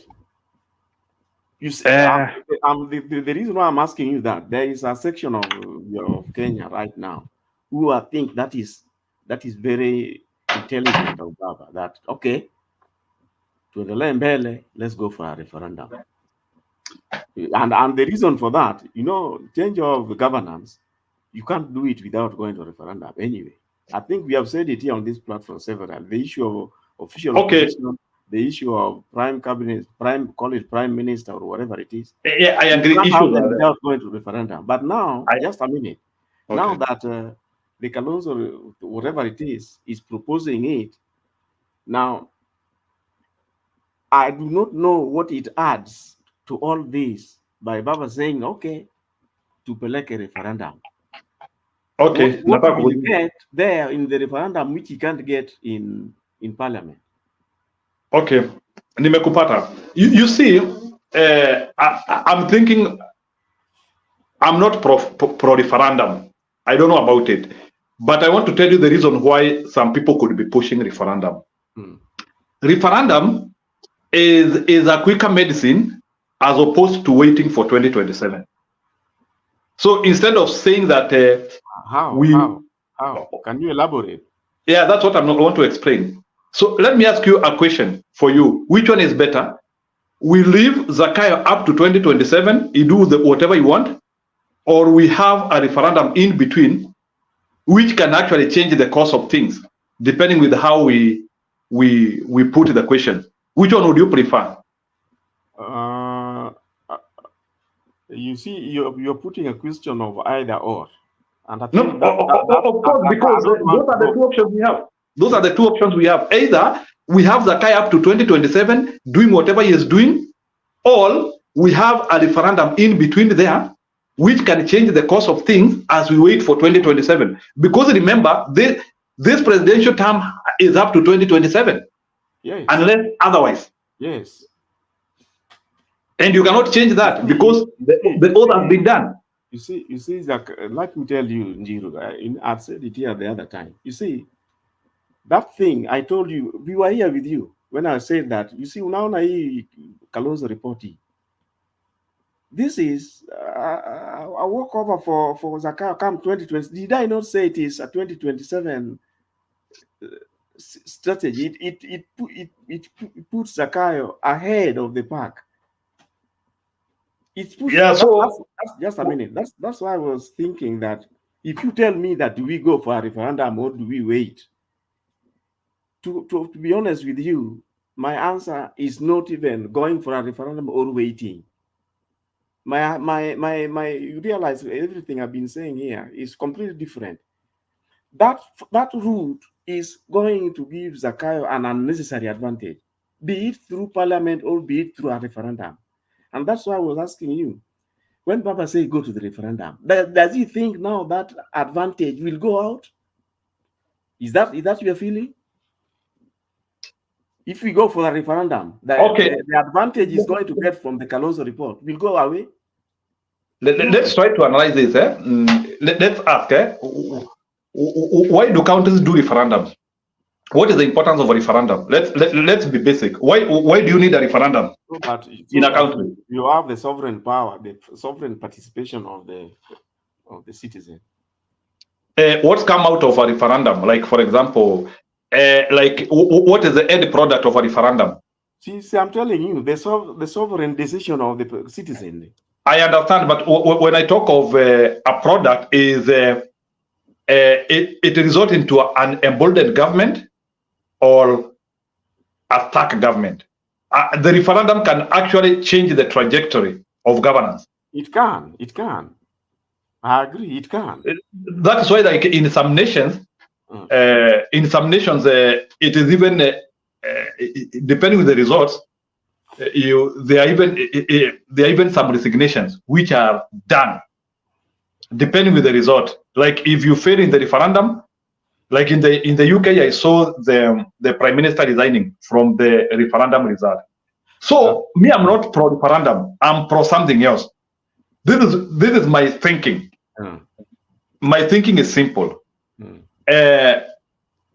Zakayo, from the Constitution, my thinking is impeachment. My thinking. Why? Because Zakayo has contravened many laws. He has contravened. Like which one?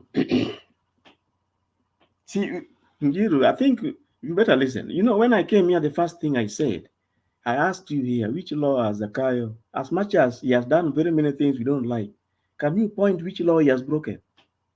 Tell me, you'll get none. You'll get none.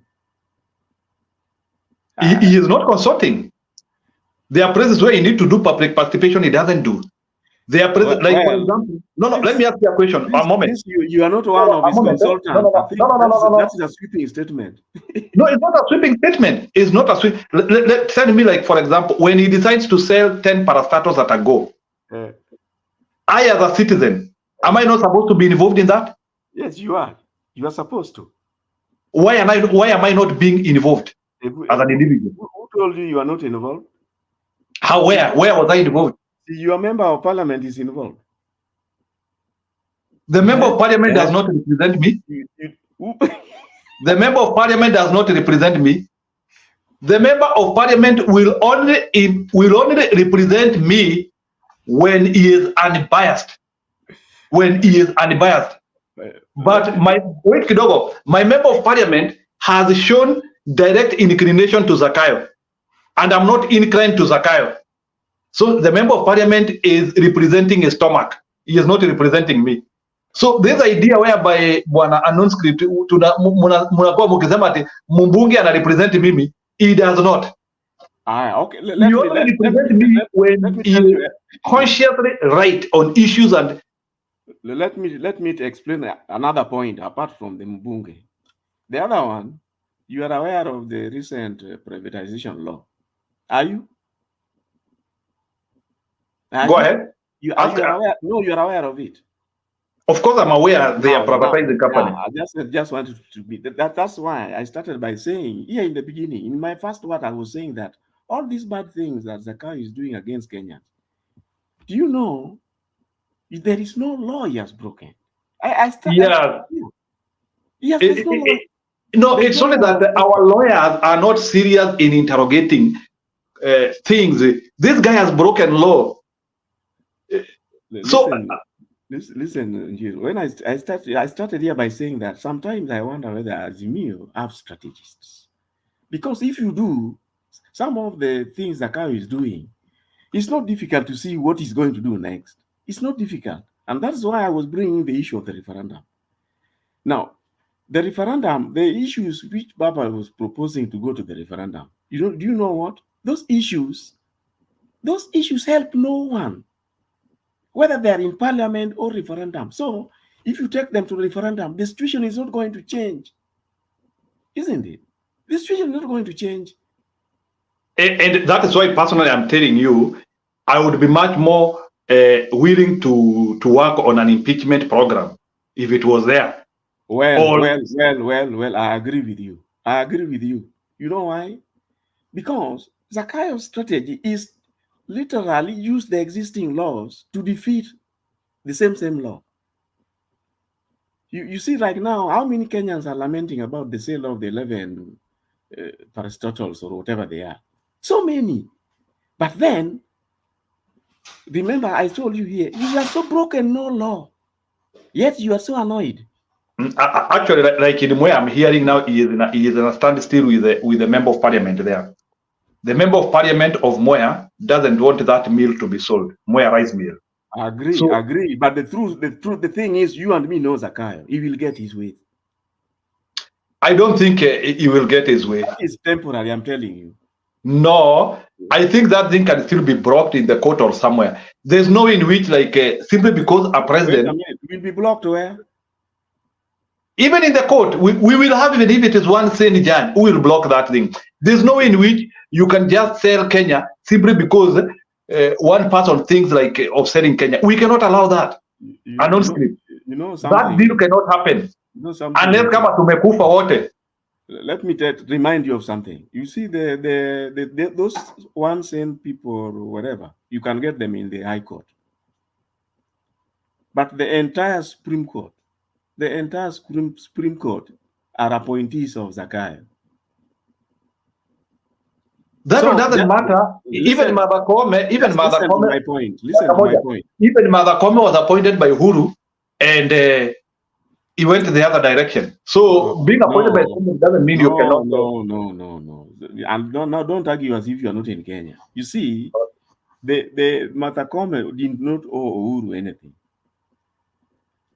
And I remember, you remember how she was appointed. She was not even the best. So we all know that. Affirmative action. But anyway, let's deal with the Court of Appeal here.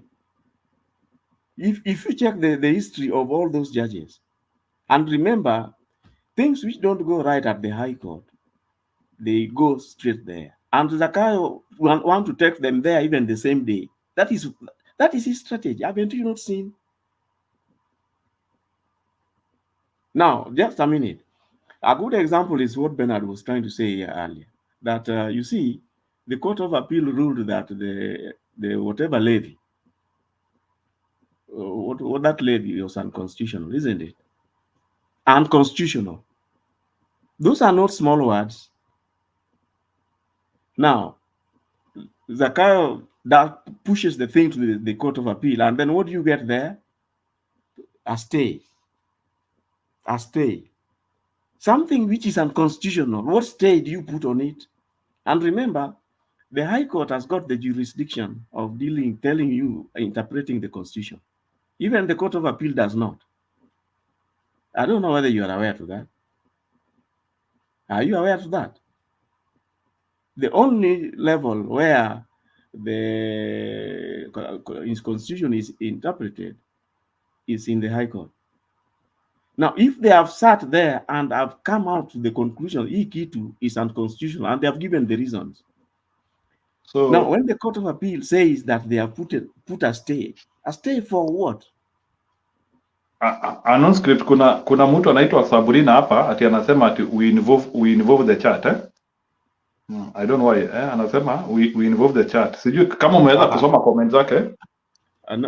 Imagine me, I can't read the chats. Okay, wacha nikuwekee moja yake hapa, anasema can you read that and you let me understand? Yeah, I can read that. I can read that.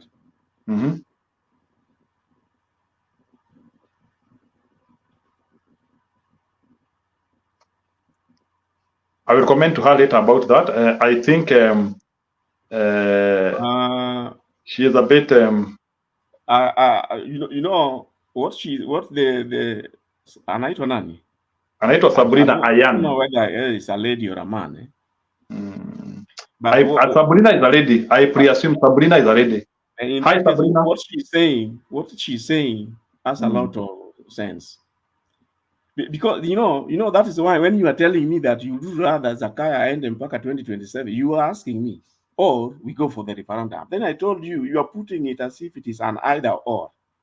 And I'm telling you, that thing does not even deserve to be called it even without a referendum or with a referendum. And that's I think where she has picked it. What she's saying? She's saying that the problem we are trying to solve. A referendum will not add any. I agree. Like cost of living cannot be solved by the referendum. Yeah, because I don't know. Yeah, to that extent, don't you agree with what she's saying? 1 minute before I respond to her. What I don't know is that are we going to put tax regimes in the referendum? Because what is disturbing us as Kenyans now are tax regimes, unnecessary taxes. I agree, but having a referendum which is just concentrating on posts, that one will not make sense. So I would only agree to a referendum which is people agitated, which is like solving 50 million people need, not to formalize Modavadi. That is not a referendum. So what Ayan is saying, where I a little bit disagree with her, she's saying the referendum is the referendum going to solve high cost of living? Definitely, that one is no. Yes. So you agree? I agree with that. I agree with that first statement. I agree with it. Raila just wants a supporters to move from high cost of living and electoral justice. He has been bribed to move on. I think on that one, I do not agree because I will need more evidence to show that he has been bribed. I will need more evidence. Maybe the last statement is neither here nor there. I think so what she means is just putting it.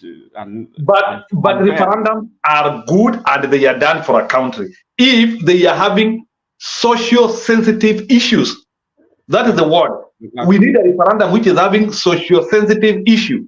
Like for example, we are talking about a specific referendum. So don't generalize, please.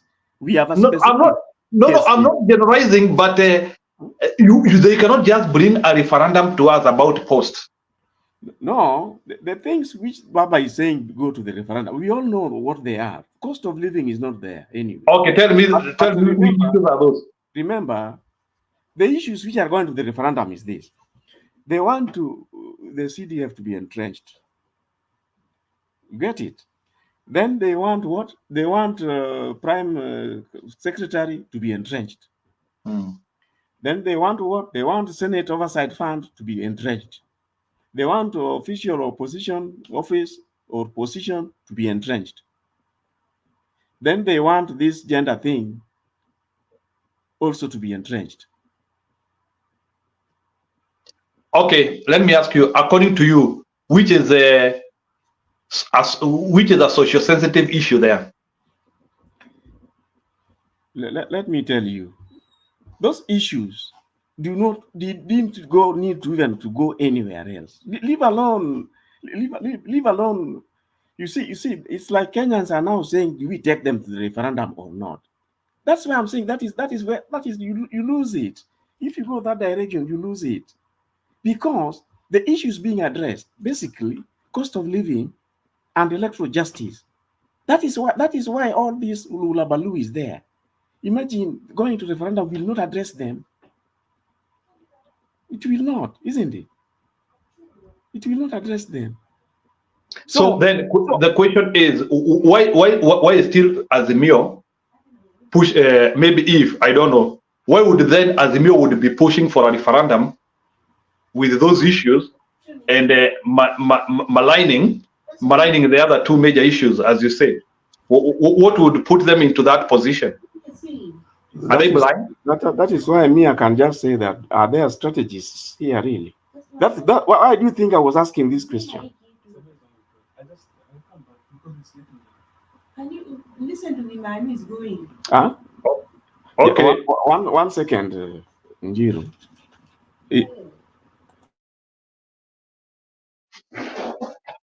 Okay, ni sawa. Nakusikia. So kuna story ya Sabrina hapa. Sabrina anasema but those things Raila is calling for referendum are not the reasons went to demonstrate and die for. Why is Raila distracting his supporters from the main cause?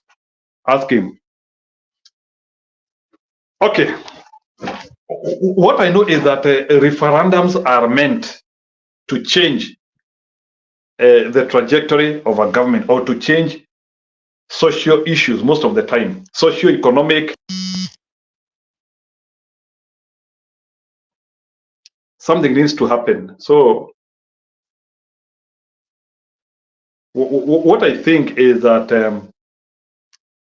they have to sit and they come up with the more convincing issues for a referendum. Because for it, I don't know, people are hungry. Watu ambao wana chakula, how you will convince them to entrench some things into the government. So even if you give a senator pesa, hiyo pesa itasaidia Mkenya wa kawaida aje? Those are the things which we need to know. We already had like pesa kama ya CDF, ile mingi ni kuibia inaibiangwa. I think on that, Sabrina, I agree with you. Patrick, the referendum issues kama ni hizo zinasemekana, they have to think more. Like, we need, the problem which we are having ni meno ya Zakayo. We are on the jaws of Zakayo, and Zakayo is killing us.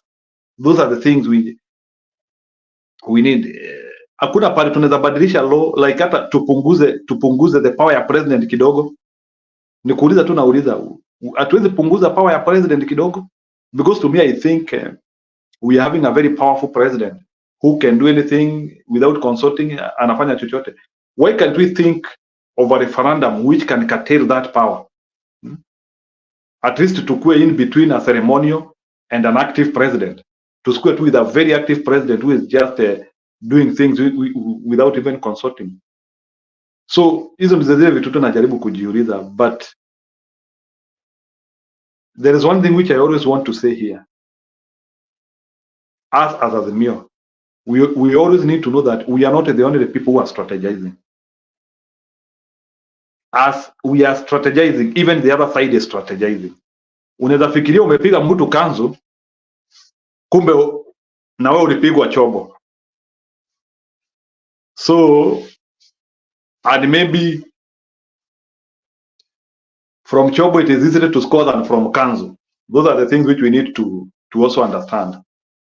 So let's not take these people as if they are also not thinking. They are also involving brains, and they are also involving people who can think. And remember also, these people, they also have international people who are also thinking with them. So si atu wanafikiria tu hivyo tu wanaambiwa. I said here, hii ni game ya kadi. There is what you put on the table, there is what you put on the chest. So to me, the shortest relief to all these problems we are having, we need just to be bold enough and we push for an impeachment thing or something which can get this guy out. But anything of a shortcut there, sijui referendum nini, for me, kuna vile tu I see we will not achieve the objective, and we are preparing for a long shot of Zakayo. So think about that. But I think Azimio wafikirie tena, by the way, and let's involve our brains and let's think critically. Is not good to be lamenting all the time, to be saying that hapa ni kama tulifanya makosa tufanye hapa. So saa hii hata kama tujaambiwa, we agree now where things are pointing, ni kama zina point towards 2027. But between now, but what will happen between now and 2027 and the preparation is what we need to work on. Is what we need to work on. How can we beat? Oh, so sorry, Njiro adds to attend to something. You see, you are saying that go back to where we have come from, and where you have come from defines what issues, what challenges were there.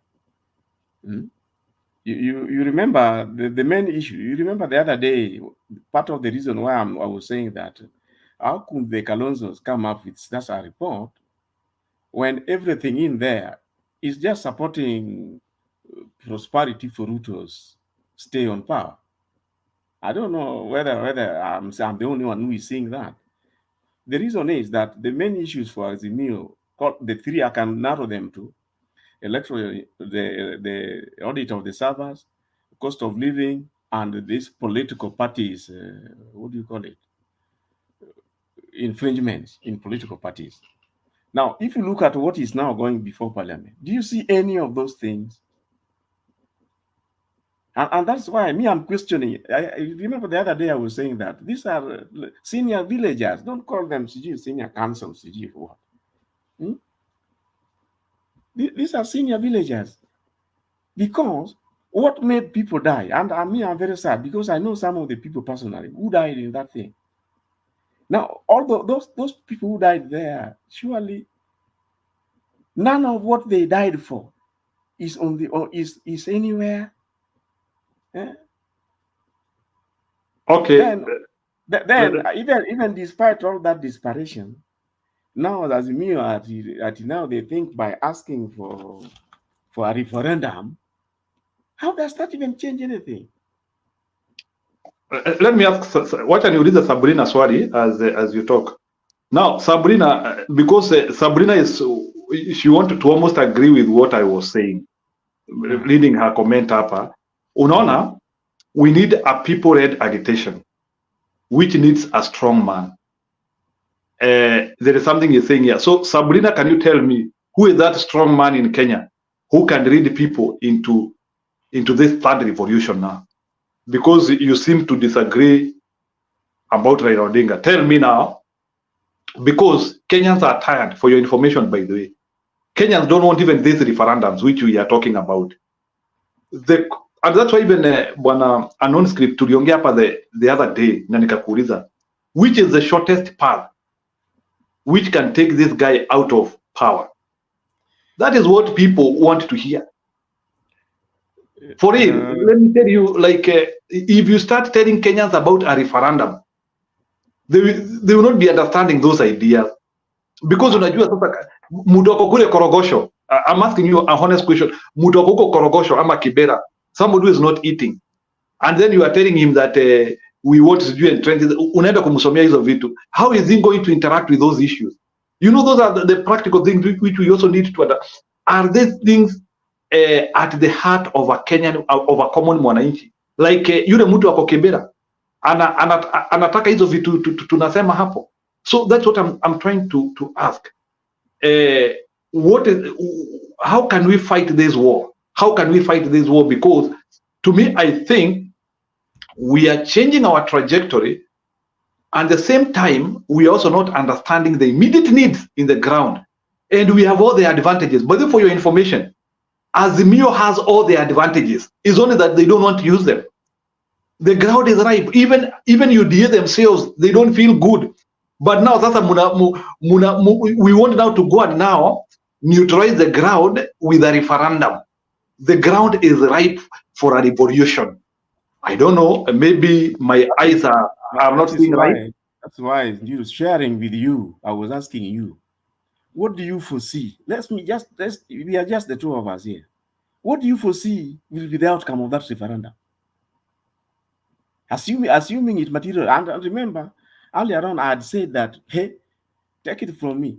Zakayo will take it and run with it. I'm telling you, take it from me. If you are all seeing, what the referendum is going to do to Zakayo, he will run with it. He will run with it and bring the medal home. I'm telling you. Yeah, I understand. So, what I thought the enter into the shoes of Raila Odinga. Has Raila Odinga confirmed the referendum? Like, have you had any proof? They had a crisis meeting on the report. I understand, but as any place whereby Raila Odinga has insinuated that he wants a referendum. I overheard his allies saying that they agree with Baba. There must be a referendum on those issues and not parliament. So, and that's what what my take was that official opposition, entrenchment of CDF, oversight of Senate, whatever it is, the gender issues, and the prime cabinet secretary, that amount to change of governance. Those by the very, very constitution, those things cannot be decided by parliament. So I don't know why some people think that Baba was coming up with what, because the constitution already states if you are changing governance, let's say you want to have this official opposition office, you must go to the referendum. So that was without saying. But nevertheless, if you accomplish what came from the Kalonzo report, I said here on day one, it will give Zakayo a head start. For one, he is going to use this prime whatever it is to further divide this country. It's going to be dished to whoever he chooses. And it's going, yes. Okay, kidogo, kuna kitu nataka kuuliza. Let's leave a referendum aside. I want to ask you, now we have tuko na cost of living, electoral justice, na uchaguzi ambayo iliibiwa. Alafu hii ya political parties. Can you tell me, in Azimio situation, how can they be solved? Kama sasa hii uchaguzi iliibiwa, how can Azimio reclaim? Let's say tunaambiwa kulikuwa na Wisomburwa. I want now to be irritating. Tunaambiwa kulikuwa na Wisomburwa ambaye alisema Baba ndiye alishinda, na the other guys that even got 3 million votes. Now, how can we reclaim that win if the truth of the matter is that sisi ndio tulishinda? Imagine I've been saying that here over and over again. You see, you could take advantage of this Kalonzo thing. And the good thing is that the Kalonzo thing, I don't know where the presenters came from, but very many documents were presented there. And all of them are touching and questioning the delivery and the performance, or call it the implementation of the current constitution. There are glaring issues there which they point out that needs to be addressed. Now, those glaring issues, as much as they were presented before Kalonzo, I have said here severally that Kalonzo has no capacity. The Kalonzo committee had no capacity to address those things. Neither does Parliament, because some of them were touching on Parliament. A good number of them were touching on the judiciary. A number of them are touching on the existing constitution when it comes to governance. Now, those issues, how else can you correct them? And remember, I said here that Zakayo, look at it keenly. Zakayo has not broken any law. Yet, the things he has done are making Kenyans die. Making Kenyans die. A good example is the maneno ya housing levy. You know, I told you that the High Court is the only one which can interpret the Constitution legally. They are the ones with that jurisdiction. They gave a reason and said that that housing levy is so discriminatory, it is, to say the least, completely unconstitutional. Now, your existing laws allows the so-called appeal of cases, blah, blah, blah. If something is unconstitutional, how do you bring an appeal and restore it? You take it from me. You can see Parliament cannot sort such a problem. Even a referendum cannot sort it. You need the drafters of this constitution to sit back And that's why I was telling you that Kalonzo could use the issues which were brought before him. There are very many of them which I can point, which are touching on the law.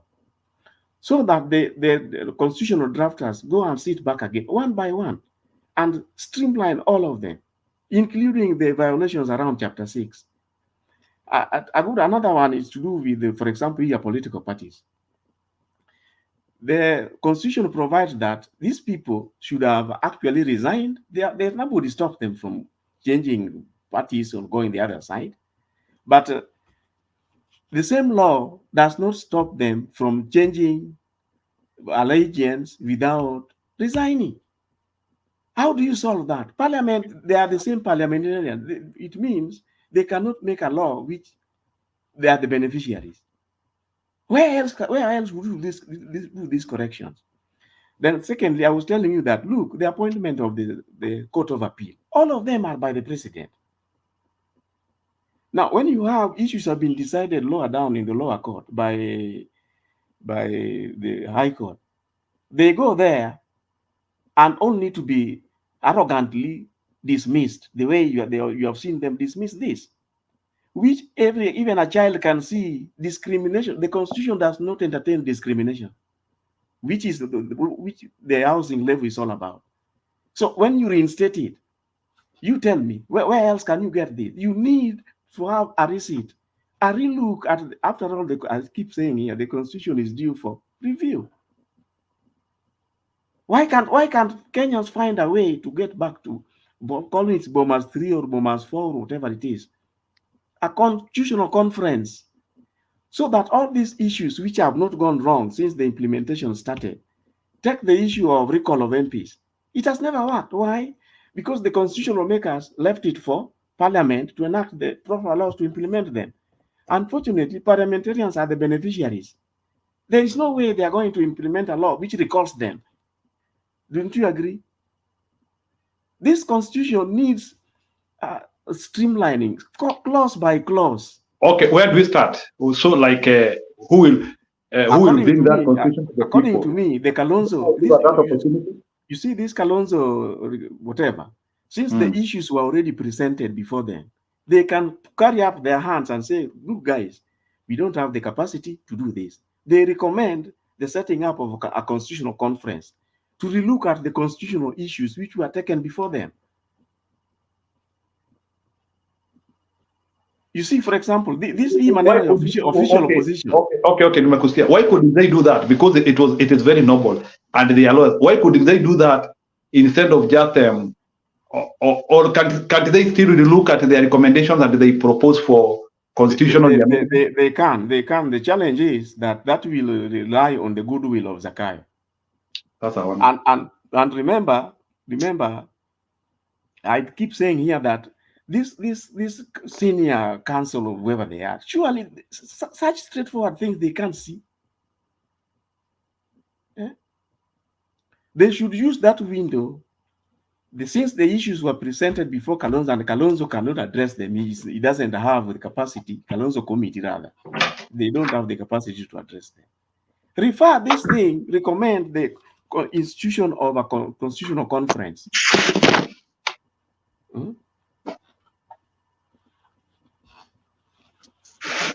If you put that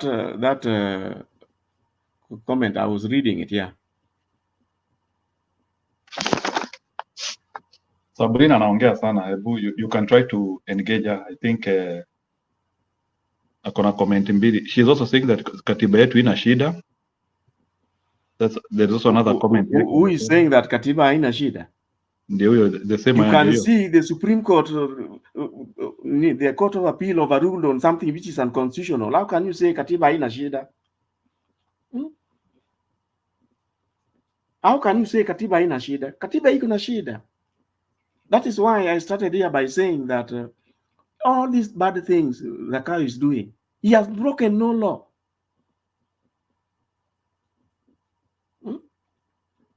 He has broken no law. I don't know whether you get what I'm saying.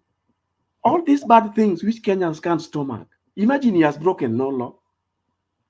Who is saying that Katiba has no problem?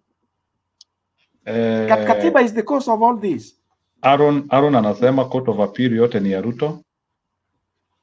See, that's what I'm saying. For example, you can't have the court of appeal judges appointed by the same person they are going to rule against. You can dismiss them or not appoint them. Don't you see that? They cannot have any independence. That tells you your Katiba has issues which must be ironed out.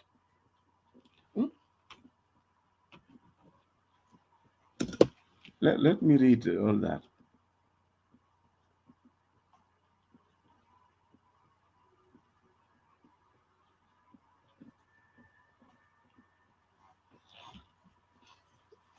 Well, that goes without saying. I fully agree with what Aaron is saying. But now, Njiro, what you need to deal with is what you're asking. What should Kenyans do? A referendum is definitely a big no, if that is what Baba is trying to suggest. A referendum will take you nowhere. In fact, as I'm telling you, agree, if Baba persuade people to agree for a referendum, Ruto will run with it. And do you know what? Ruto is the one going to conduct that referendum.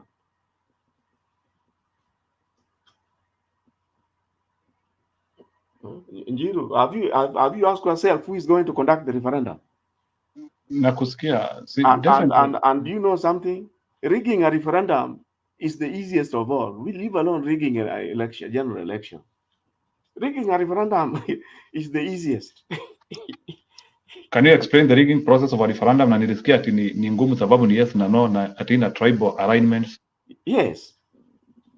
I announced to you the results. Hakuna maneno ya agents.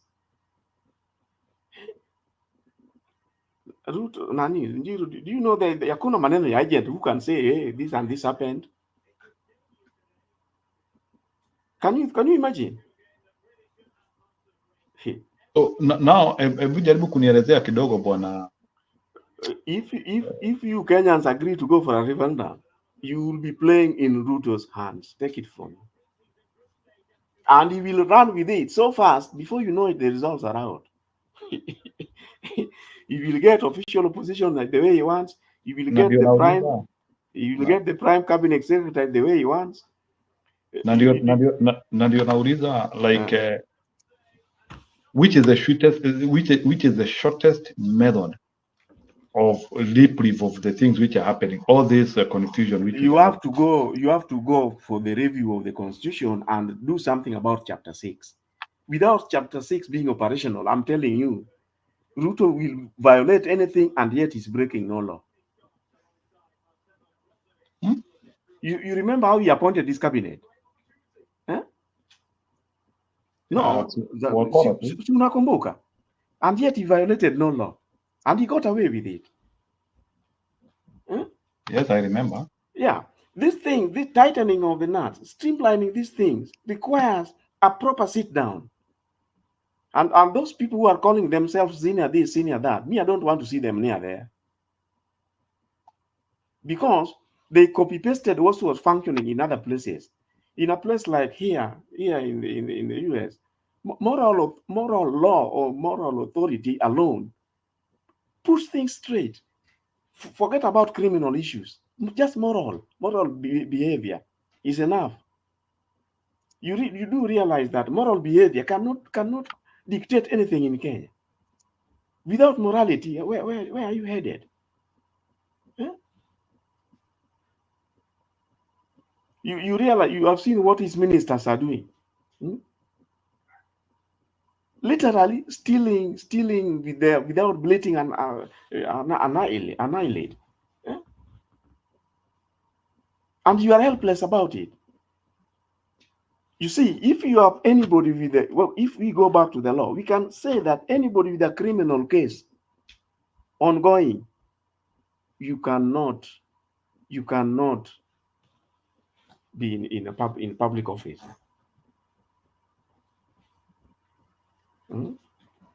It should be like here in the US. The law of probabilities dictates the game.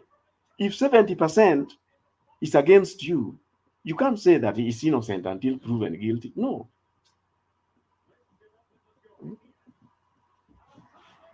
Now we borrowed this constitution from other jurisdictions.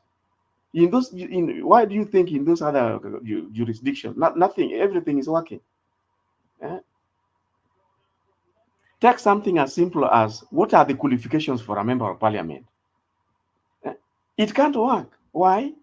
Because of the way your legal system is set up. Eh? You find the Kinasakajas are blatantly violating all these requirements for qualifications to become, let's say, even a member of parliament, and they get away with it. Eh? The Sudis, do you see? Interestingly, these laws were left for the same parliament. How can you leave? How can parliament punish themselves, their own? They can't. Instead, they go giving themselves money at now they are participating in committees. So they get money, they get the monthly salary and for participating in committees. Sijui kama unaelewa kwa nini a member of parliament earns $1 million bob in Kenya. And it is not commensurate with it is not commensurate with our economy. I think it's the same. Yet in the countries where we borrowed this from, you cannot find anything like that. Ask yourself.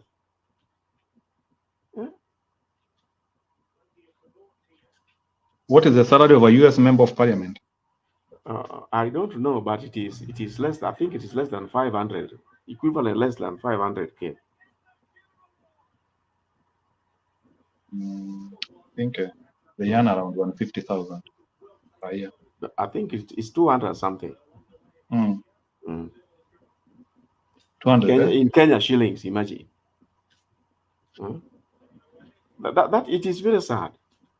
Now all these things which are not functioning. I'm very disappointed about the law on recall of MPs and recall even of the president, or even the impeachment laws, isn't it?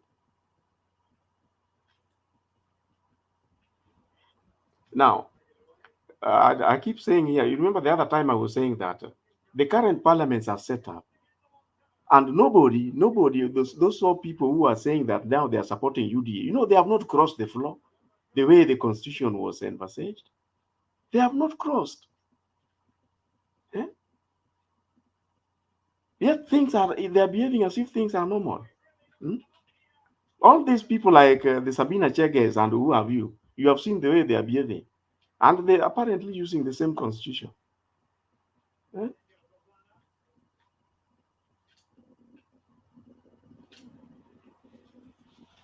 You need whatever it is, whatever will take Kenyans back to Bomas. That is what you need. So that you correct these things one by one. Take, for example, now your parastatal, these government institutions are being sold, isn't it?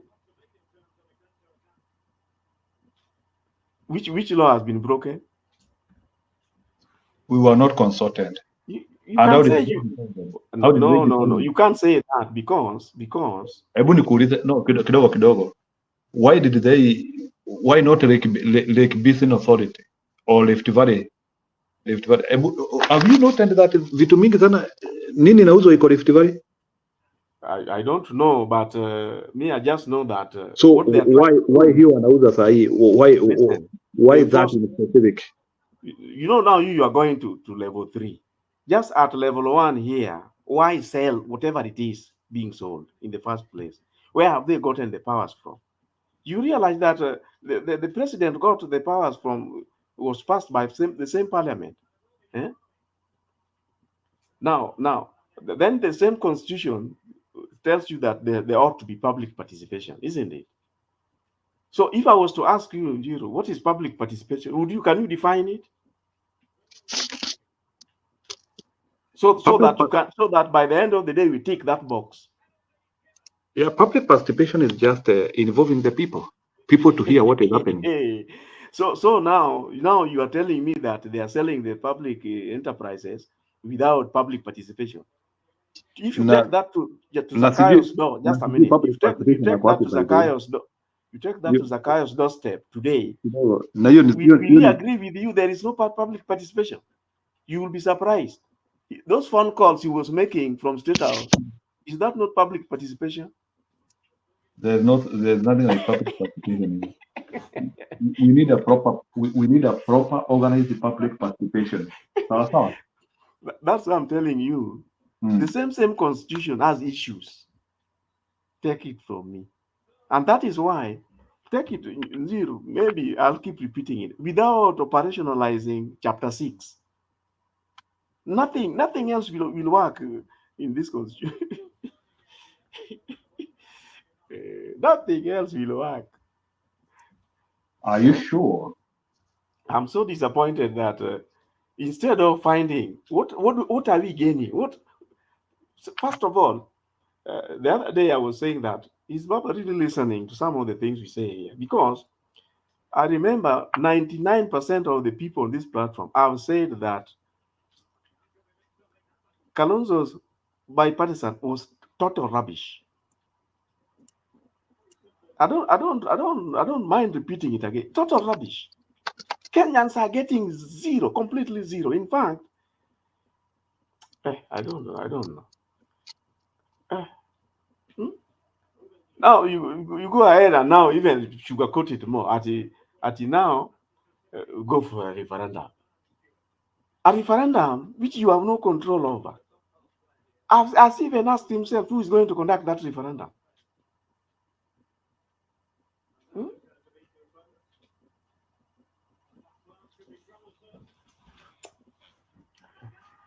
This is very disappointing. So let me ask you, Bwana non-script. Yeah. According to you, Yeah, how are you? According to you, me narudi tu kwa hiyo maiden question, because that is what somebody in board want to know. Yeah. That is what somebody in Isamis want to know. That is what somebody in the DAB want to know. His life is not okay. Things are not working. Lifestyle is unaffordable. What is the formula? What is the formula? You see. Let's leave alone hii maneno mingine sijui ya hii na hii fava nini. Can you tell me dollar iko 150 plus? So many things are not working. There is no employment. 70,000 people have gone out of job. What is the remedy? What is the remedy? Let me tell you that there are you can approach it in various ways. You can approach it in various ways. One of them, I don't know whether you agree with me that the Mandamanos, the good thing with the Mandamanos, they are the best because they instigate instant reactions. And they make everything urgent. That is one thing. You see, some people think that since Zakayo didn't go out, they think that the Mandamanos, we didn't get nothing. No. What things would have been worse if those Mandamanos were not there? Things would have been worse today. So there is some gain from those Mandamanos. So to some extent, those people died there. They have, in terms of the peace now and the respect which now exists. That is it. You can say that that is one. Then the other one is to allow things to fall apart. One of the ways to force the corrective action, make things fall apart, in the sense that by the end of the day, you will be affected the same way I am. Then you will not start saying that we biashara yako sasa imeharibika. No. Once we come to the same rallying point, then we are stronger. We are stronger in our demands.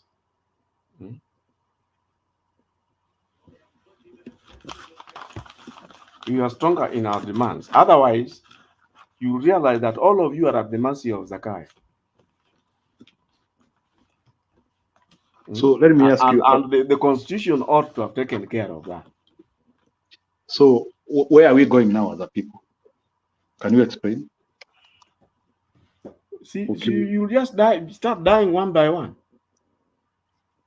No, nauliza sasa sisi like a people, where are we going? Like, are there any gains we have gotten in all these things? You see, you can't be going anywhere because where are you coming from? People, everybody is a wait and see. Haven't you noticed? Kila mtu on their own and wait and see. That seems to be the policy. Wait and see.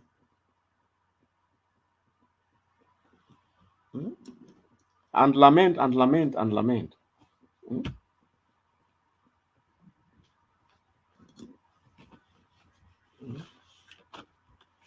Okay.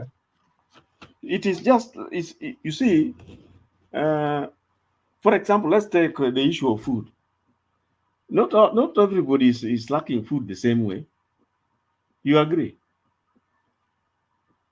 Yes, of course I agree. Yeah. So those who have gone hungry for 2-3 days without food would slowly give way. Then you have been able to afford let's say 1 meal a day. Slowly you will not afford even 1 meal in 2 days. So then you will join the exiting group. And that might take a long time. It is slow death. It is slow death. Because when you wanasema ati baba ongee, that cannot give you food.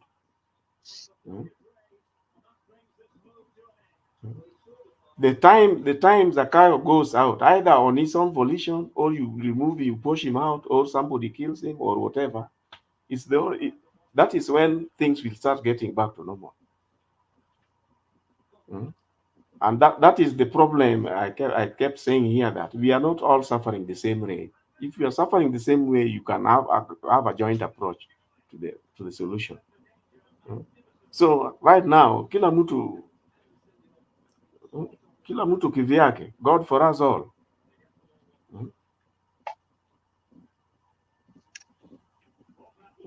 And something else which is making it difficult is the fact that some people are actually having it the opposite.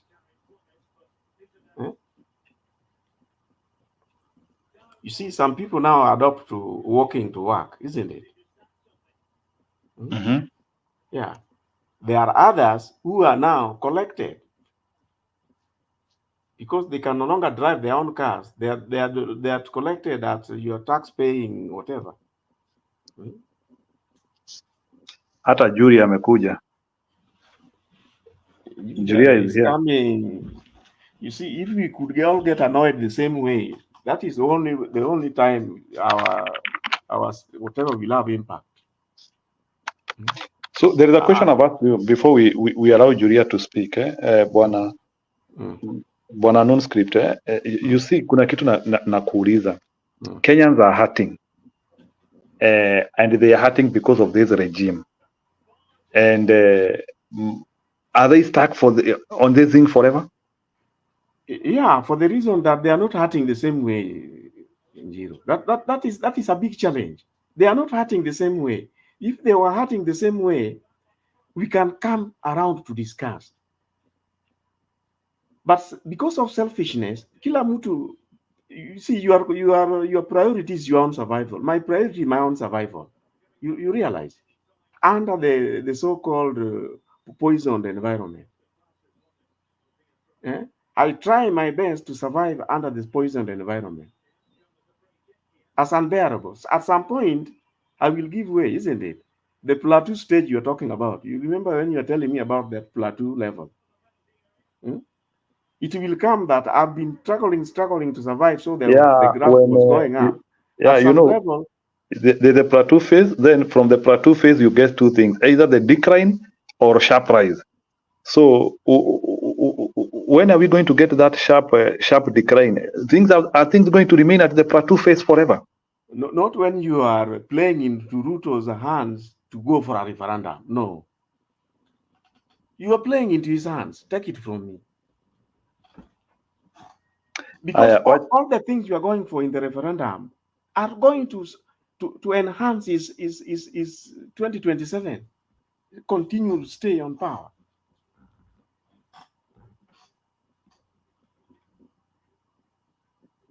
My take is that you approach Ruto for a referendum, he will run with it. In fact, very fast, it will be done. And as I told you, rigging a referendum is the easiest of all because there are no agents. It is yes or no, yes or no, yes or no. And before you know it, at the close of the referendum at 5, you'll have results.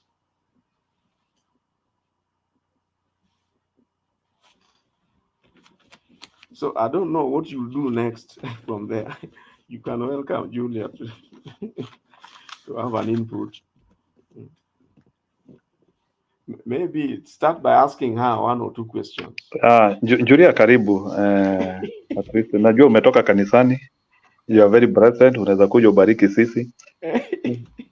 Can you tell us what is the trajectory of Kenya moving forward now that people seem to be very much not very much worried of what is happening?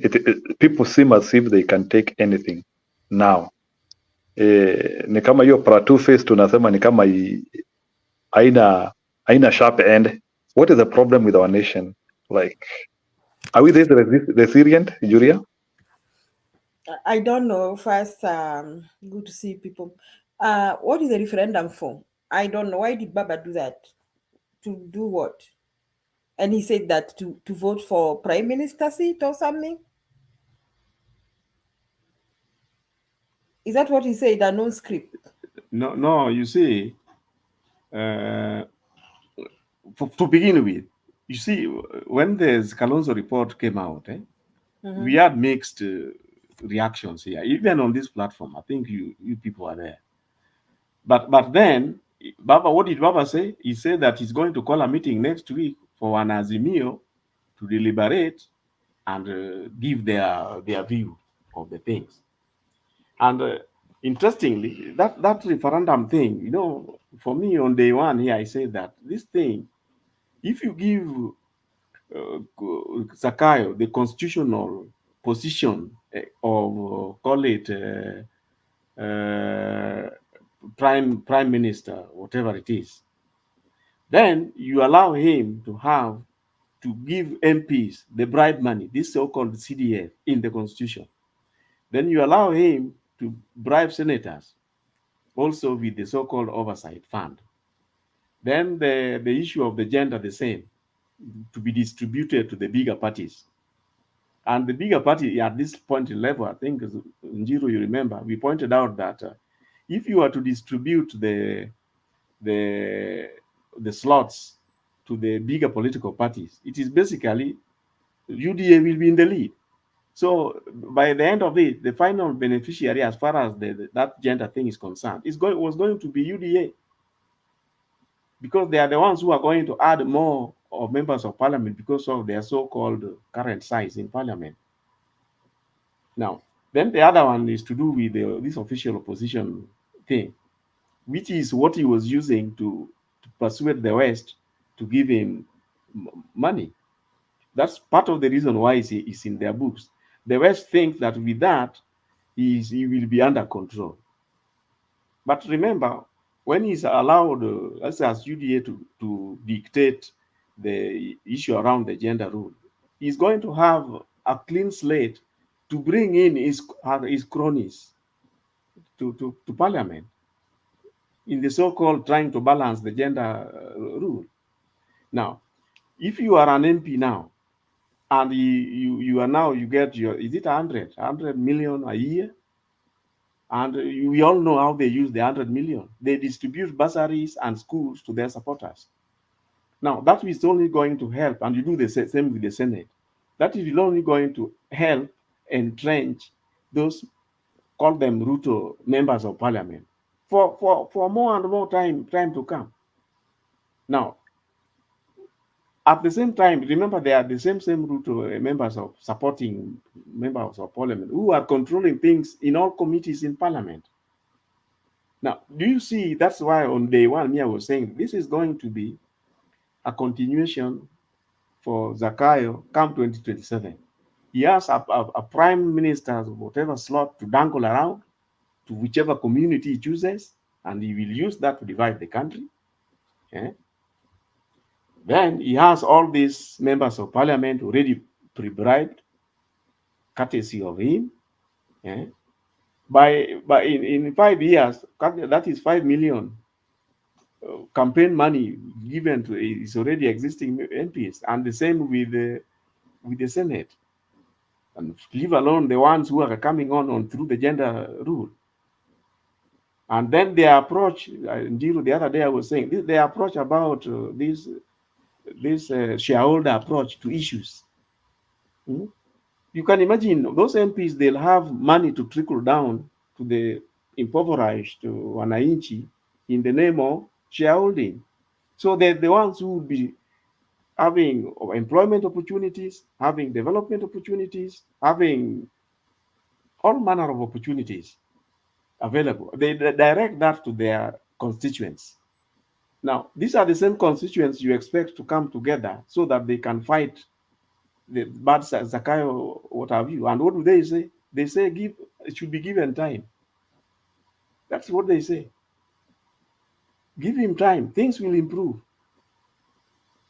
Now, me and you are saying that if, for example, today we don't get annoyed the same way, you find that we are unlikely to get annoyed on the solution to the problem.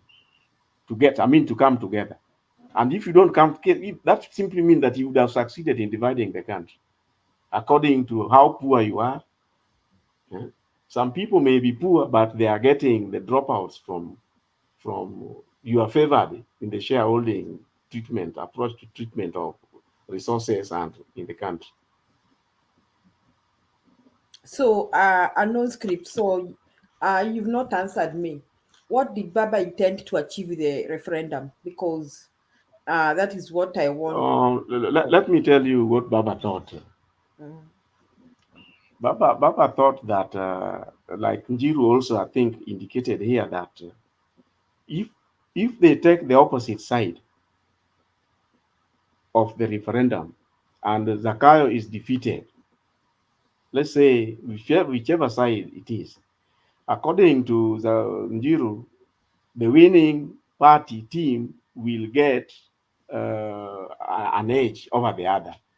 And as you face 2027, that would be already, because Kenyans are disappointed. In other words, Kenyans would not support what Zakayo wants. That was what Njiru was trying to put forward here. So now, I told him that what are Kenyans the may not support what Zakayo wants, but Zakayo is the one controlling the referendum. That is one aspect he had left out. So what is the point for the referendum? What are the points? Because a referendum is usually yes and no.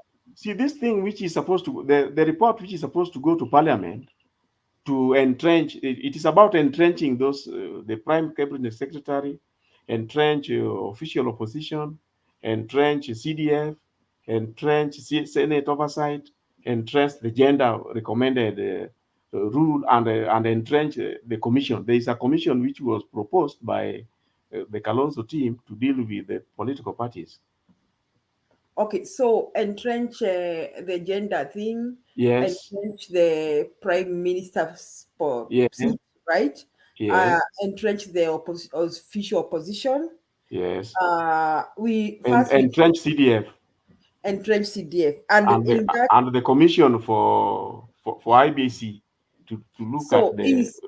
Is that report addressing the electoral commission? Yeah, the commission for IBC. How is it addressing the electoral commission? Their explanation was that if you have a commission, now the role which is being performed by the registrar of political parties will now be moved to that commission. Now, I think Kalonzo's report argument was that the political party's registrar is like a government employee. He reports, I think, is it to the AG or where? I don't know where she reports, but it is like a government appointee. Okay. And if you come up with a commission which they hope would be independent, never mind that IEBC has never been independent. If you are here on day one, me, I really try to tear down that Kalonzo report or everywhere. Okay, so if Kalonzo and team agreed on the report and signed, then why are we going to the referendum? Because official opposition amount to changing the Kenyan current governance. Prime cabinet secretary amount to doing the same. Entrenching CDF amounts to changing the constitution. Remember, CDF had been rejected as being unconstitutional. Yeah. And this oversight for the Senate is just CDF for the Senate, the same thing. Then this gender thing is also trying to go around the gender rule problem. But this time round, it is allowing the bigger parties, that's why I was saying that the biggest gainer here is UDA to top up the missing balance with their appointees. So would you blame me if I say that Kalonzo and team wanajitafutia mamlaka? I can't blame you, because remember they had proposed when you entrench the official opposition, 2 deputies. Where did that come from? Even Ruto hakuweka hiyo 2 deputies, but Yes. Kalonzo now as it goes to the referendum, official opposition leader office and 2 deputies. So one of them financed by the taxpayer. Yes. Now the other thing, if you look at Baba, when Baba said he was going to call a meeting, and then he called that there was that Kamukunji thing. My take, Baba was very nervous, and he tried defending the absence of mother and somebody else. I don't know, and Kijana Wamalwa, and what is his name? Wamalwa, right? Eugene Wamalwa. He said Eugene had, I don't know, Eugene was where, and mother had traveled, I don't know, to Somaliland or something. And he said that Azimio, they are united, they are no division over the report. And then Baba said that because of that, they are going to ask for a referendum. I think the referendum thing, Baba was just trying to calm down the situation that, look here, guys, we didn't agree with this report, and we're gonna go the next step. That is how I saw. I think Baba, in his wisdom, he was trying to calm down the waters, because Kalonzo and team sold us out.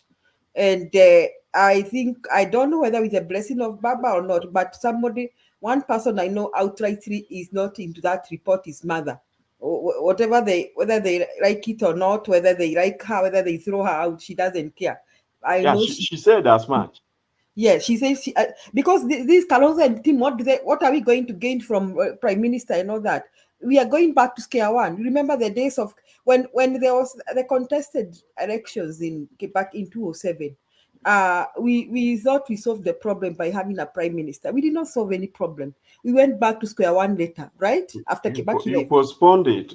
Yes, we postponed the problem. We went back. So it is just a few people here in Kenya. It is selfishness, I want to say, by our politicians who always think that by them getting seats, that they have solved Kenyan problems. It is the same selfishness that is with regarding Gachagua, who walks around telling Mount Kenya people that ati si unaona tumepewa viti, si unaona ninaweza kuwatafutia ingine. I always ask myself, did you hear Julia that? Did you hear that I was given any seat? Or did you hear anybody paid school fee for my children because of all those appointments, non-script? I'm trying to make ends meet just like you. Me and a non-script, we are going through the same problem. With regarding Gachagua yelling around and saying ati Mount Kenya wamepewa hii, sijui si ni shareholders, sijui tunapewa. How many millions do you have from Mount Kenya people? And how many people have been appointed in the government? And if you do the percentage, how does that benefit the Mount Kenya people? It doesn't at all. So it means Kalonzo and team, that whether people like me or not or hate me here, I understand people went away to discuss somewhere that I really threw trash on that report. But I want to repeat again, that report was made out of selfishness, and Kalonzo and team are very selfish. The only thing they are seeing is them becoming prime minister and deputy prime minister. The only person I am not sure we stand right now and non-script is Baba. I am not sure what he wants. Let me tell you what I think. Don't know what Baba wants. Yeah. Can I tell you what I think about Baba? You see, you know what's going on, eh? And I totally blame Baba for this, because you know, for some of us, Zakayo's approach to issues, even today, if you were to ask me, I can tell you, predict what Zakayo is going to do in the next 3 months, and you'll be surprised 70% of it will be true. You see, when Baba realized that Kina Kalonzo had messed up,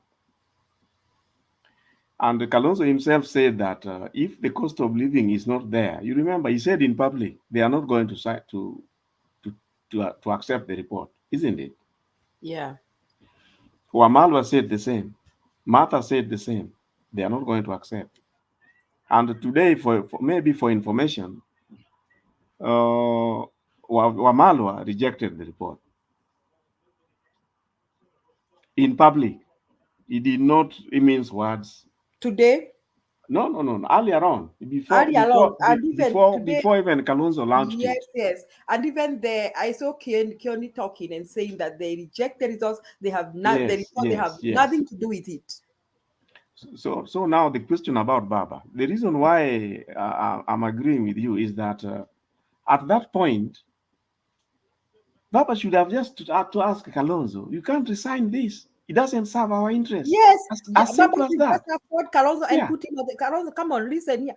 Let me tell you something about Kalonzo. First, he has some politics that sometimes are beneficial because he's calm and he's not so radical. And let's appreciate that he brings a lot of support to Baba. All the time he has been on Baba's side. I want to appreciate that. But that Kalonzo has hana musimamo. Kumbuka vile alitusumbua when we were trying to get the deputy running mate, and they kept telling us, if Kalonzo doesn't become this, we will not support you.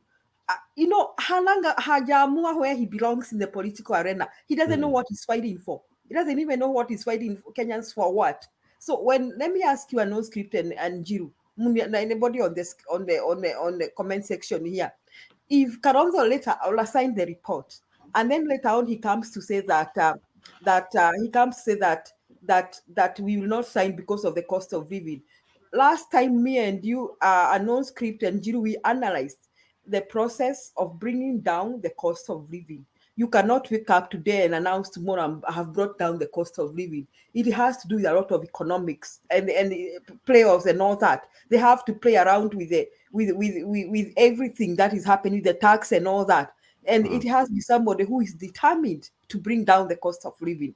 So Kalonzo knows that it is practically impossible for the Kenya Kwanza government to bring down the cost of living. And then he comes out and says that we are not agreeing if you don't bring down the cost of living. He was just trying to be a good boy now after seeing the reaction of people. But Baba should, I agree with you, Baba should just have to Kalonzo off. Look here, man, you let us down. We are not going that way.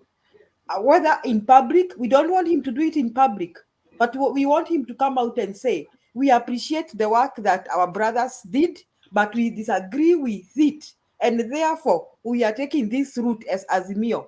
Now, today I saw a different Baba and Mother. As he is telling me to listen to what Baba said, Mother said, I listen to that.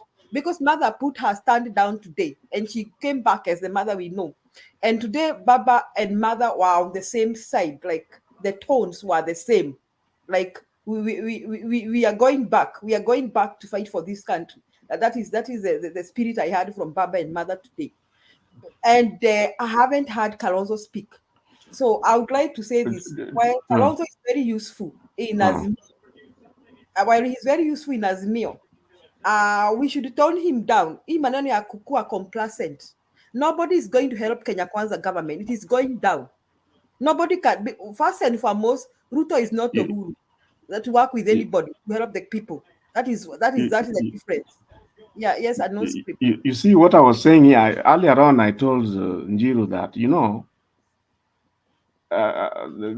I don't want to hear this Azimio fellows saying how they have brains, they have senior days, senior council. And the other day, I said, me going forward, as far as I'm concerned, those are senior villagers. I cannot call them senior council. I cannot call them senior council because by the Kalonzo report, all those people think they were the so-called senior lawyers on the other side, especially the technical team of Azimio.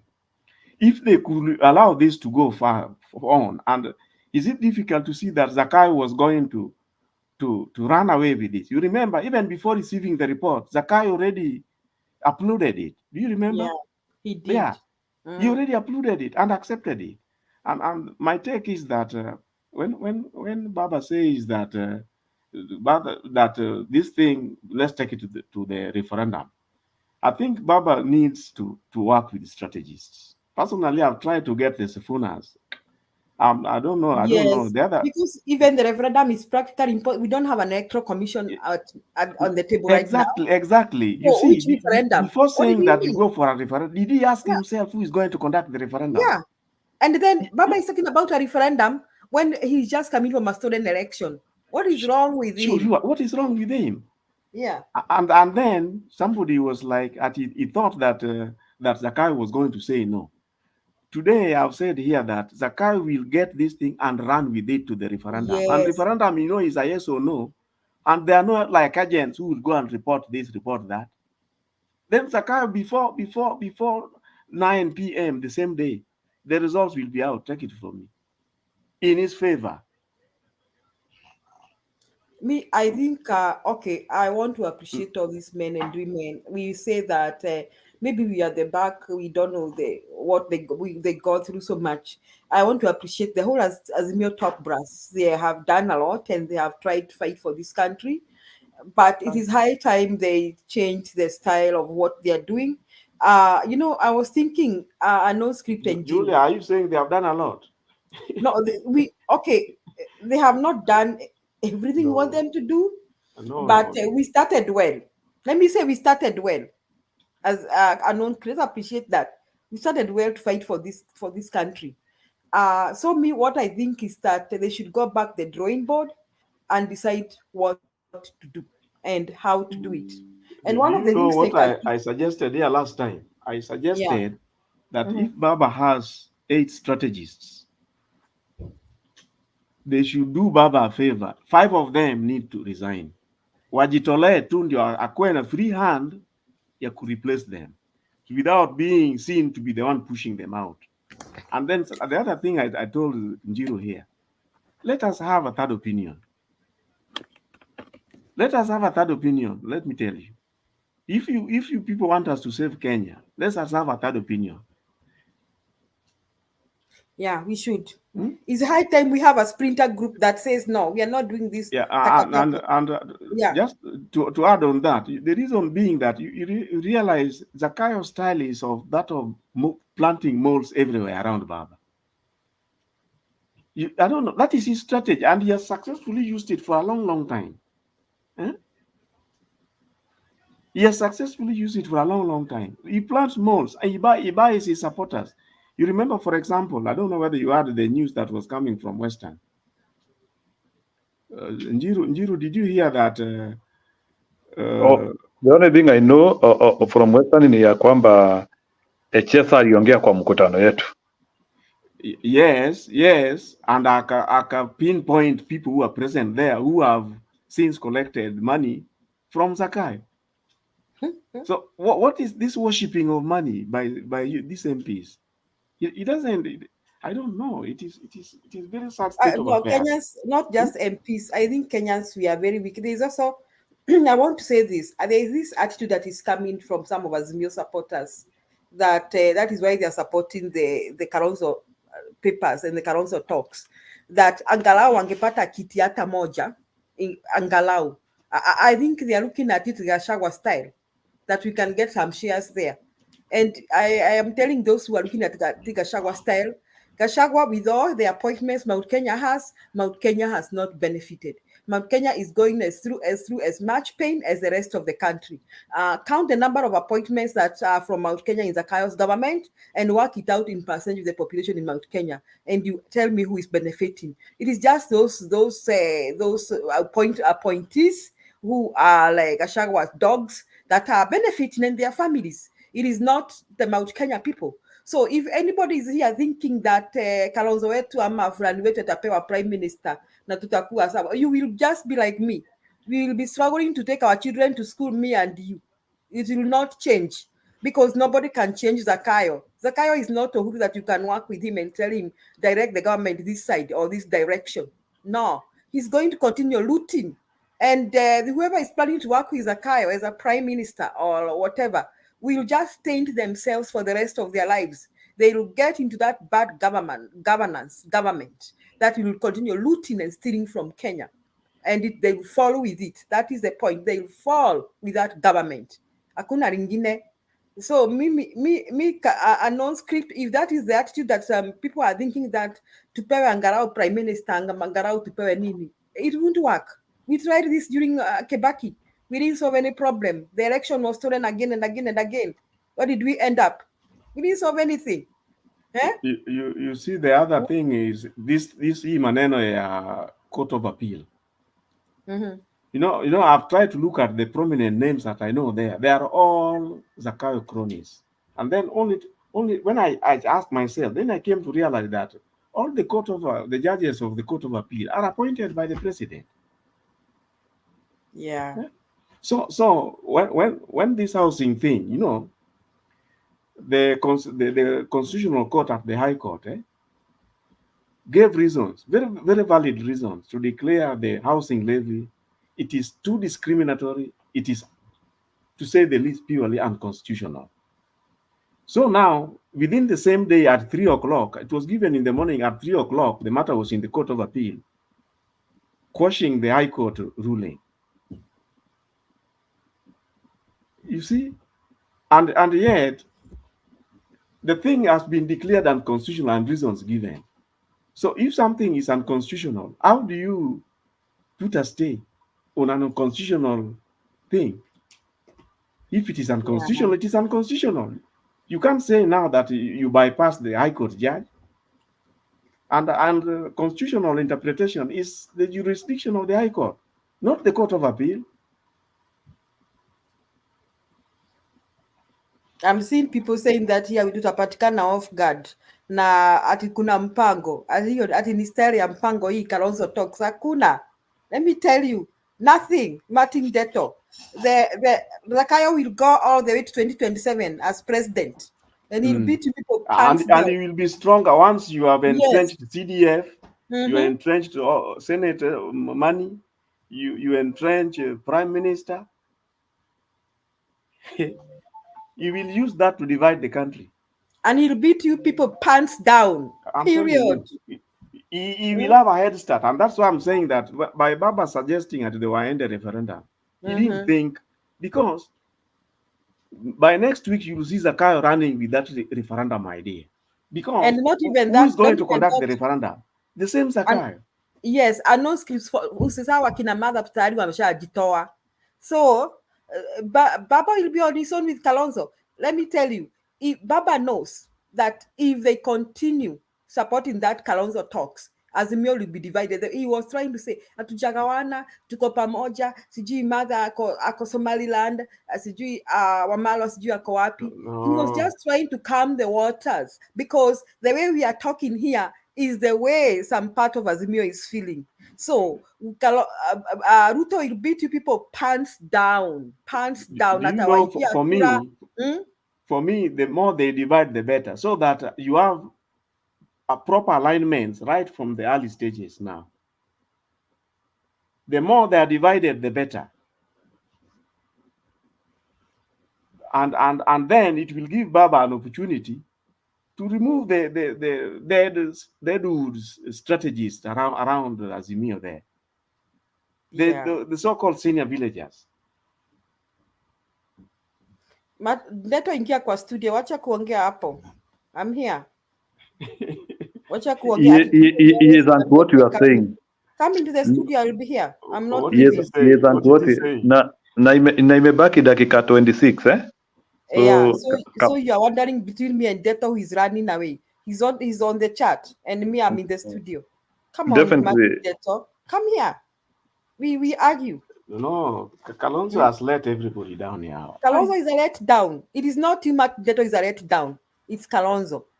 And it is not Kamba people who are let down. It is Kalonzo himself. So we are not addressing tribes here. We are talking about one man called Kalonzo. I heard mother talking. I heard her very well. She was very firm. Today, mother and Baba were together. They didn't agree with all those talks and all those bra bra bra bra. So I know what mother said. And mother will remain firm. And let me tell you, the next thing mother is going to do is going to tell them, I am not with you in these Kalongolongo talks. That is what I want to agree with Babu Owino. Those are Kalongolongo talks. That is what Babu Owino called them, Kalongolongo talks. I want to agree. I want to agree with Babu Owino. These are Kalongolongo talks. I agree with Babu. I am not with those Kalongolongo talks. Waste of time and Kenyan resources.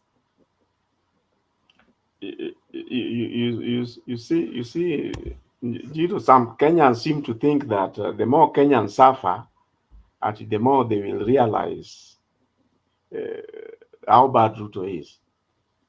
You see, Zakayo is managing Kenyans from the hardships that they go through.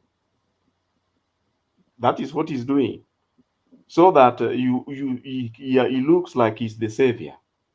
And I did say here that come around the election time, you'll find them now, they use relief food to persuade the most hard-hit strongholds of theirs to look like they are the saviors who have come.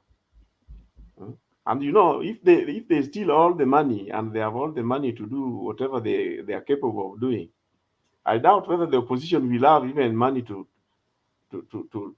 arrange a meeting. Zakayo will be having all his meetings arranged by the government. They will not have the money, they will not have the unity. First and foremost, if they dare go for this prime minister thing and then some shady elections, I will not participate. Among those Kenyans who will not care what happens any longer. So, and I'm sure will be many of us. And Njiru was trying to imply that that Kenyans will vote with Baba. Kenyans may vote with Baba, but Zakayo will declare the result. Take it from me.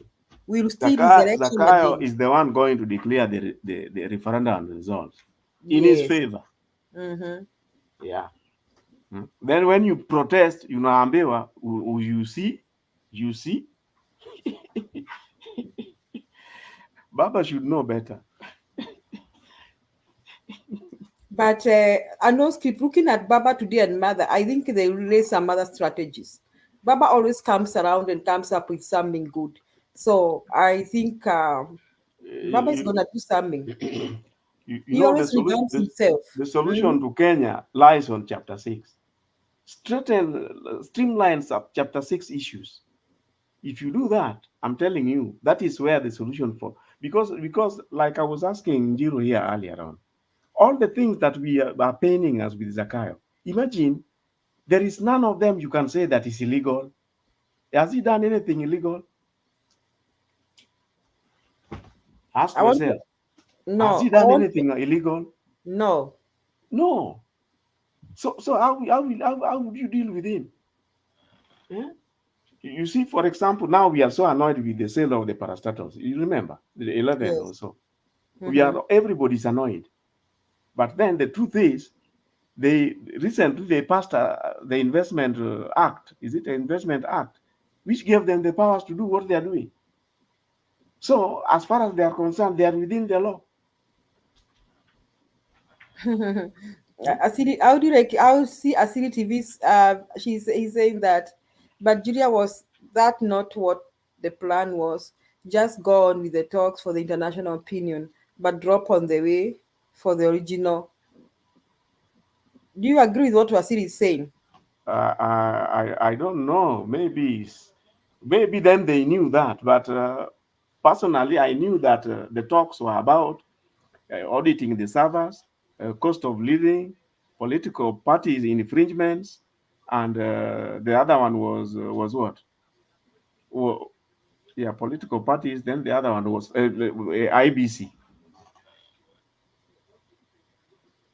Now, none of them are accomplished in Kalonzo report. So I don't know what that gentleman is trying to say there. None of the Azimio issues are anywhere. In fact, they will not even see the referendum. They didn't even talk about the opening of the server.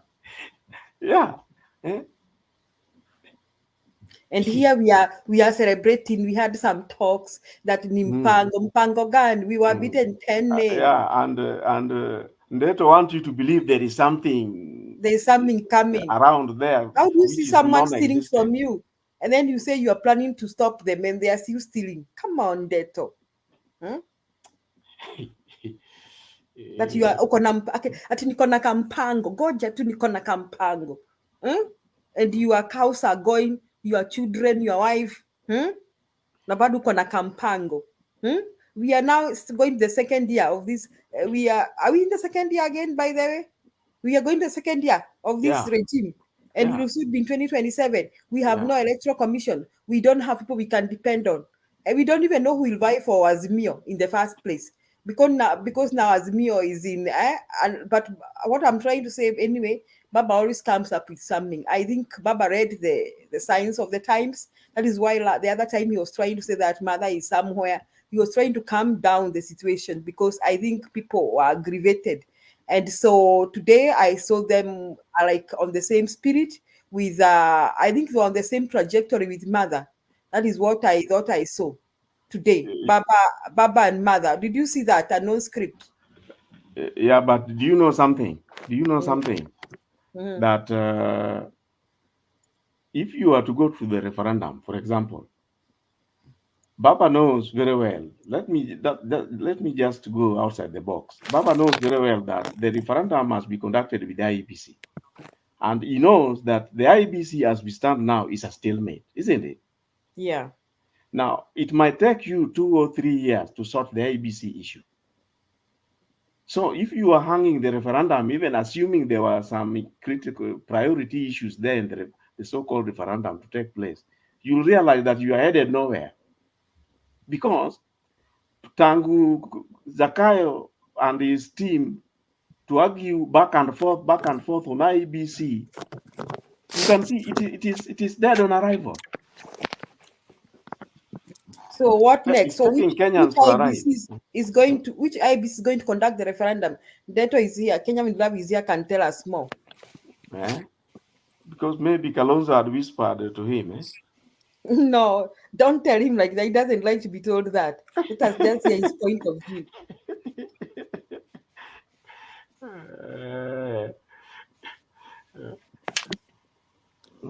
People should ask Baba, nani atafanya hiyo referendum yake? And how free and fair will it be? We are just coming from a stolen election. Remember, it is a yes or no, yes or no, yes or no, and it is only IBC who knows this yes or no, yes or no. and Zakayo in the IEBC. So Zakayo will be the one conducting the referendum. According to Haron, Ruto during campaigns, Ruto is saying we set just for the opposition and the PM. Come on, Haron, just like we did in 2007, and then we later on we talked us in 2017.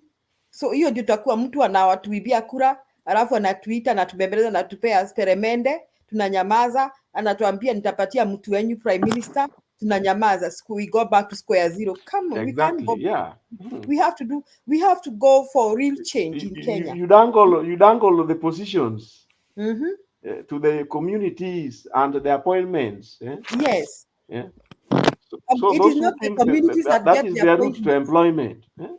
Let me correct your no script. It's not the communities. In the recent past, you people have seen protests even from Rift Valley, haven't you? Oh yeah. And there's this man Keter saying hakuna petrol station inauzia mafuta hakuna price ya mafuta ya Wakale na ya kabila zingine. Hakuna. Everybody's buying gas at the same price. I mean, the cost of living is high to everybody. Hata kama wewe ni Mkale, Mkikuyu, Mjaluo, we are all going through the same thing. So these positions we are talking about, you people, maybe you should just ask me. I come from Mount Kenya region. where I think we have had how many presidents? 3 presidents. But, None of them ever knows I exist on earth or my family exists on earth. but I'm let me just tell like you something. Let me tell you something regarding this cost of living thing. You know, fuel is just one area, and Keter may be right with what he's saying. What about education opportunities? What about relief food opportunities? What about job opportunities? What about distribution of development? What about distribution of resources? That is why Kenyans are not suffering the same way. The same way Keter is trying to imply there. It is not true. We What are do not you mean? suffering at the same rate or the same level. Some people have missed meals 2-3 days. Others only one. Others have never missed at all. Maybe it is the amount which has gone down. Do you Okay, see and that? what determines that? Is it the region you come from or your level of income? It is the shareholder formula approach to What do you distribution mean? of Are you resources. trying to say that people are not going hungry in Rift Valley? Let me tell you. You see, Zakayo sometime back in July kept hanging around saying that we have employed 35,000 teachers. It has never happened in the history of Kenya. Now, if I was to tell you, I got to learn that one of the ways they were employing the 35,000 teachers, Yeah. they were having each kila mbunge on the ones on the shareholder list with a paper picking the teachers. And then I got to learn that those teachers, I don't know under what terms they were employed, because somebody was telling me that It's a the highest contract. salary they get is like 19,000. It's interns. They are interns.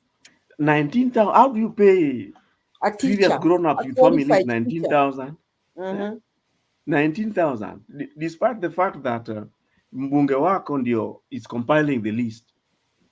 Now you can imagine if the 35,000 was compiled like that, then you bring in this shareholder approach to distributing opportunities, then you tell the whole country that you have employed 35,000.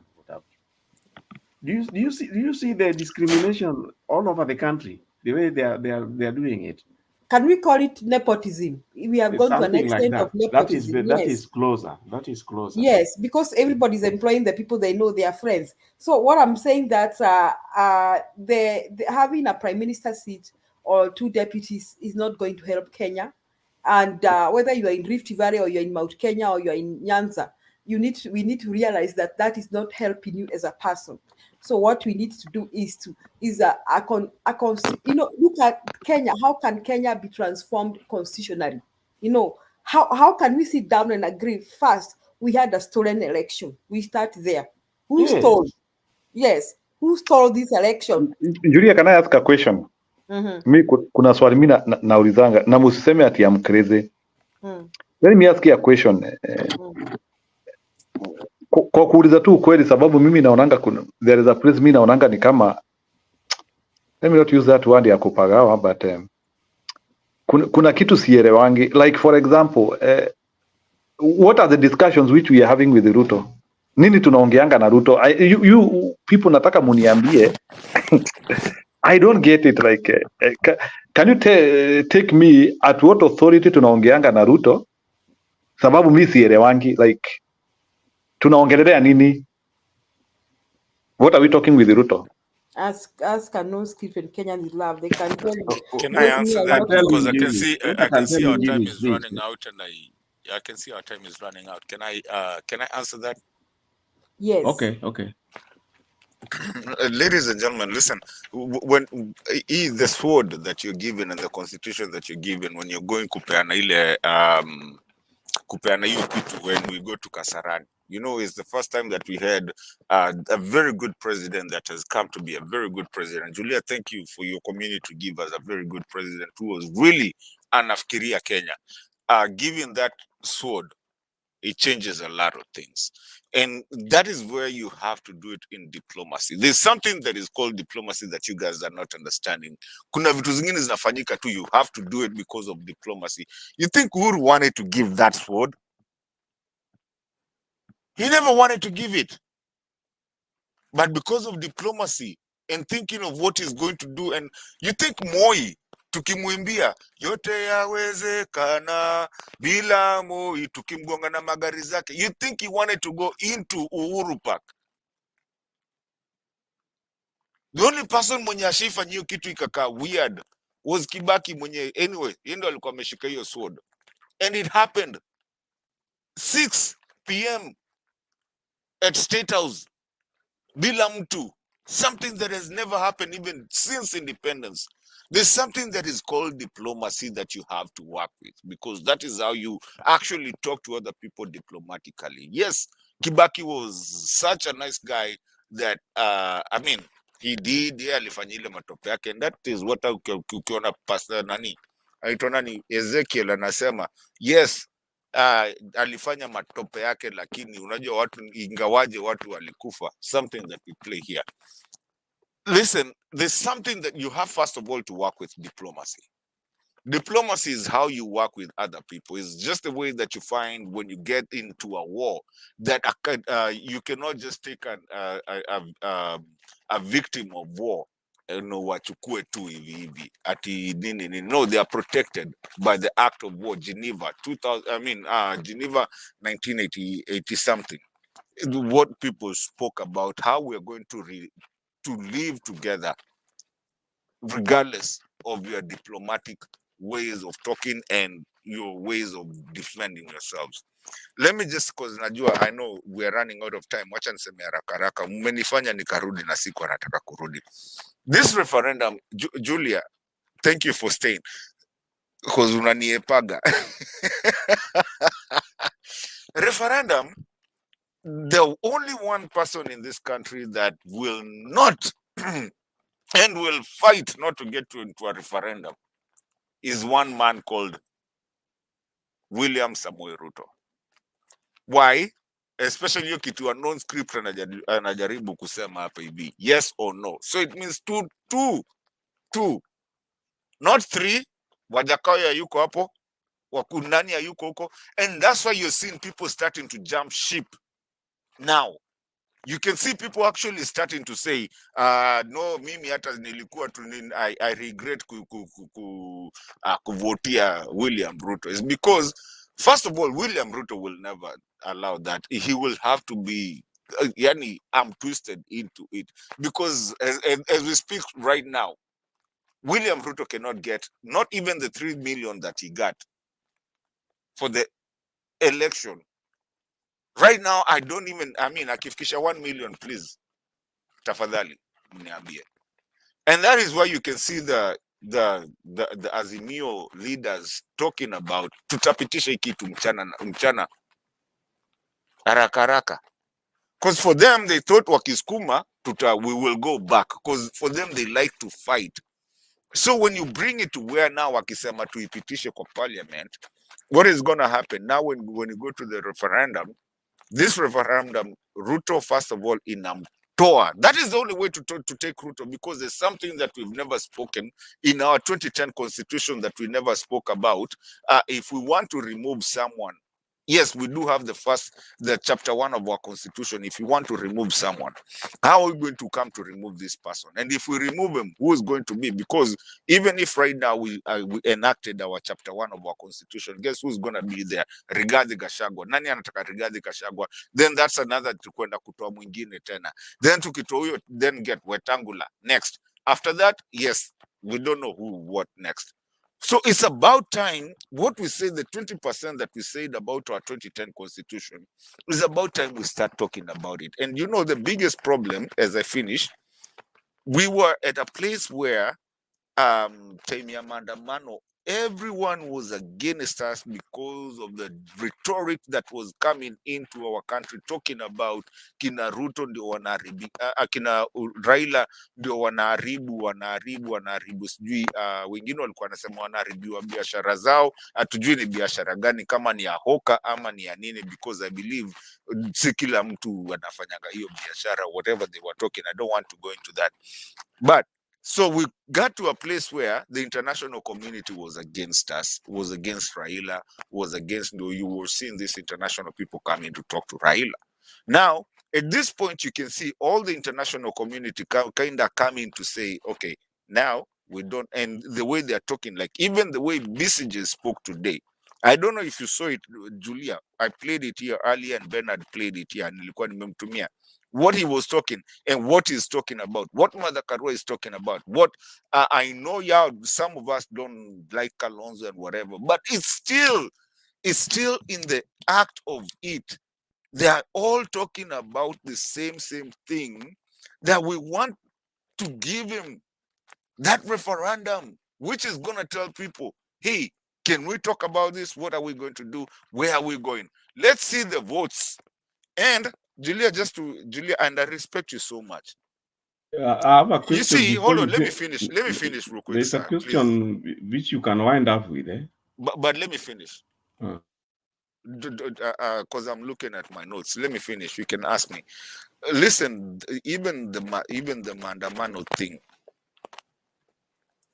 With the Mandamano thing, everybody is telling you, including Mother Karua, it's time for Kenya to do itself. Because once we do it, they tell us it's us. Sasa umenipoteza nini where I was going. But when you see hata mtu kama kina Uhuru wakianza kuingia kidogo hivi, that is the reason that you can see that this guy never stays in Kenya. Because why? He knows the political part of Kenya and the social fabric of Kenya has left him. The Mount Kenya, the Rift Valley, everybody has left him. So he is the person that will never have agreed to this. Nimesikia nani hapa hivi unknown script akisema ati he will be the first beneficiary of what do you call this, of a referendum. That is the end of him, and he knows it, and he will not allow it. He will have to be pushed to it. Either that or will go to Mandamano, because he has to go, because the constitution does not actually say what next if you're going to remove someone na mtu amekuwa fala. I am just telling you, and we can even do it here kabla watu hata tufunge. Thank you. Kuna Sabrina hapo hivyo ameuliza, what do we do if diplomacy fails? Exactly. If diplomacy fails, then you bring up something that you play around with it, and then it takes you back to talk about the constitution. Because we do have a constitution. No, siende. I mean, mindo nilikuwa naenda. You know, I didn't want to come and... No, ngoja nikuulize. Because there are so many things you don't seem to understand. Okay. One of them is this. Those things which were passed by Kalonzo there, you give them a route to Zakayo in 2027. But you see, no. Just a minute. You give them to Kalonzo in 2020, to route to Zakayo in 2027. He doesn't need a genius to see that he will have a head start. Why? All his MPs. Why are we talking about Zakayo in 2027? Listen, you know, don't be short-sighted. You see, why do you think Zakayo took those things to the Kalonzo committee? Do you know what, Papa Anani?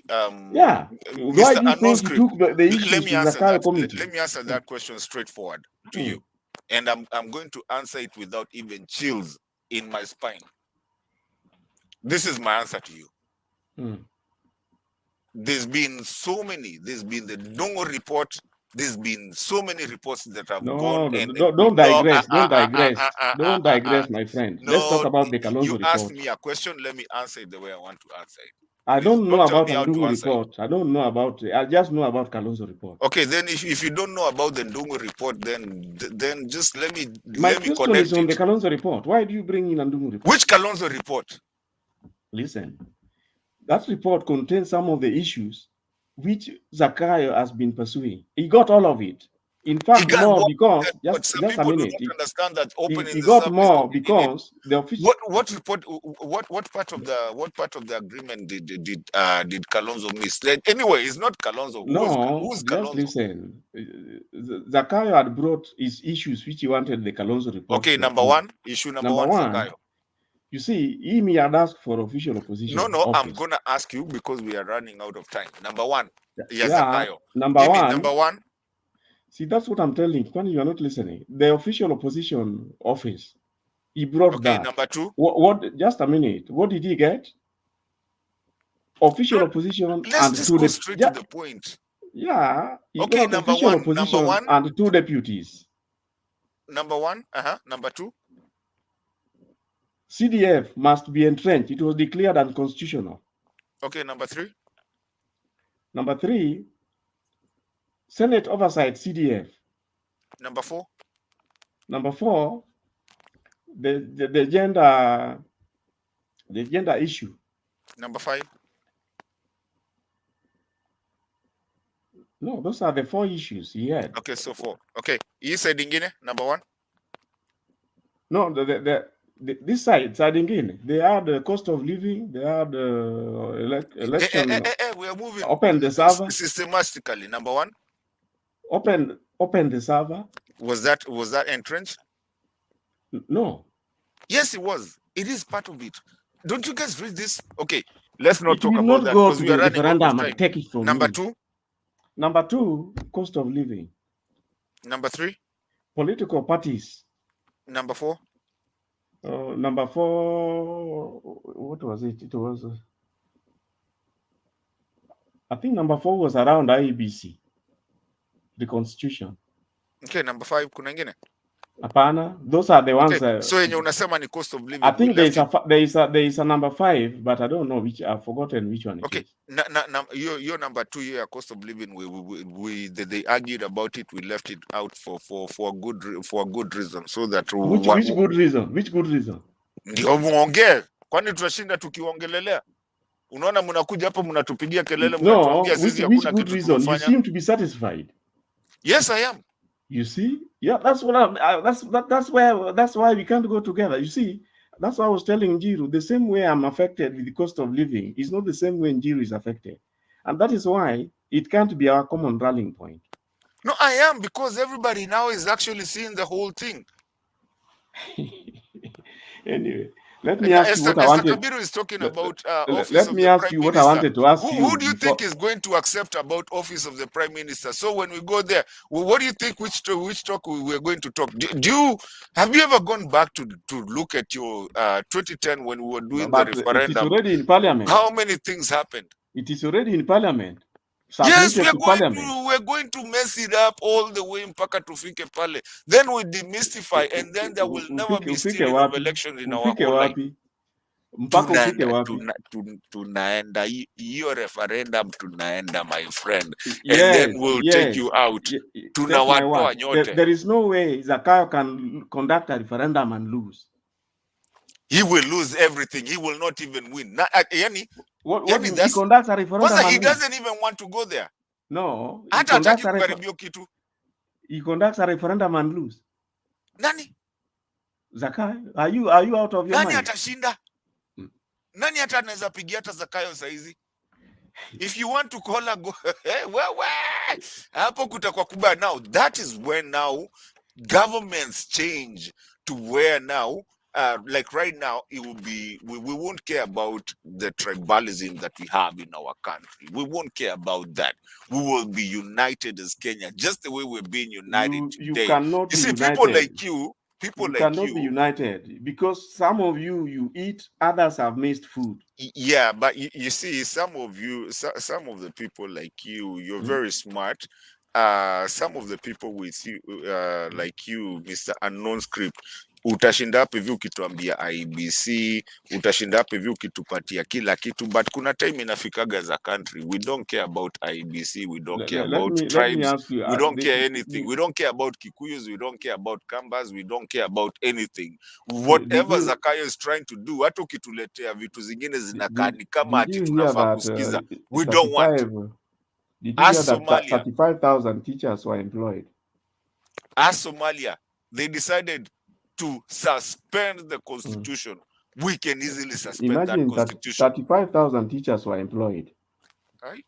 Some Sasa people have unaona kitu gotten. nilikuwa naogopa kukuja because the way it is, you're preaching water and things that do not Let make me sense. ask you, Ndeto. You Chapter have 1 of the that Constitution. 35,000 teachers were employed.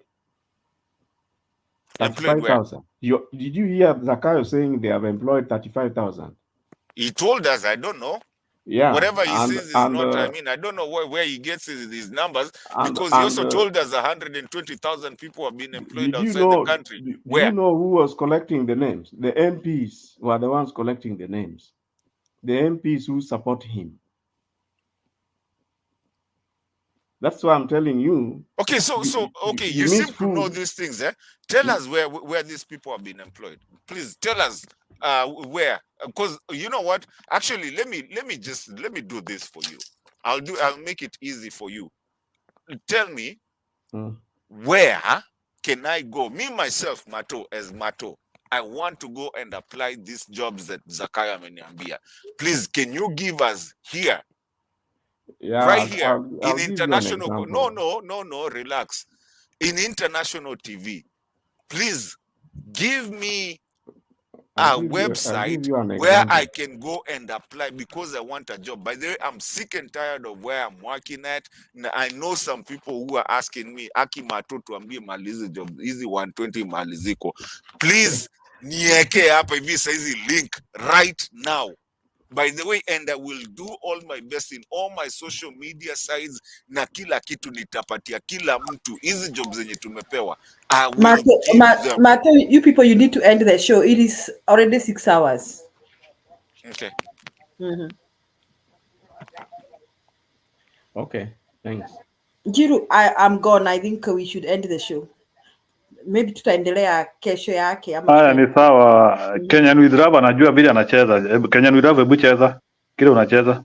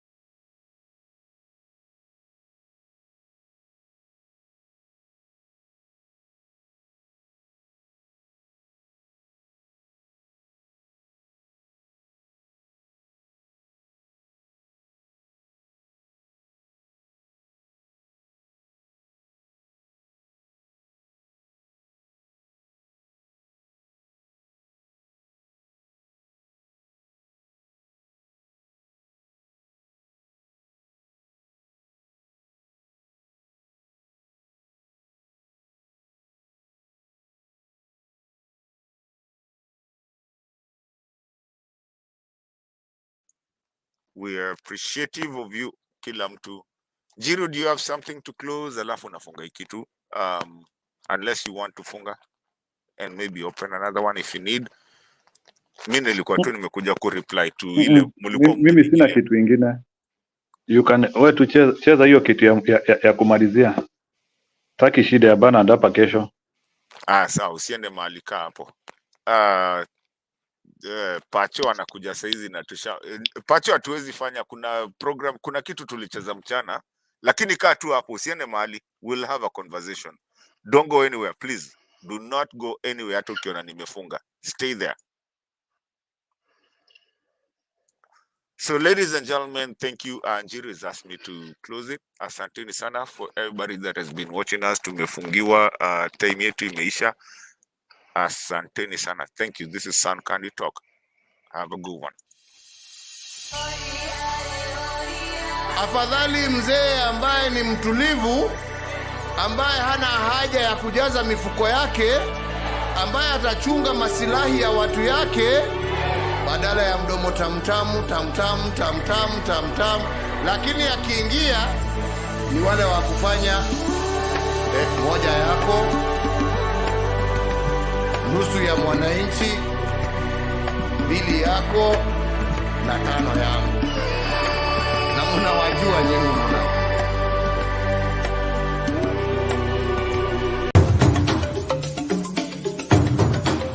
Sound Candy Talk sasa imeboreshwa zaidi. Kila siku ya wiki asubuhi tunapambazuka na maabudu na sifa kwenye kipindi cha Daybreak Worship. Baadaye tunakuletea mahojiano ya moja kwa moja kwenye one-on-one show. Alafu tunakuletea taarifa zinazochipuka siku hiyo zikiwa ange kwenye In the News Headlines. Kisha tunaingia bungeni. Viongozi tuliowachagua tuangalie wanafanya nini bungeni. On a daily basis, whenever the House is sitting, the order paper is here. I take any work that I'm given very serious. Not have favors. Yes. It is not a point because you come from Nyeri. Kisha baadaye usiku tunakutana kwenye Open Forum Political Show, kipindi kinachotadavua na kufafanua makala na taarifa zinazokuhusu zaidi. Sasa hii ndiye time ya kuweka kila mtu question mark one by one. Ruto tumeshaweka question mark ya kutosha. Umeenda mpaka umevuka border, umeanza kudanganya watu wenye wako US na nchi zingine. Kazi ya kiongozi ni kuhakikisha ya kwamba vijana wako kazi. Tazama Sound Candy Talk uelemike. Afadhali mzee ambaye ni mtulivu, ambaye hana haja ya kujaza mifuko yake, ambaye atachunga masilahi ya watu yake, badala ya mdomo tamtamu, lakini akiingia ni wale wa kufanya moja yako, nusu ya mwananchi, mbili yako na tano yangu. Na mnawajua nyinyi mna.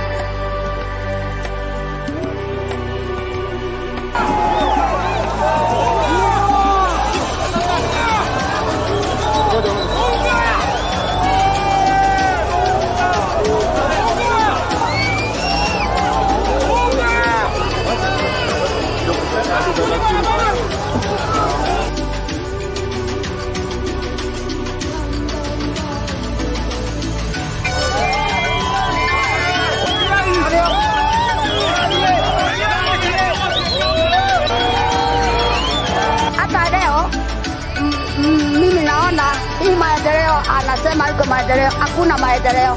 Maendeleo ya nini? Ya matope. Maendeleo ya matope kama maya.